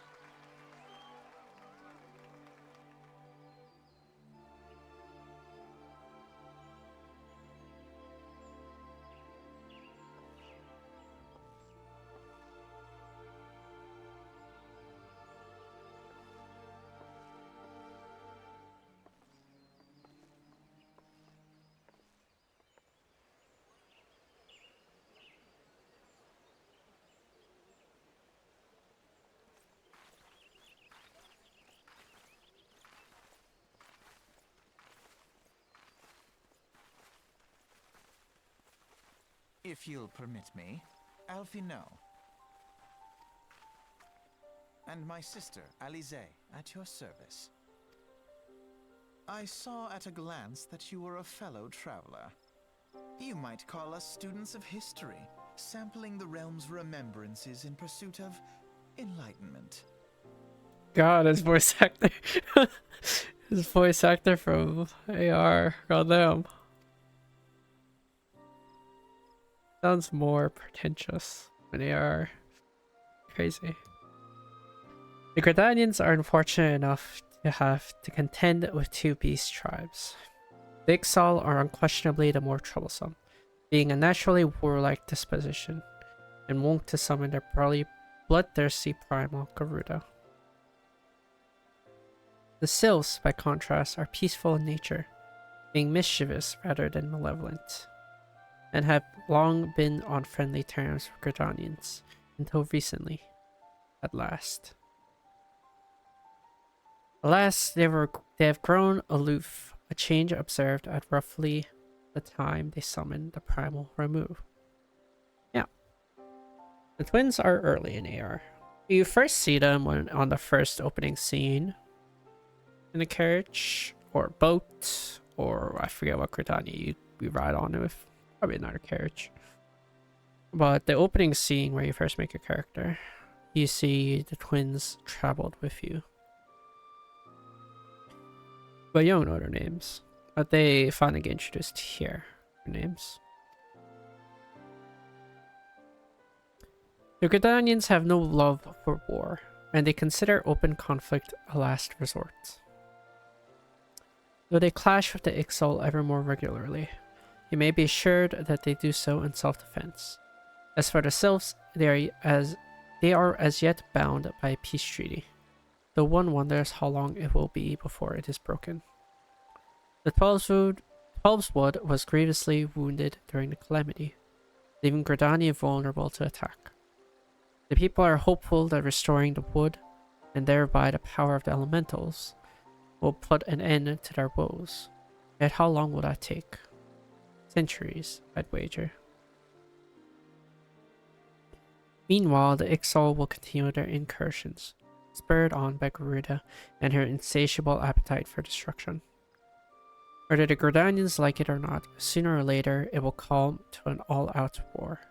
And when it does, the Order of the Twin Adder will need all the help it can muster. How valuable might the aid of a capable adventurer prove to them, then?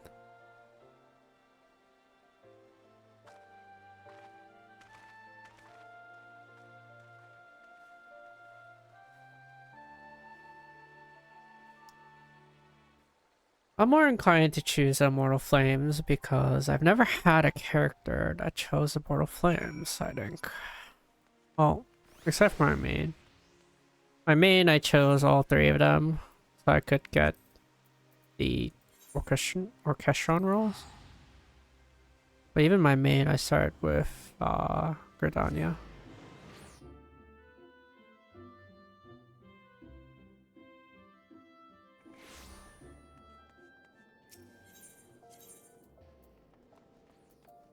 Had an alternate pass that started with Limsa. Why not?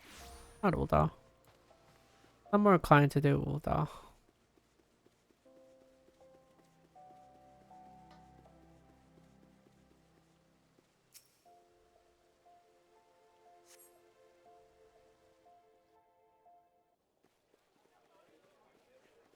Now off to Ul'dah. Behold, 'tis the Sultana Nanamo herself! And Roban as well!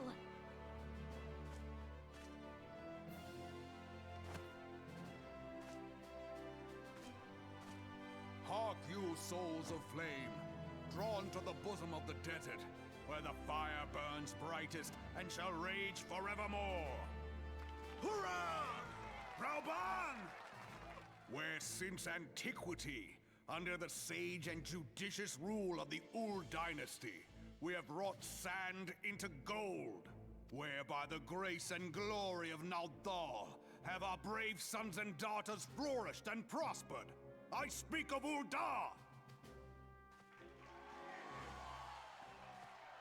There, at the Flame General's back flies the Grand Company's standard. Note the sigil. The golden scales of order balance the jewel of prosperity with the flame of might. Great and many are the gifts our nation has given the realm. In Eorzea's darkest hour, on the killing fields of Cartano, none spent more in blood and gold than we. Thus was the 7th Imperial Legion laid low. So that's how it happened. How soon history forgets. Yet many left our gates, never to return. Let us pray for our absent brothers and sisters, that they might know happiness in the great beyond, as Thal's honored guests. If the fates were fair, the price we paid that day would have bought us victory. Alas, they are not. And now, but 5 years into this 7th Umbral era, the spirit of sacrifice which granted us our strength is all but dead. Look around you. What do you see? A people divided, downtrodden and enthralled. Where are the merciful alms of the rich? Where is the just steel of the righteous?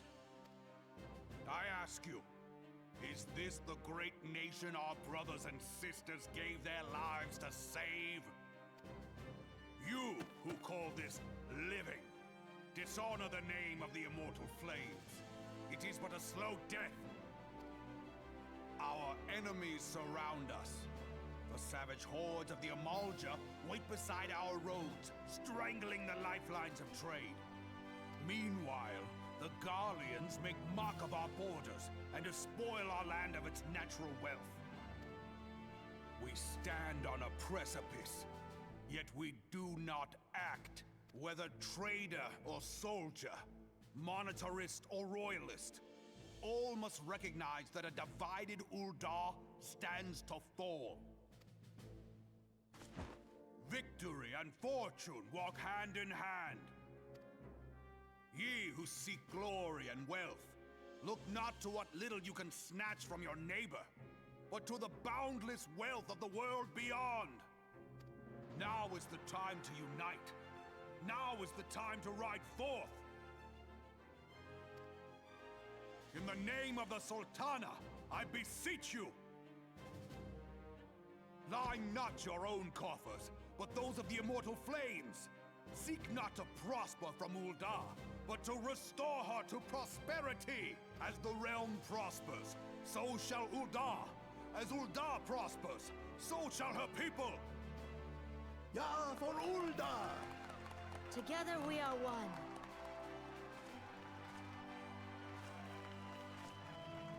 Your grace. Rauban?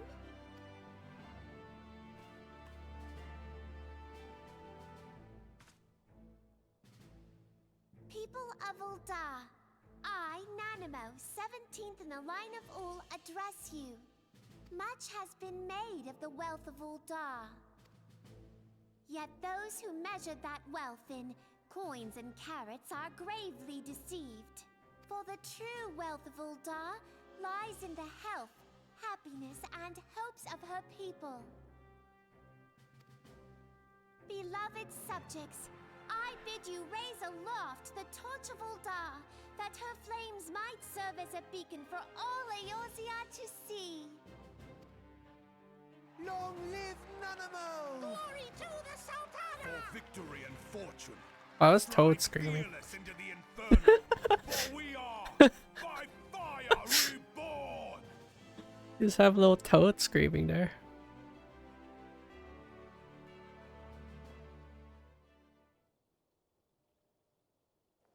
Forsooth, The time is now! Fancy meeting you again. Oh, that voice.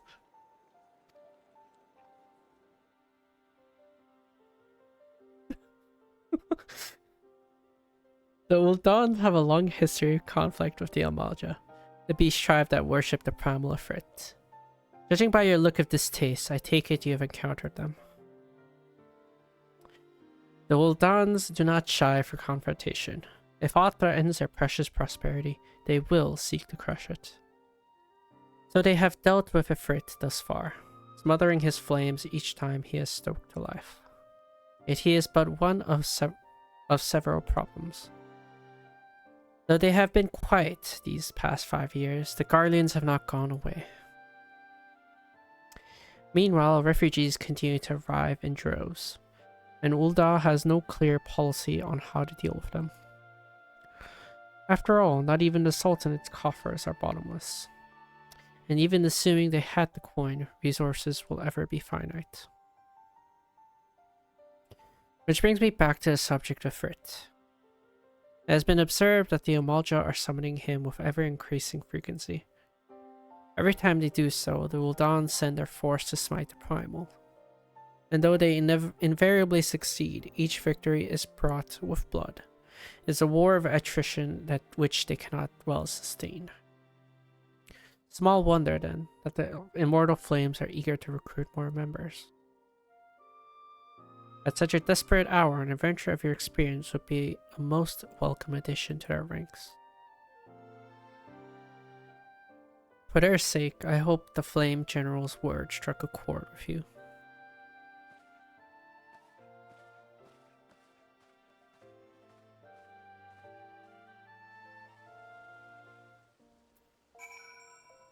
And now to the final Limsa Lominsa.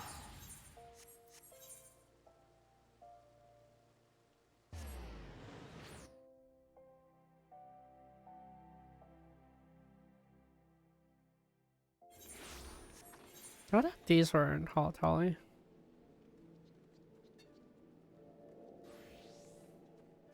I guess it's the next ones. Oh, it's the Grand Company ones. Oh, I remember now. Right. Until you get the Grand Company hunting log. Right. I remember now. Here to attend the Remembrance Service. Be quick. The Emerald is due to give her address at any moment.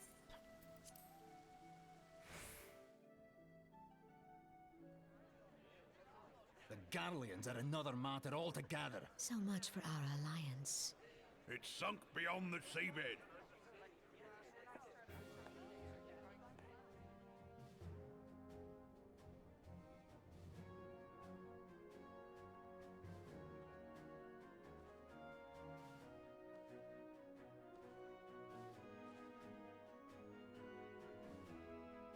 Brothers and sisters of the sea, hearken unto me. Look upon this, our mighty crimson standard, and tell me your hearts do not swell with pride.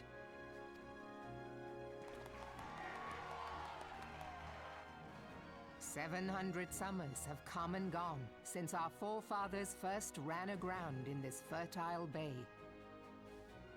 Damn, 700. In that time, guided by the Mother of Oceans, Limsa Lominsa has grown from humble fishing village to uncontested ruler of the 5 seas and beyond. Britannia is like half the age of Limsa. I actually didn't know that.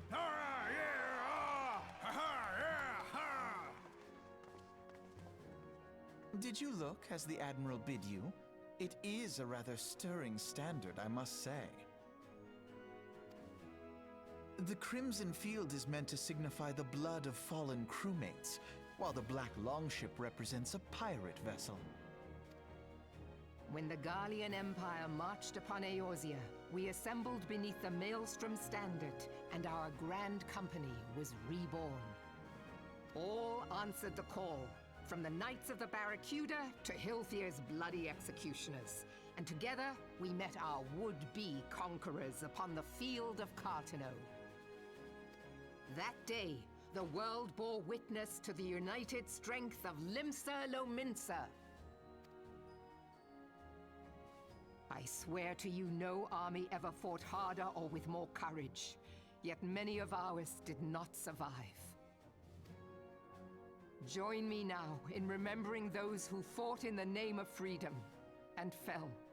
May their souls be returned to the sea.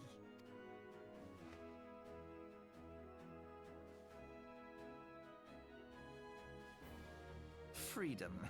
Yes, they have always been rather fond of their freedom. Much as the beast tribes have. Small wonder. Beneath the surface, one would struggle to tell them apart. It has been 5 long years since the calamity struck. 5 long years of tireless rebuilding. I can see why people don't like Elf now. First impressions last for a long time. And his AR impression doesn't leave a very positive one. Yet still the wounds of the calamity fester and weep. But when I stand atop the mizzenmast and gaze out upon our battered and broken vessel, I see an undying spirit. Did we not build all this from the wreck of the Galadian all those centuries ago? Shall we not do so again? Yet there are those who would see this ship of ours sink beneath the waves of the restless Rotano. The Sahagin creep ashore seeking blood for their accursed god. Those fishback The Sahagin have risen? While the mines of Ogomoro spew forth kobolds who push ever south, despoiling our lands as they go. These savage beast tribes will be the first waves to crash against our creaking hull. And behind them swells the grim tide of the Garlean Empire. Even now the Curs fly their flags within our borders. Doubt not, but that they will be upon us ere long. We are well nigh surrounded. Yet there are those among us who would rather turn their swords against their crewmates than our cannons against our foes. How can we hope to repel our many enemies when mutiny breeds below deck? There is but one course left to us. One bearing that will bring us victory over the beast hordes and the Empire both, and see this ship safe to port. We must mend the rift the calamity has reopened twixt pirate and maelstrom, and stand fast with our adventurer brothers against the coming tempest. Mark ye well, a crew without unity is no crew at all. 'Tis but a mass of drowned men. To me, then, brothers and sisters of the sea, gather beneath the undying crimson standard, and pledge me your strength, your skill, your wisdom. And with the guidance of the navigator, this great vessel of ours shall ride the waves, till sea swallows all. How come Gridania doesn't mention their god? This one you talk about the elementals, but not one of the 12. Where's me cutlass? I'll follow ye to the 7 hells, Admiral. No mention of Nofaka. When they have Nofaka's altar there. Fancy meeting you again. You said that last time.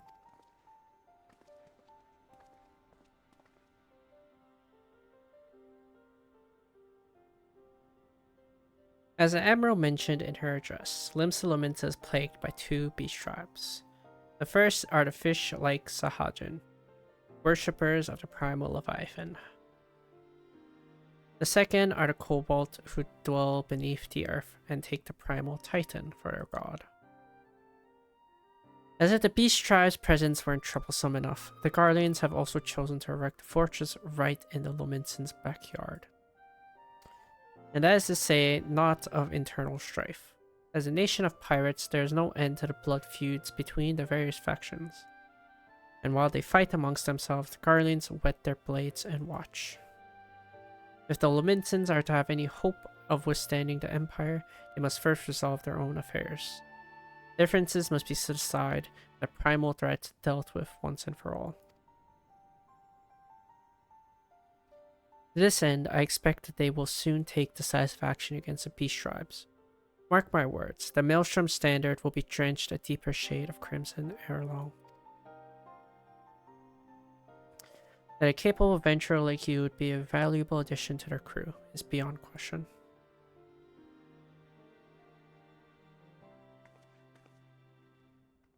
Alize does not talk.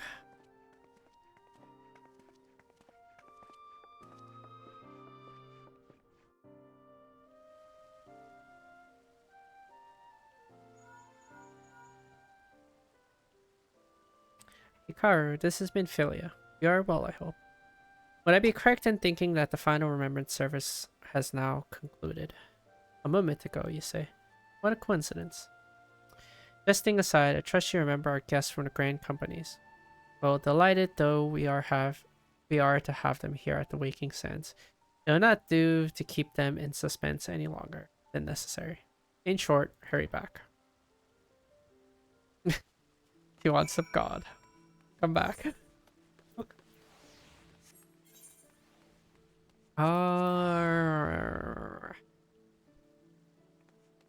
And I don't really have time to finish this quest right now.